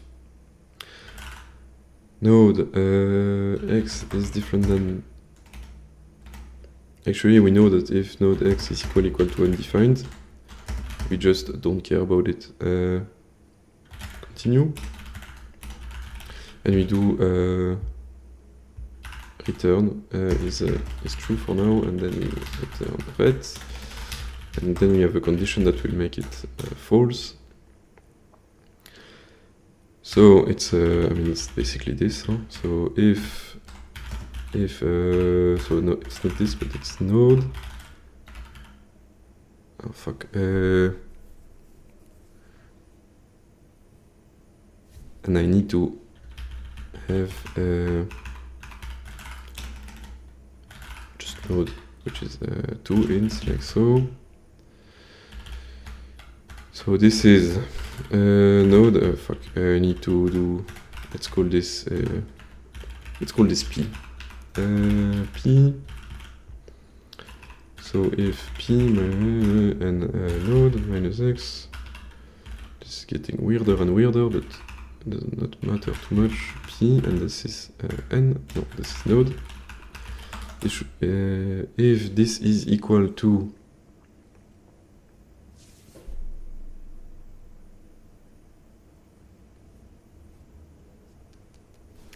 if this is different than depth,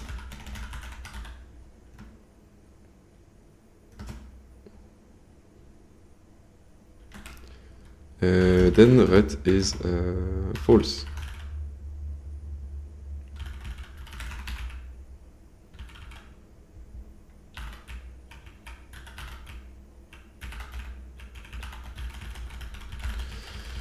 Okay, so all of this would go away. And yes, I'm declaring a function in the middle of nowhere like this, but I will make this go away later. Syntax error. Am I not?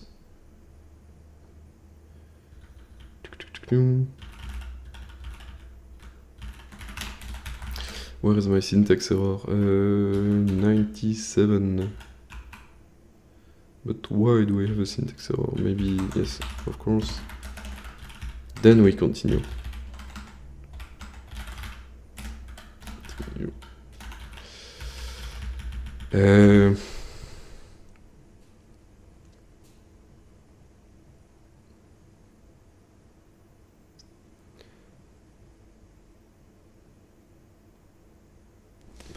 Since I made it recursive, I need to do all previous settling of previous nodes.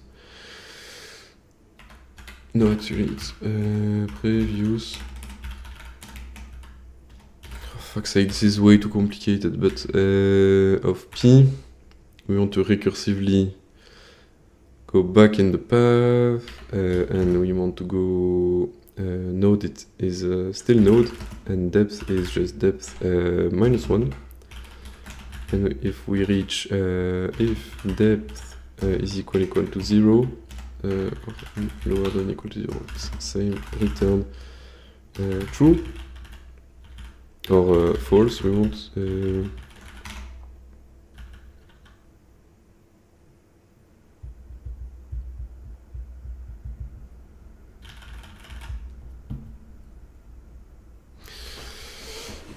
okay, so this is current, and then I need also to pass the, for fuck's sake, previous, which is well, the same type, I think. No, it's a map. It's a map of positions that is a dynamic array of positions. God damn it. Let's put this on multiple lines, and then I need to pass I need to pass previous here, and I need to pass previous here, and cannot assign previous P of type dynamic this, so this needs to be a slice. I have no error, there is no way that works first time, and I still have errors. Missing type in compound literal. Yes, apparently I cannot do this, I need to... It's just this. Okay. And indeed that is not...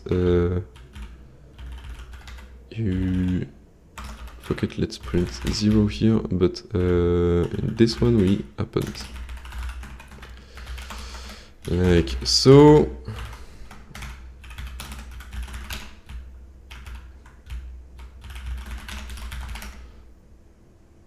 Okay, so obviously this is going very wrongly, but that was expected. So 200 and this, so it's going badly here. Let's cancel this for now. Yeah, okay, this is bad, this is bad, this is bad.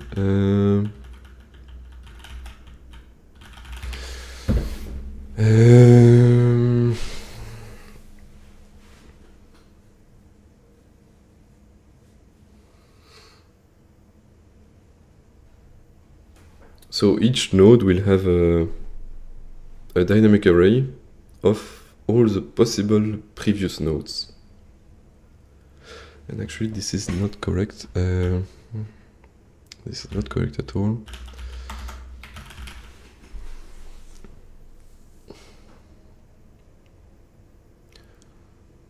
We need to do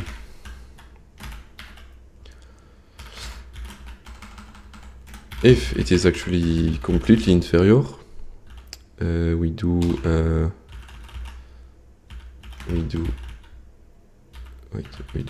clear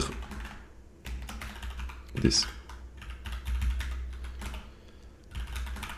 and then we append. Won't solve anything, but it is the way we do it, because otherwise we're gonna keep the previous nodes that are not in the current minimum path.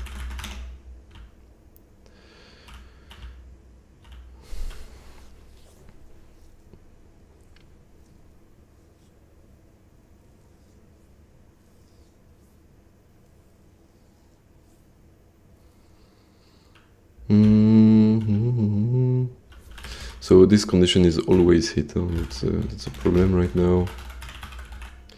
What is equal to false if int something.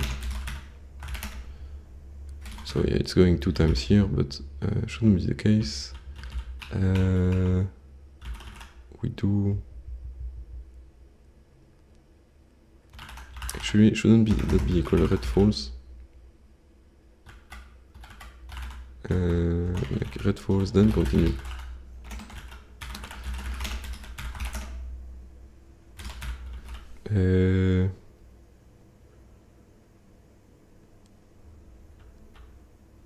Because for the first one, px is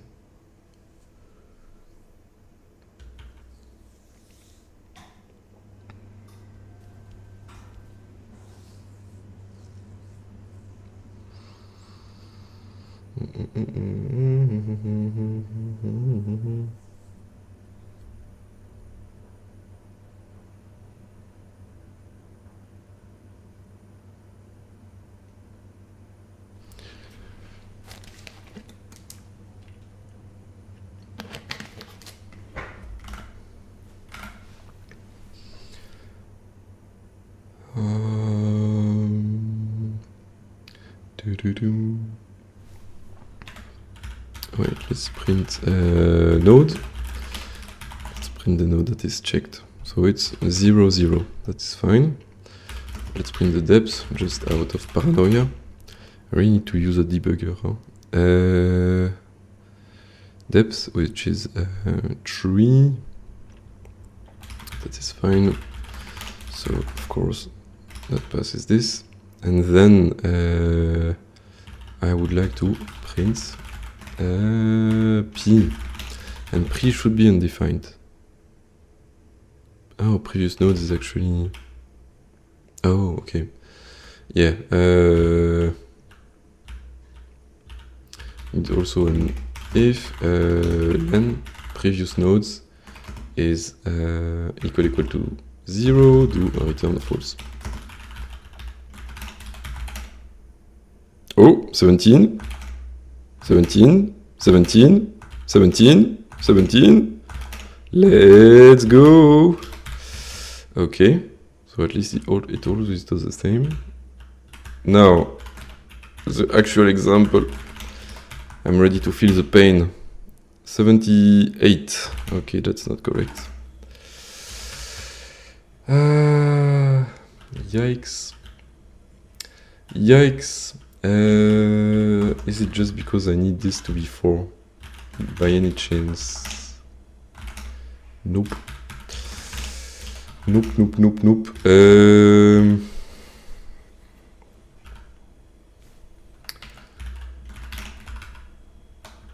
Okay, but this is like now not a great example.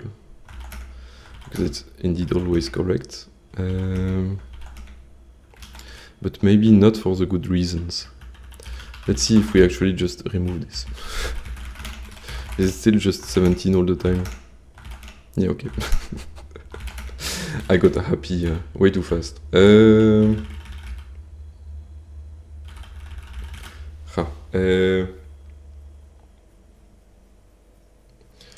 got happy way too fast.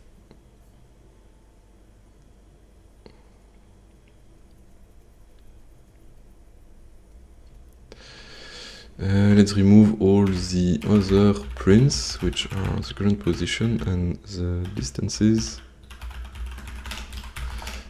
Okay, so we have a simpler example.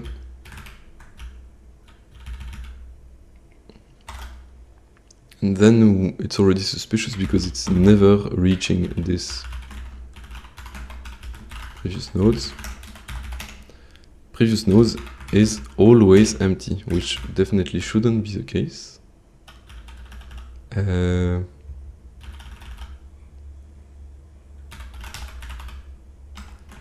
Previous nodes. Wait. No. Previous of neighbor. Okay. I think this is again the.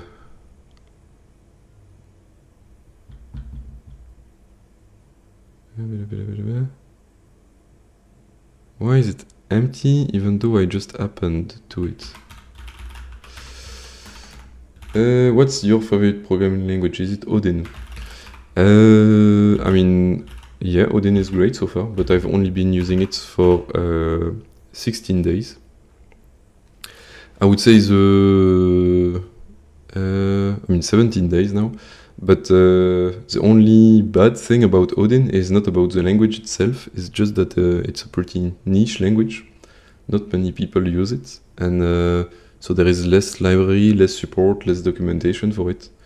But besides that, the language itself is great. I would say my favorite language is C, because that's what I've been using quite a lot, and or actually, I don't know, depending on my mood, C or Haskell, but I've been doing a lot more C than Haskell. But it's true that Haskell is beautiful, so that's why.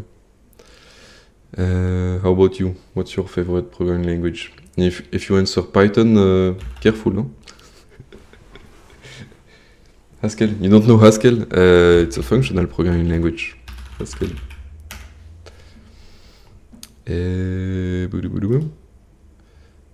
And so, yeah, this is an example. Actually, is this a good example? I think this is. Wait. Can I zoom? Oops, too much zoom. So this is how it looks. This is, for example, how to get the primes from.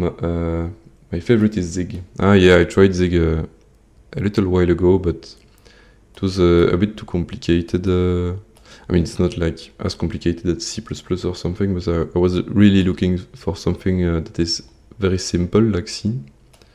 And Odin is doing that job quite well. In Zig, I don't know. I thought that the whole compile time thing, even though I like metaprogramming, I think it's not that useful to do metaprogramming in day-to-day life.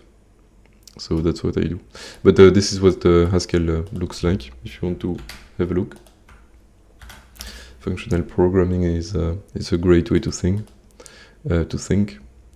So here you get the primes from just a list of primes, an infinite list of primes.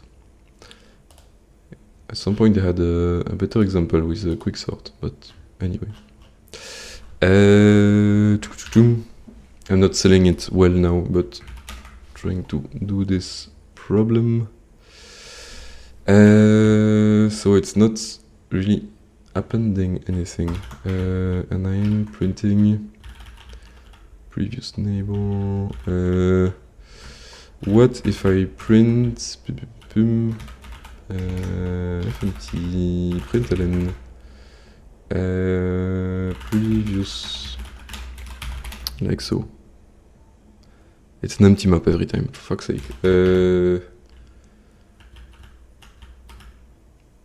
So that doesn't work. How do I add something? So it's dynamic list. Then I need to. Is it the address? That looks weird, but is it like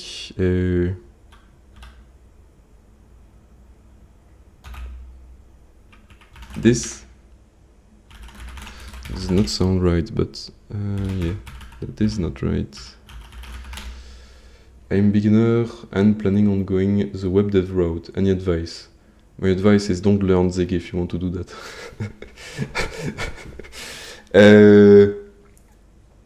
Yeah. Web dev is more like JavaScript, TypeScript, and stuff like this, no? I haven't done web. I mean, by web dev, do you mean backend or front end? If you like the more the backend side of thing, generally it's done in I don't know, Golang, Python, or TypeScript. Yeah, most of the time TypeScript actually, I think. So yeah. But any advice in general for web dev, I would say. I mean, Zig is my favorite, but I'm not. But right, not. I'm learning Go. Yeah, Go is a great language. But if you're a beginner, I would say be practical and learn a language that people actually use in the industry and trying to find a job as fast as possible. Then you try to think of the fun stuff. So, yeah.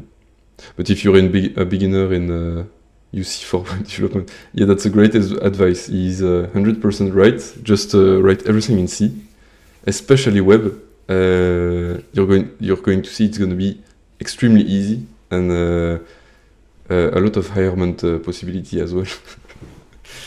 No, I don't know. Just if you're a full beginner, I would say don't set a target on web dev, especially.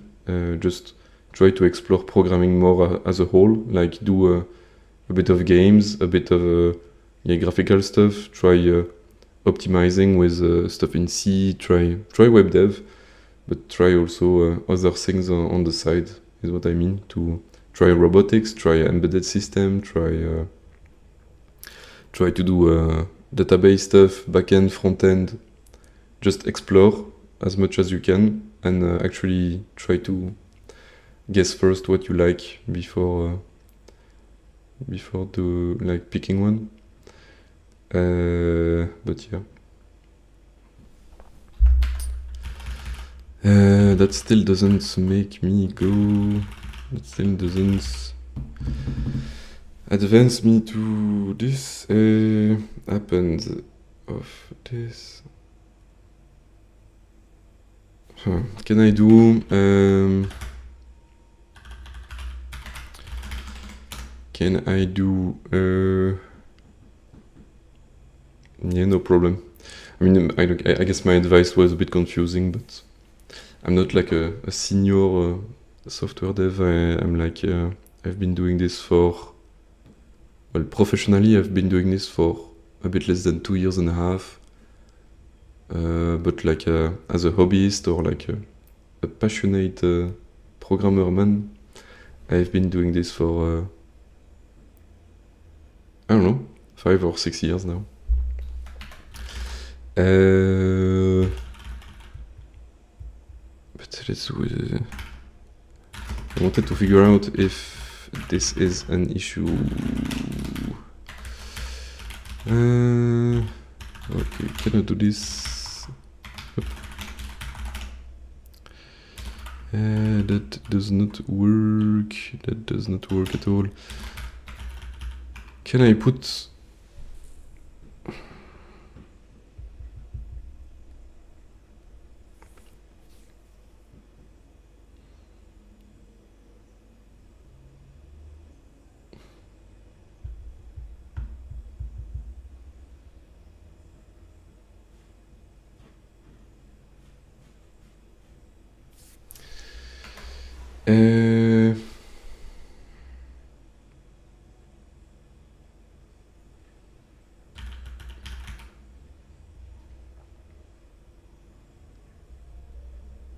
Man, I've been streaming for 5 hours, for fuck's sake.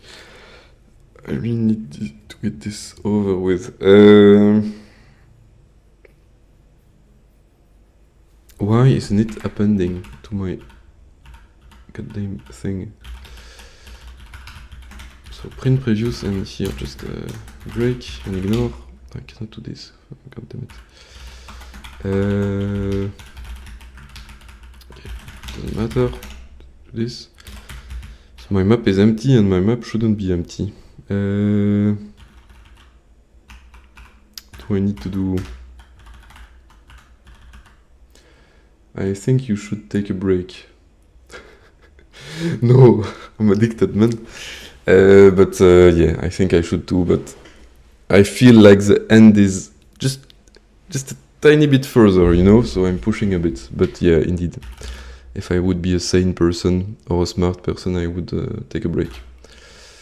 You can also learn WebXR. What the fuck is WebXR? Wait, let me Google that in a... not on stream.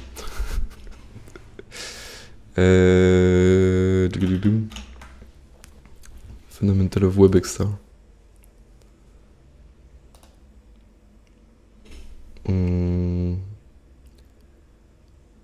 Things, augmented reality and virtual reality.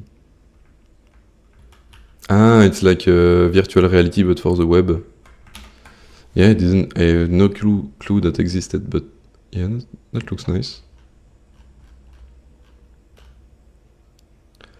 Yeah, I mean, just yeah, those kinds of topic you could dive into. That's nice. Just explore random shit and find what you like, and just write a lot of code. Don't look at guys on YouTube doing code. Just write a lot of it. That's the best way to learn. You can render 3D on the web. Ah yeah, but that's just WebGL.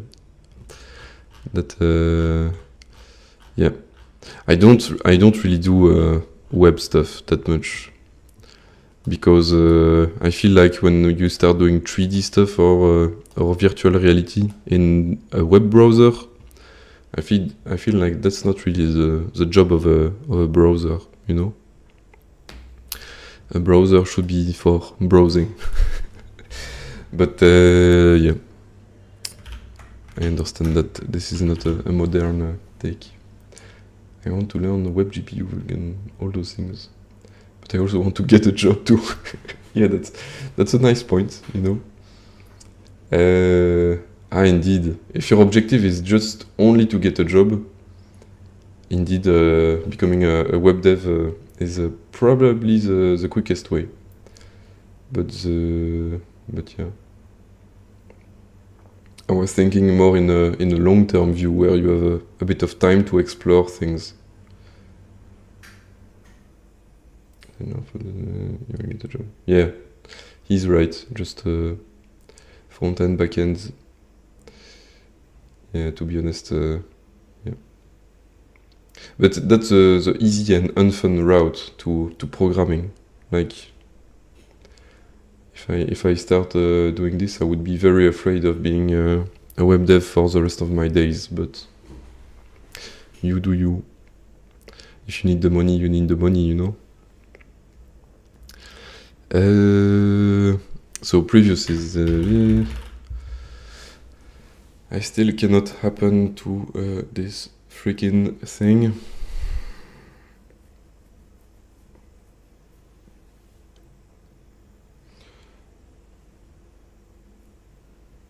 Honestly, I was part of a project where the people can actually configure their product over the web and then augment it in the real world using mobiles and then buy it. Ah yeah, that's cool. Can actually configure their product over the web and augment them using mobile.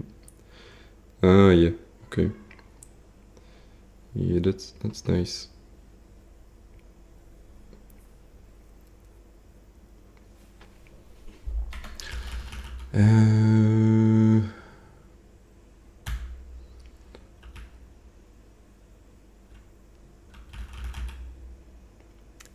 Yep, yeah, it's fine.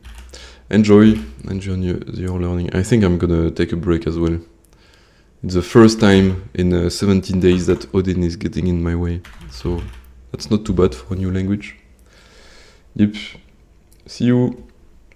And I'm gonna say see you to everyone as well. Bye.